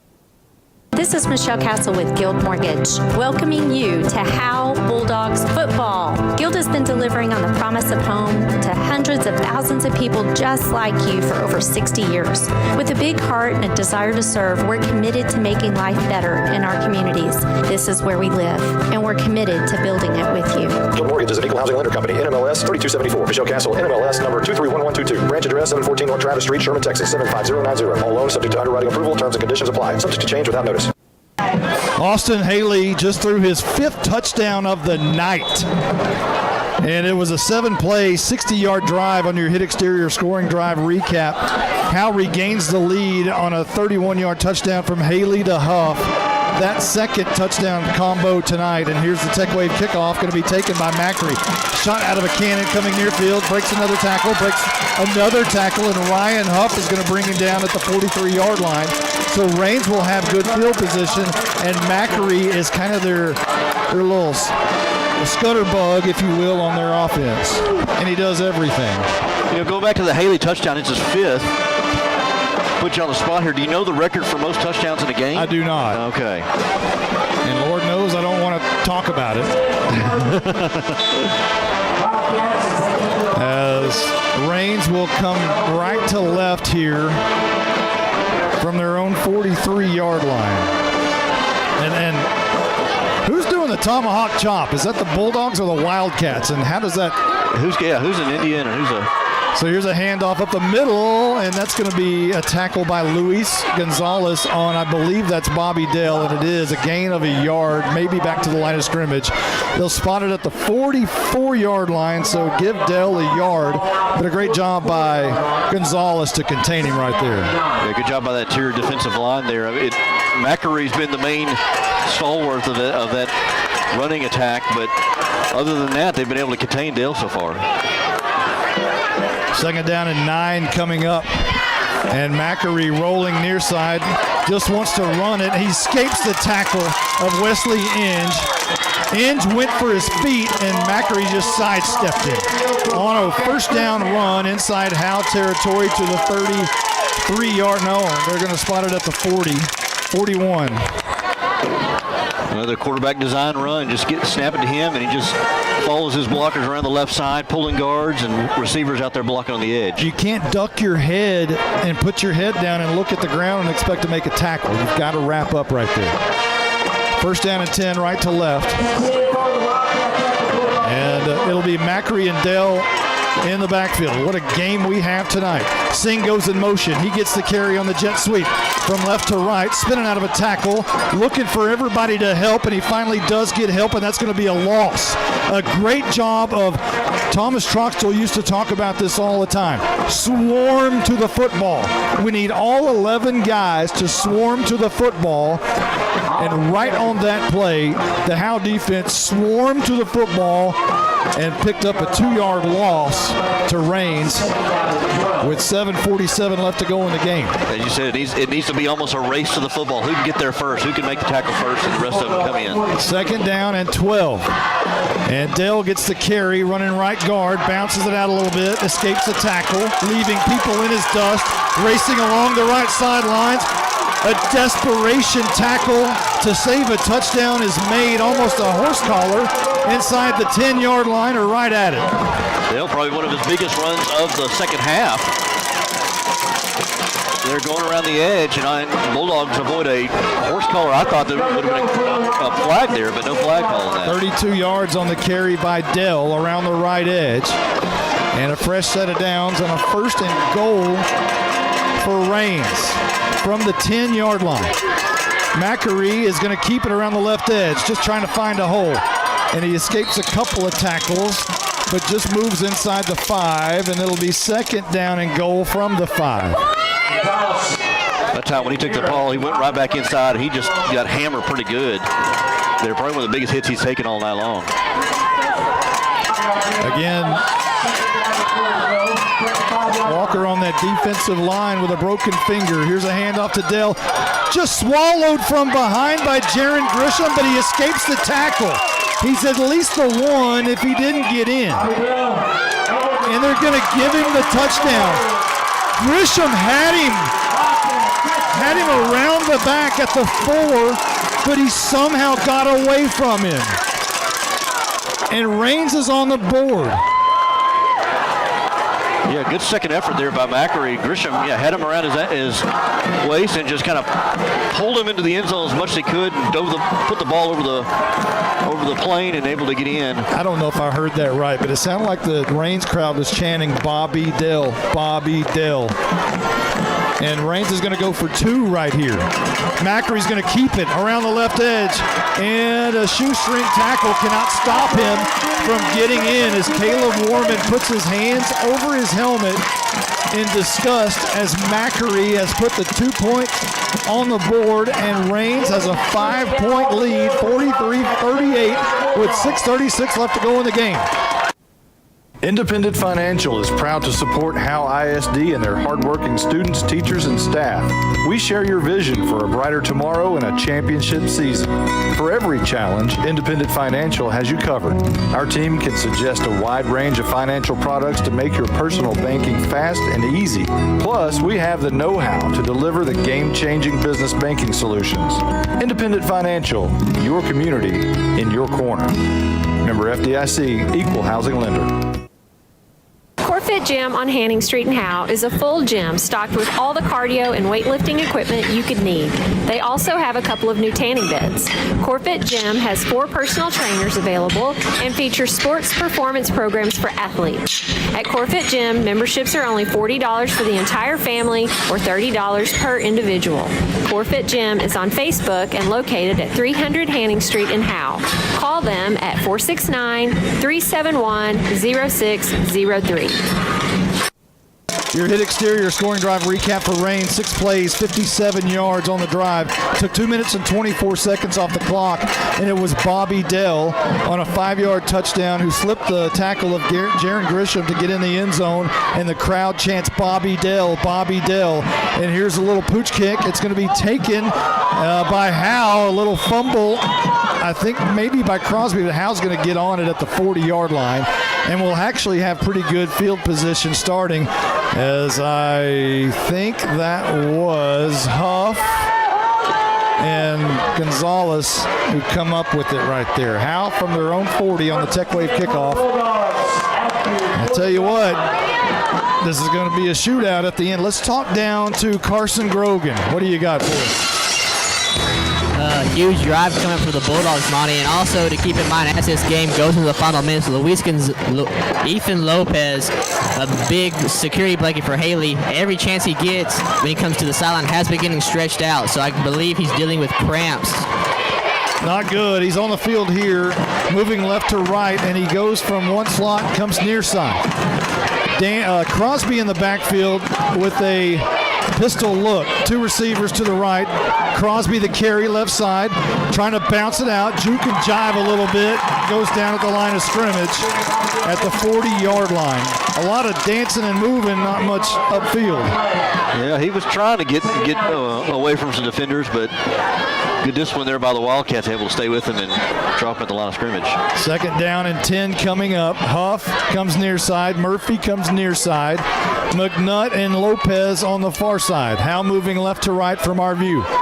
Crosby still in the game. Don't know if Daniels is out for a reason. Carson Grogan can check on that. Maybe just getting a breather going both ways. He's putting in a lot of work tonight. 6:12 on the clock. Howe needs to punch it in right here, keep pace. 2nd down and 10. They got the play. Two receivers either side. Crosby to the right of Haley, who wants to throw. Drops back, setting up the screen. Near side, going to be caught by Crosby and sniffed out perfectly by Bobby Dell. And it's going to get back to the line of scrimmage at the 40-yard line. Yeah, Dell and Wilhite coming down from the cornerback position, able to read that the entire way, basically just wait for Crosby to catch that. It's 3rd down and 10 for Howe with McNutt, and they're kind of huddling up here for a moment. And Howe doesn't do that, but now everybody's going to be bunched together. Slots and wides all bunched together off the line of scrimmage. Haley drops back, wants to throw, and whistles before this one can get underway, and I think a timeout's been called by Howe. And we'll keep it right here. Are we good on spots, Jake Roberts? Are we good? All right. Let's keep it right here. If we're caught up, we'll just keep it here for the remaining 5:25. This is a big 3rd down right here. This is and the Bulldogs have. I would be curious what the 3rd down conversion rate has been for the Bulldogs tonight, because they've been able to convert a lot of 3rd downs. They really have. Right now they trail by 5, 43-38, and you feel like if they don't keep pace right here, the game could be in serious jeopardy. Got to figure out a way to score on this drive for sure. Yeah, this is the key right here. Yeah, 5:25 left to go in the game. Howe desperately trying to snap a 17-game losing streak, and a chance right here. It's in the grasp. It's within reach. And Howe will come back with the same formation, with Murphy and Huff bunched together on the right, Lopez and McNutt bunched together on the left. Haley wants to drop back and throw. Looks right, throws on the middle of the field, and some miscommunication as Haley fired across the middle and McNutt went the other way, and it falls incomplete. And now it's 4th down and 10, and I think you got to go for it here. I don't know that you can. I'm not so sure you could put it in their hands again, but if you don't get it right here, they've got great field position at the 40. And Howe looks like 4th and 10. At least they're going to line up, and let's see what they do. And they're going to punt it away. So Howe's going to have to put it in the hands of their defense. And the punt is a wobbly high kick, going to bounce, and not going to be returnable, but it's going to be killed at the 36-yard line. And the game is in the hands of the defense, who hasn't been able to stop them in the second half. I don't think they've punted at all, and there's been no turnovers. They've scored on every possession of the second half, if I'm not mistaken. Raines punted on their second possession. Okay. It'll be 1st and 10 for Raines. Up front, looks like Jaron Grisham, Luis Gonzalez, Malin Walker, and Charlie Vera. The linebackers are Daniels and Crosby. And everybody bunched together for Raines on 1st and 10. Low snap, and they hand off to Dell, trying to strip the football away was Luis Gonzalez. And Dell's going to be stopped by Walker after a 2-yard gain. It'll be 2nd down and 8 coming up. Low snap there. May have thrown the timing off just a tad there on that play. 4:49 and rolling, and Raines is going to try to milk this sucker as much as they can. Macri and Dell in the backfield. 2nd down and 8 coming up. Play clock at about 9, and now Macri will stand back. He sends Dell out of the backfield. Look out here. Macri's going to keep it over left guard. Slips out of a defender, and finally brought down near the 1st down yardage marker by Jaron Grisham, but it's going to be 3rd down and 1 with 4:13 and rolling here in the game. You got to think on this 3rd down that Macary's going to keep it in his hands. Macri, timeout's been called, or has it? Is this official timeout? Or are they going to pull the chains? They're requesting a chain pull? We haven't seen one of those since 1937. And the officials are talking about it here. I mean, it was close, but I don't think it was close. It was a yard short of the 1st down. And again, they keep getting these great spots tonight. And it's probably about half a yard short, looks like. They don't pull the chains. They're just not going to do that anymore. Under 4 minutes now. 17 on the play clock. Dell in the backfield, and Macri will drop back with him in shotgun formation. 7 on the play clock. 3:40 on the clock.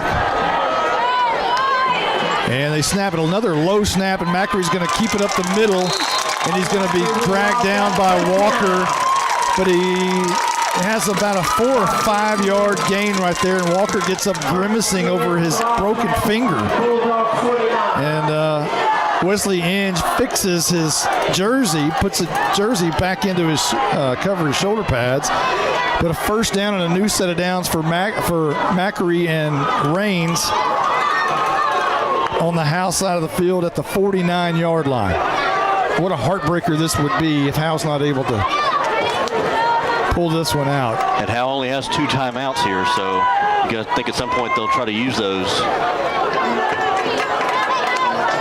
Snap back, Macri to Bobby Dell, and Luis Gonzalez jumps on his back and brings him down after a 1-yard gain to the 47-yard line. And I think you just got your timeout. Got one of them. By Howe.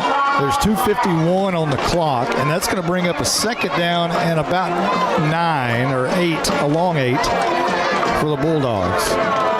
And man, you just pray for these kids that something can happen in this last 2 minutes and 51 seconds.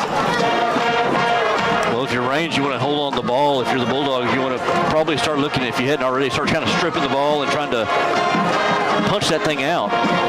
You know, Luis Gonzalez did a great job of that a moment ago, basically just putting his hand on the football of Bobby Dell a moment ago, but not able to strip it out.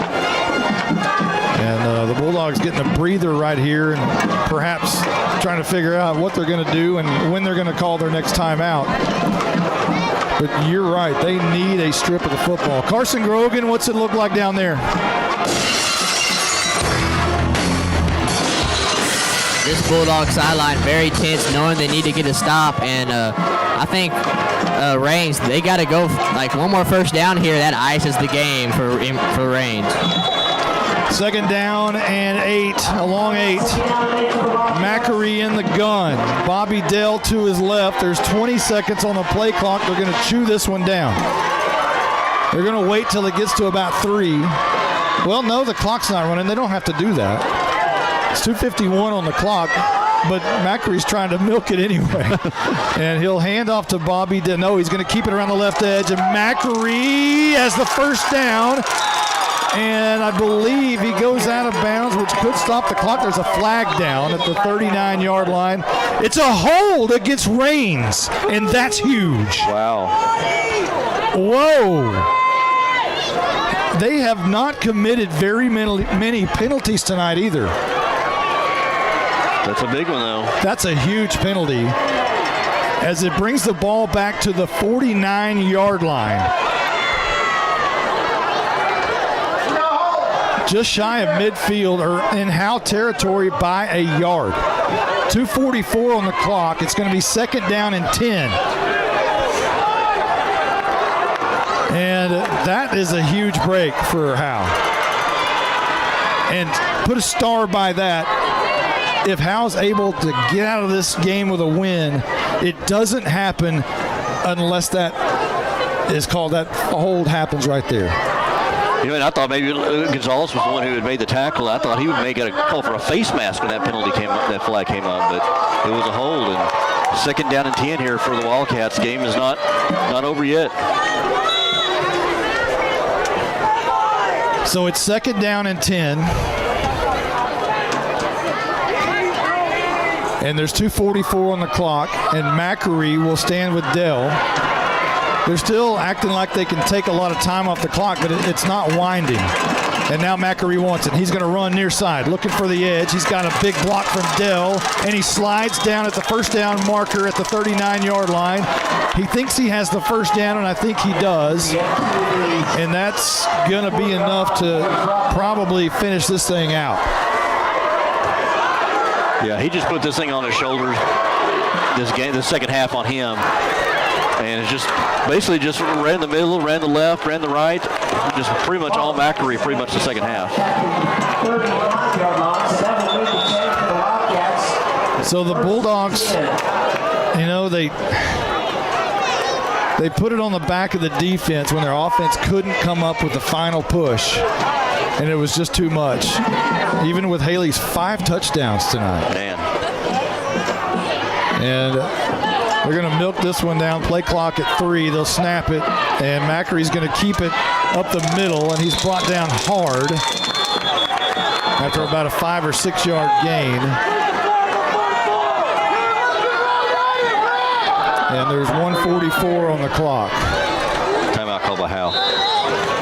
That's their final timeout, right? Mm-hmm. So Howe's got to figure out a way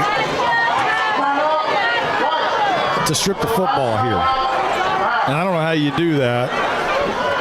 Are we at the point, Blizzard, mathematically, when can they start taking knees I was here? going to say, I think you're still okay unless.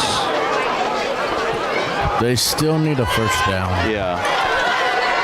Carson Grogan. Howe wouldn't have much time left if they just need it out now. Carson, tell us about it.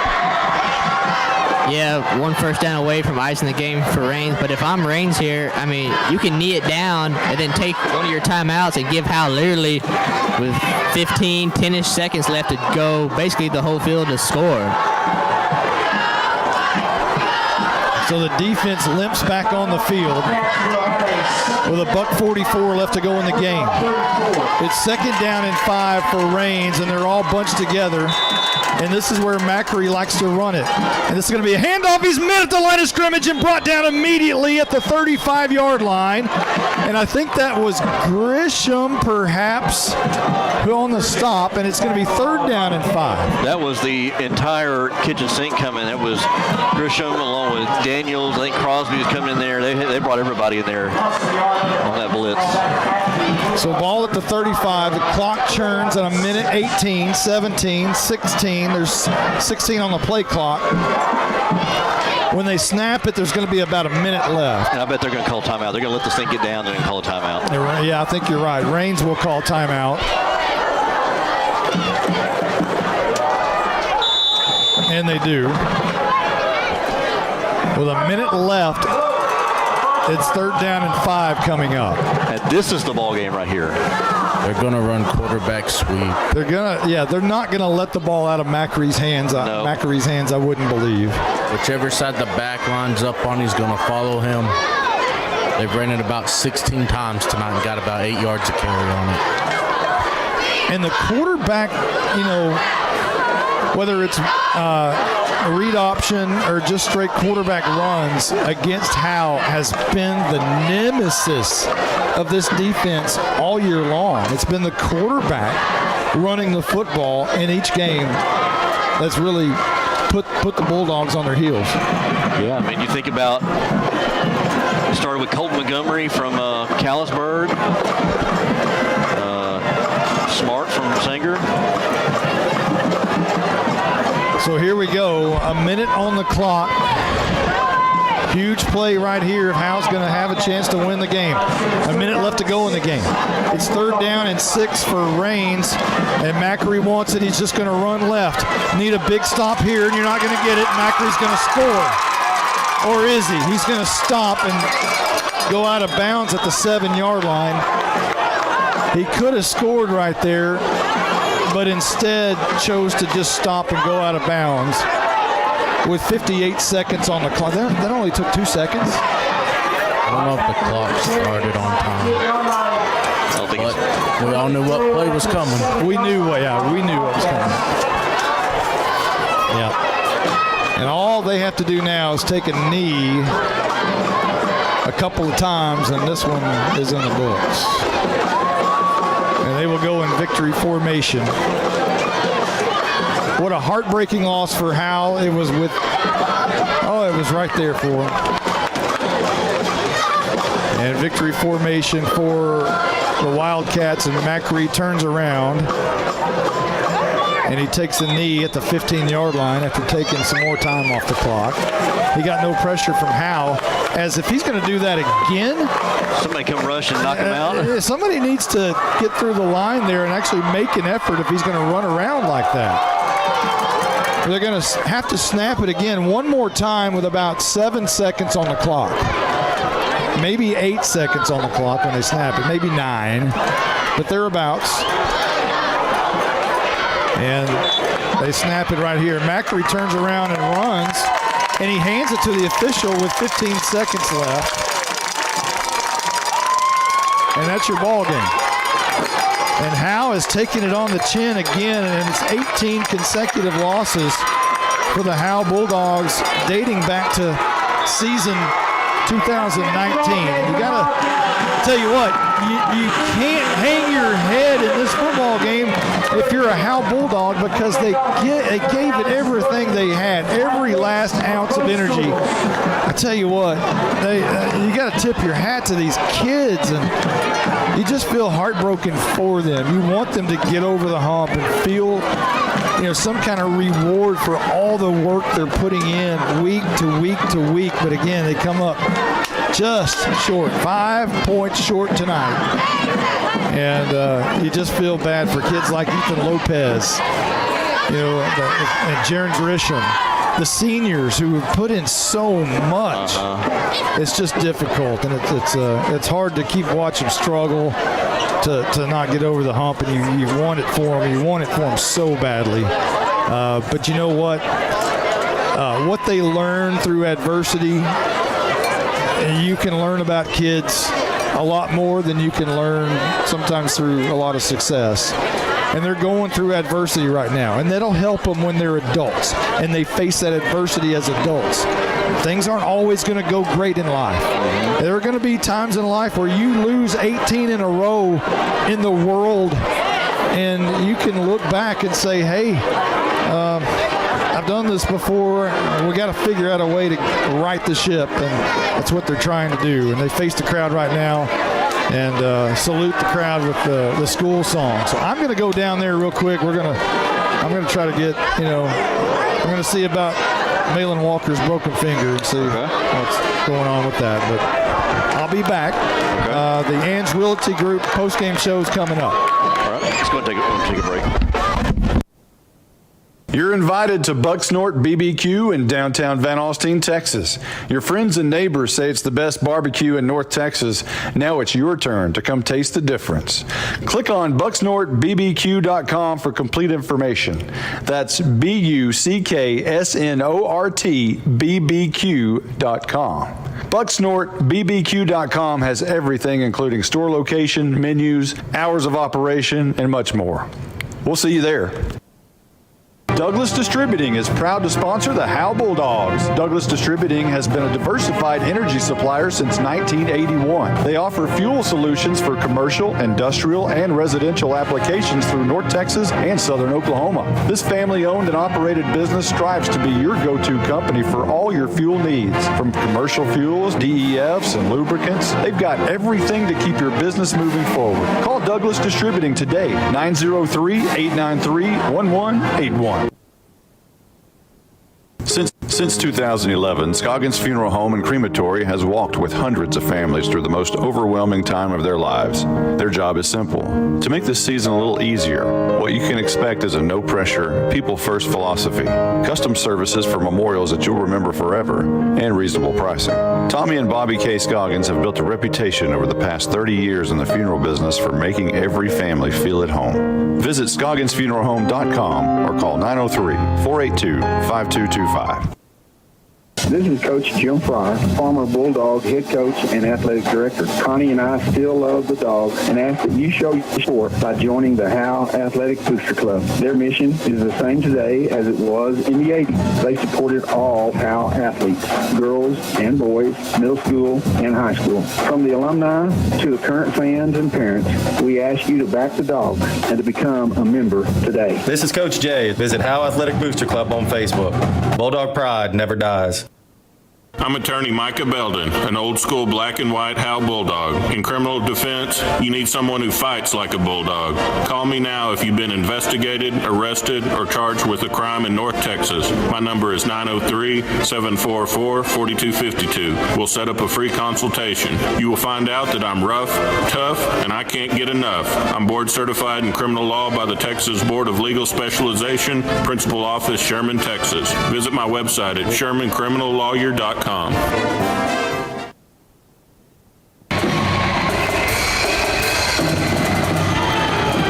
You're listening to the Ann's Realty Group post-game show. All right, welcome back here to Wildcat Stadium here in Emory, Texas. At Raines High School, I'm Justin White alongside Carson Grogan and Blake Burnett. Monty's gone down to the field. He'll be back here in a few minutes. This is the Ann's Realty post-game show. Bulldogs lose heartbreaker tonight, 43-38. They moved to 0-6 on the season. Wildcats moved to 2-3 overall, 1-2 in district. The Bulldogs led at halftime. Was it 28-20, I believe, at the half? Yes. And then in the second half, defense was kind of almost out the window for both teams. Both teams just it was almost to who had the ball last or who could make a stop there. And Raines was finally able to make a stop there on Howe. Carson, go ahead. Yeah, very entertaining second half. It did come down to the Bulldogs defense. Coach Jay decided to put it on the defense to get a stop, which both ways I understand going for it. Defense couldn't really stop quarterback sweep, but at the same time, they did get stops before in the night, so you never know. But, just really tough for these Bulldogs. Definitely our most entertaining game of the year, but definitely a really fun Friday night football game. Yeah, and we talk about you wanted to give them a chance to be able to stay in it, and they did that. There was that third down, or I guess it was a fourth down, and Bulldogs had the ball maybe at their own 40, 45-yard line and decided to punt it. And is that I don't know if that's what you're referring to earlier, but I was kind of thinking it could go both ways. You could either keep it, and your defense had to be able to stop anybody, or you kind of try to pin them deep and see if your defense can maybe get a stop. And Bulldogs, unfortunately, were not able to get a stop there. Yeah, and also on the third down play before that, it just seemed – I feel like they had a good play call, but miscommunication and I guess what type of route was supposed to be run. McNutt ran a different route Haley was expecting. And if they would have been on the same page, maybe a 5-yard, 6-yard pickup and then maybe a fourth down try, but just didn't go the way of the Bulldogs. So that on that fourth down there, I was talking about earlier, the 4th down and 10 when they decided to punt it. Would you have gone for that? Of course we have hindsight because, we just saw the end result. Yes, I would have ended up going for it, but at the moment, I was okay with the punt. I was okay. You would really have liked it to be a punt that would pin them inside like their own 20 or their own 10. That'd be a really good situation for the Bulldogs, but, I think you'd have put it around the 20 or 30-yard line, I think what it was. It just... I would not want to be in Coach Jay's shoes at that moment to make that decision. Blake, would you have gone for that in that key 4th down there close to the end? I would have not gave the ball back to Raines there. No, I would have gone for it. Even on your side of the field. Your defense hasn't stopped them the whole second half. There's no way you give them the ball back. Same thing happened the other week 1 of the Cowboy game when they kicked the field goal to go up with 1:22 on a 4th and 7. I knew at the time when the Cowboys kicked it to take the lead, you don't give the ball back to Tom Brady. You don't trust your defense. In this day and age, it's offense wins games. There you go. Some scores quickly around our district. Mount Vernon blew out Mineola tonight, 49-7, and they're in sole possession, it looks like, of first place in the district. Winsboro and Bonham in a barn burner. It is 51-43. That's in the 4th quarter. Bonham leads with about 38 seconds to go in the ball game. Bonham may be able to get their second victory of the season in district. Let's go ahead and do stats. Blake, the Blizzard Burnett has our stats tonight. We'll start with the house stats. Austin Haley, 17 of 33 passing, 281 yards, 5 touchdowns, and 1 interception on the night. On the ground, the Bulldogs' leading rusher tonight was Bryce Crosby, 8 carries for 32 yards. The next leading rusher was quarterback Austin Haley, 3 carries for 24 yards. And then the starting running back, Carson Daniels, 13 carries for a big 14 yards. Not a good stat there. Receiving tonight for the Bulldogs, Ryan Huff had the most yards on 3 catches, 113 yards and 2 touchdowns. Ethan Lopez's 8 catches, 57 yards and a touchdown. Caleb McNutt, 2 catches for 27 yards. He also had a big catch on a 3rd down for 17 yards. It was a big-time catch. He went up and got the ball. Colin Murphy, 2 catches for 52 yards and a touchdown. Carson Daniels did have 1 catch for 32 yards and a touchdown. On defense for the Bulldogs, Luis Gonzalez, 8 tackles. Austin Haley, 8 tackles. Bryce Crosby, 5. Caleb McNutt, 5. Wesley Inge, 4. Charlie Vera, 4. Jaron Grisham, 4. Caleb Hicks, 1. Carson Daniels, 2. Aiden Burns, 1. Malin Walker, 4. Caleb Warman, 4. Colin Murphy, 1. Now we'll jump into the Raines stats. Quarterback Audie McGee, Macari, 11 of 21 passing, 172 yards, a touchdown. But that's not where he hurts you. This Raines offense runs a lot of quarterback sweeps. 20 carries for 220 yards and 1 touchdown for Audie Macari. Bobby Dale added 18 carries for 117 yards and 3 touchdowns. And the crowd chanted his name tonight. What was his rushing again? Bobby Dale's? Yeah. 18 for 117 yards and 3 touchdowns. Wow. And he had a fumble in the end zone, which could have been a 4th touchdown. We'll have to look back on that. Schillinger had 4 catches for 64 yards. Dale had 1 catch for 37. Corey Foster, 2 catches for 46 yards and a touchdown, and Cy had 4 catches for 25 yards and a touchdown.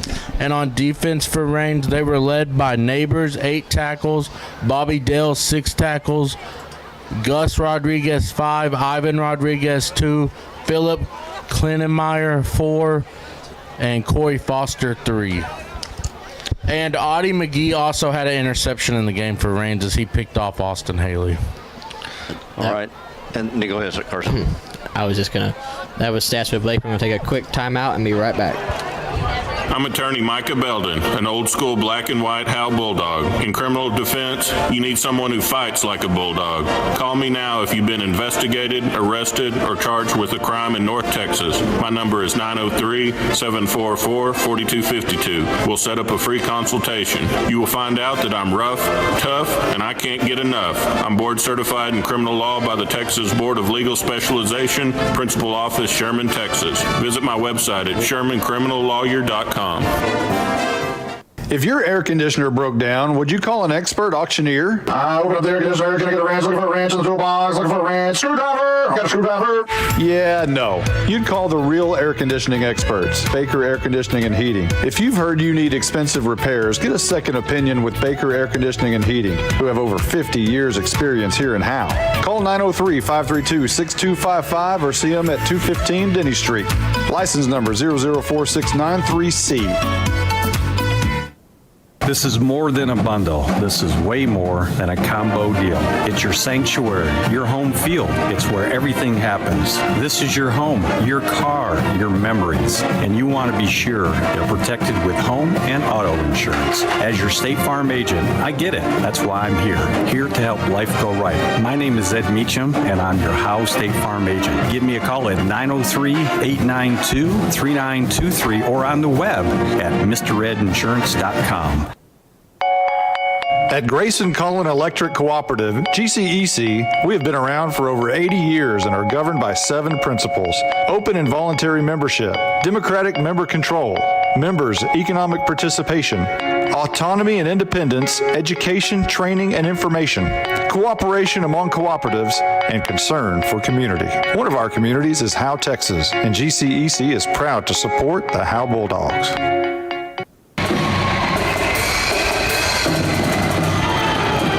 You're listening to the Ann's Realty Group post-game show. All right, welcome back to the Ann's Realty post-game show. Bulldogs lose tonight 43-38. We got a shocker here in the District 5. Bonham looks like they have, assuming they close this out, they have defeated Winsboro tonight 51-49. So that kind of throws a monkey wrench into the district there. You know, Winsboro is one of the top 4 favored in this district. And then Pottsboro beat Commerce 65-28. And as we talked about, Mount Vernon has beat out Mineola. You're going to say something, Blake? Yeah, I'll go ahead and do the standings right now in the district as that game looks to be going final at 51-49. Let me jump into that real fast. Right now we have Mount Vernon atop, tied for Pottsboro, both 3-0 in the district. Mineola is 2-1 in district. Winsboro will be 1-2. Bonham will be 2-1 in district. So Rains will be 2-2. Rains will be ahead of Winsboro in the district. No, Rains is 1-2. I think the 1's already there. Oh yeah, you are correct. You are correct. So they're 1-2. So yeah, Bonham will move into 4th place now. And next week it looks like we got Howe versus Commerce.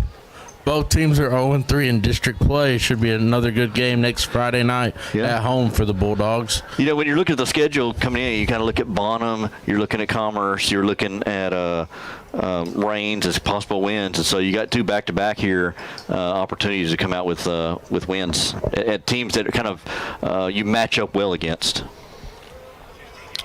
Looks like the Winsboro game is just about finishing up there. Again, Bulldogs win they lose 43-38. They go to 0-6 on the season, 0-3 in district. We'll have Monty back here in just a few minutes to do highlights. Again, Bulldogs will go back home next week against Commerce. We're more than halfway through the season. Yeah, and at halfway through the season, how about this question? Besides Austin Haley, who would you say has been the most impressive Howe Bulldog so far? Luis Gonzalez. That's an easy question. Yeah, come on. Because in middle school, he was a very good runback, then had a very bad knee and leg injury. They didn't think he would ever play football again, and just to get out here for his senior year, and he's quite the defensive lineman for the Howe Bulldogs this year. And also tonight on defense, just like I think y'all said at halftime, or Blake might have said coming back from half, Max Crosby did play a good game. He did. At linebacker, forced a turnover, but in the end, the defense could not come up big I for the thought Bulldogs. Bryce Crosby played well on both sides tonight. He just didn't get enough carries to really show his impact on offense. But maybe next week he'll get more carries and that can help out. But the answer to your question, it is Luis Gonzalez. Good. We'll ask Monty that question next. Go ahead. Outside of Austin Haley, who are you most impressed with this year as a Bulldog? This year? This year. My answer was Luis Gonzalez. That's a pretty good one. Are we talking about heart? Or are we talking about surprise? Or are we talking about just who you thought has played well, or surprise, heart? Either one, either way you want to go. Gosh, you can't. I mean, Daniel Del Angel is a big part of this thing where we didn't even know we were going to have a kicker. That's a good answer right there. I'll give you that one. He's a pretty big one. Charlie Vera. You didn't know what you're going to get as a freshman, and he's been big. Yeah. You know what I'm going to go with, though? I'm going to go with Clay White, the senior, who's never been a starter. He was on JV a year ago as a junior. He finally got his start. Finally got his chance to start this year. And he didn't even start at the beginning of the season. It was about week 3 or so before he finally really got a chance. And, man, he has taken advantage of it and played absolutely well. So I'm going to go with Clay White for mine. Another one I'll go with that is not talked about, Ethan Lopez has played well at the slot. Great player, great kid. Great at the slot. He had a good game tonight. Had a really good game. He did. Let me look at this highlights and see which one. Is just touchdowns in the second half? Is that what we got? So we do need to update you with the score. Bonham did beat Winsboro. What? 51-49. What? Winsboro did not get the 2-point conversion with 30 seconds left. Where was that game played? In Winsboro, or at Winsboro. Whoa. Yeah. Big shocker Bonham around is the district. For real. Okay, so the score's right there, right? Second half. So are we ready for the highlights? Okay, let's recap this thing. Howe won the coin toss, but was forced to punt, which gave it to Raines at the 9:02 mark from their own 15-yard line. They drove 8 plays and 85 yards, took 4 minutes and 11 seconds off the clock, and tacked on our first points of the game tonight at the 4:51 mark on an 8-yard touchdown by Bobby Dell. And let's see here. Hang on. Carry the one. Make sure that's in. It's on mute. There we go. Maybe that should work now. Bobby Dell. He wants it, and he hands off to Bobby Dell, trying to find the outside corner. Lots of room, and he walks in the end zone. So that was the first points of the night. Raines had a 6-0 lead. They tried some trickery on a 2-point conversion, and that did not work out in their favor. So the 6-0 lead went to Howe, who had to punt. But the defense showed up and had to punt also. They forced Raines to punt, which gave the ball to Howe at the 2:07 mark in the first. From their own 45-yard line, they drove 55 yards to score on 6 plays, and it was a 14-yard touchdown from Haley to Lopez. He wants to throw a quick pass right. Caught by Ethan Lopez. Is he in? Yes, it is touchdown time in Texas. Lopez, on his second touchdown in as many weeks, made it 7-6, and Howe took the lead for the first time in a while. Left 11 seconds on the first quarter clock. Gave it over to Raines, who took it at the 50-yard line, and they fumbled it in the end zone. Howe got the ball at their own 20, and Haley drove it down to the 34 and was picked off by Macquarie. Raines took it at their own 31, drove 5 plays, 62 yards to score, and it was a 16-yard touchdown from Macquarie to Singh. Dell, no, he kept it. He's looking in the end zone for Singh, who makes a great catch. About 4 yards deep in the end zone on the tee. 5 plays, 68 yards on the drive, 69 yards on the drive. Took a minute 30 off the clock, and another missed PAT made it 12-7. Raines in the lead with 7:02 left to go in the second. Howe was forced to punt again, but however, Raines was forced to punt on their next possession. Howe took it at their 43-yard line, drove 3 plays and scored on a Haley to Colin Murphy pass. Flushed out of the pocket, nearly sacked, somehow avoids it. I don't know how. He's going to tuck it and run now, throws down the field. It's going to be caught by Murphy at the 15, at the 10. Kiss him goodbye. It's touchdown time in Texas. I kept waiting for the flag right there because Haley ran for so long. I just assumed that the Howe Bulldogs would have an illegal man downfield. Did not happen. Put the points on the board. And Howe took a 14-12 lead with 2:39 left to go before half. A lot of things started happening before half. Raines took it at their own 49-yard line and only needed 2 plays to score. It was a 51-yard touchdown by Macquarie. Macaree's going to keep it over right tackle. He's got a big hole and a big blocker right in front of him, and he could be gone. 30, 25, 20, being chased down. And he's got the 5 being drugged down right at the goal line, and he's in. Touchdown, Macquarie. 2 plays and 51 yards on the drive. Took 48 seconds off the clock, and Macquarie and company took a 20-14 lead with $1:51 left to go before the half. But hold everything. Lots of stuff was about to happen. Howe took the ball at their own 30 and only took 2 plays to go 70 yards and capped it off with a long touchdown from Haley to Huff. And that's Daniels. Haley wants to throw deep down the field, and wide open is Ryan Huff. Makes the catch at the 40. He's got no one around him. He could walk the dog into the end zone. It's touchdown time in Texas. And Howe took a 21-20 lead at that point with 1:10 left to go before the half. But we were talking about you can't give it to Raines and let them score because they're going to get the ball back. And Bryce Crosby made a heck of a play to force a fumble on the kickoff.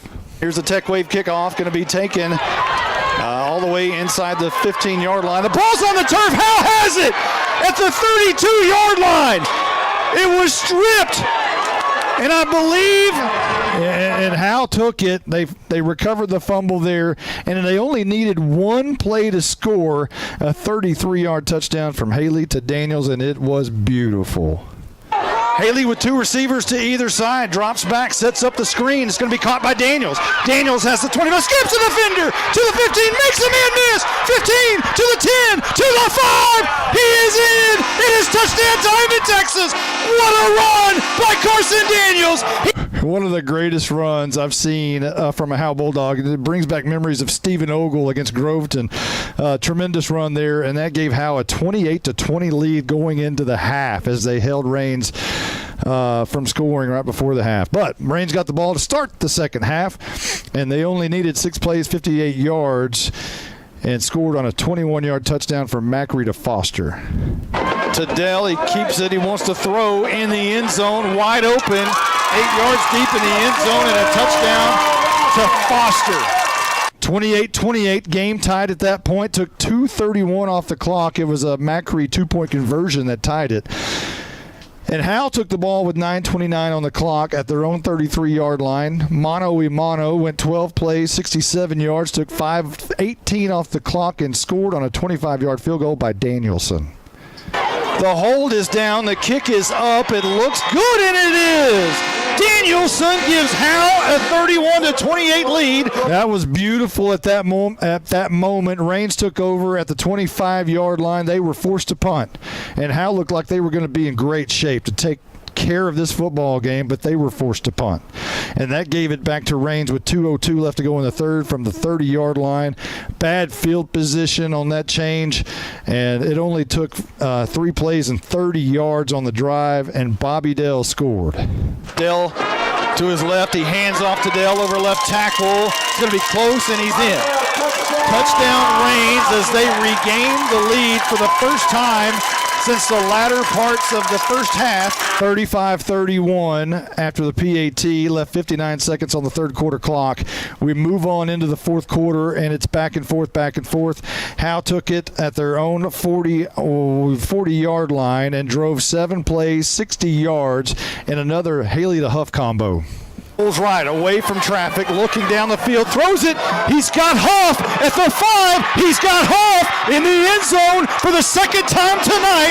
Ryan Hoff, and it's touchdown time in Texas. 7 plays, 60 yards on the drive, took 3 minutes and 44 seconds on the clock. Howe took a 38-35 lead with 9:06 remaining in the game. But again, it's Bobby Dell, the nemesis, one of two nemesis tonight. The Rains Wildcats took it at their own 43-yard line, drove 6 plays, 57 yards, took 2 minutes, 24 seconds off the clock, and another 5-yard touchdown by Dell. To Dell, just swallowed from behind by Jaron Grisham, but he escapes the tackle. He's at least the one if he didn't get in.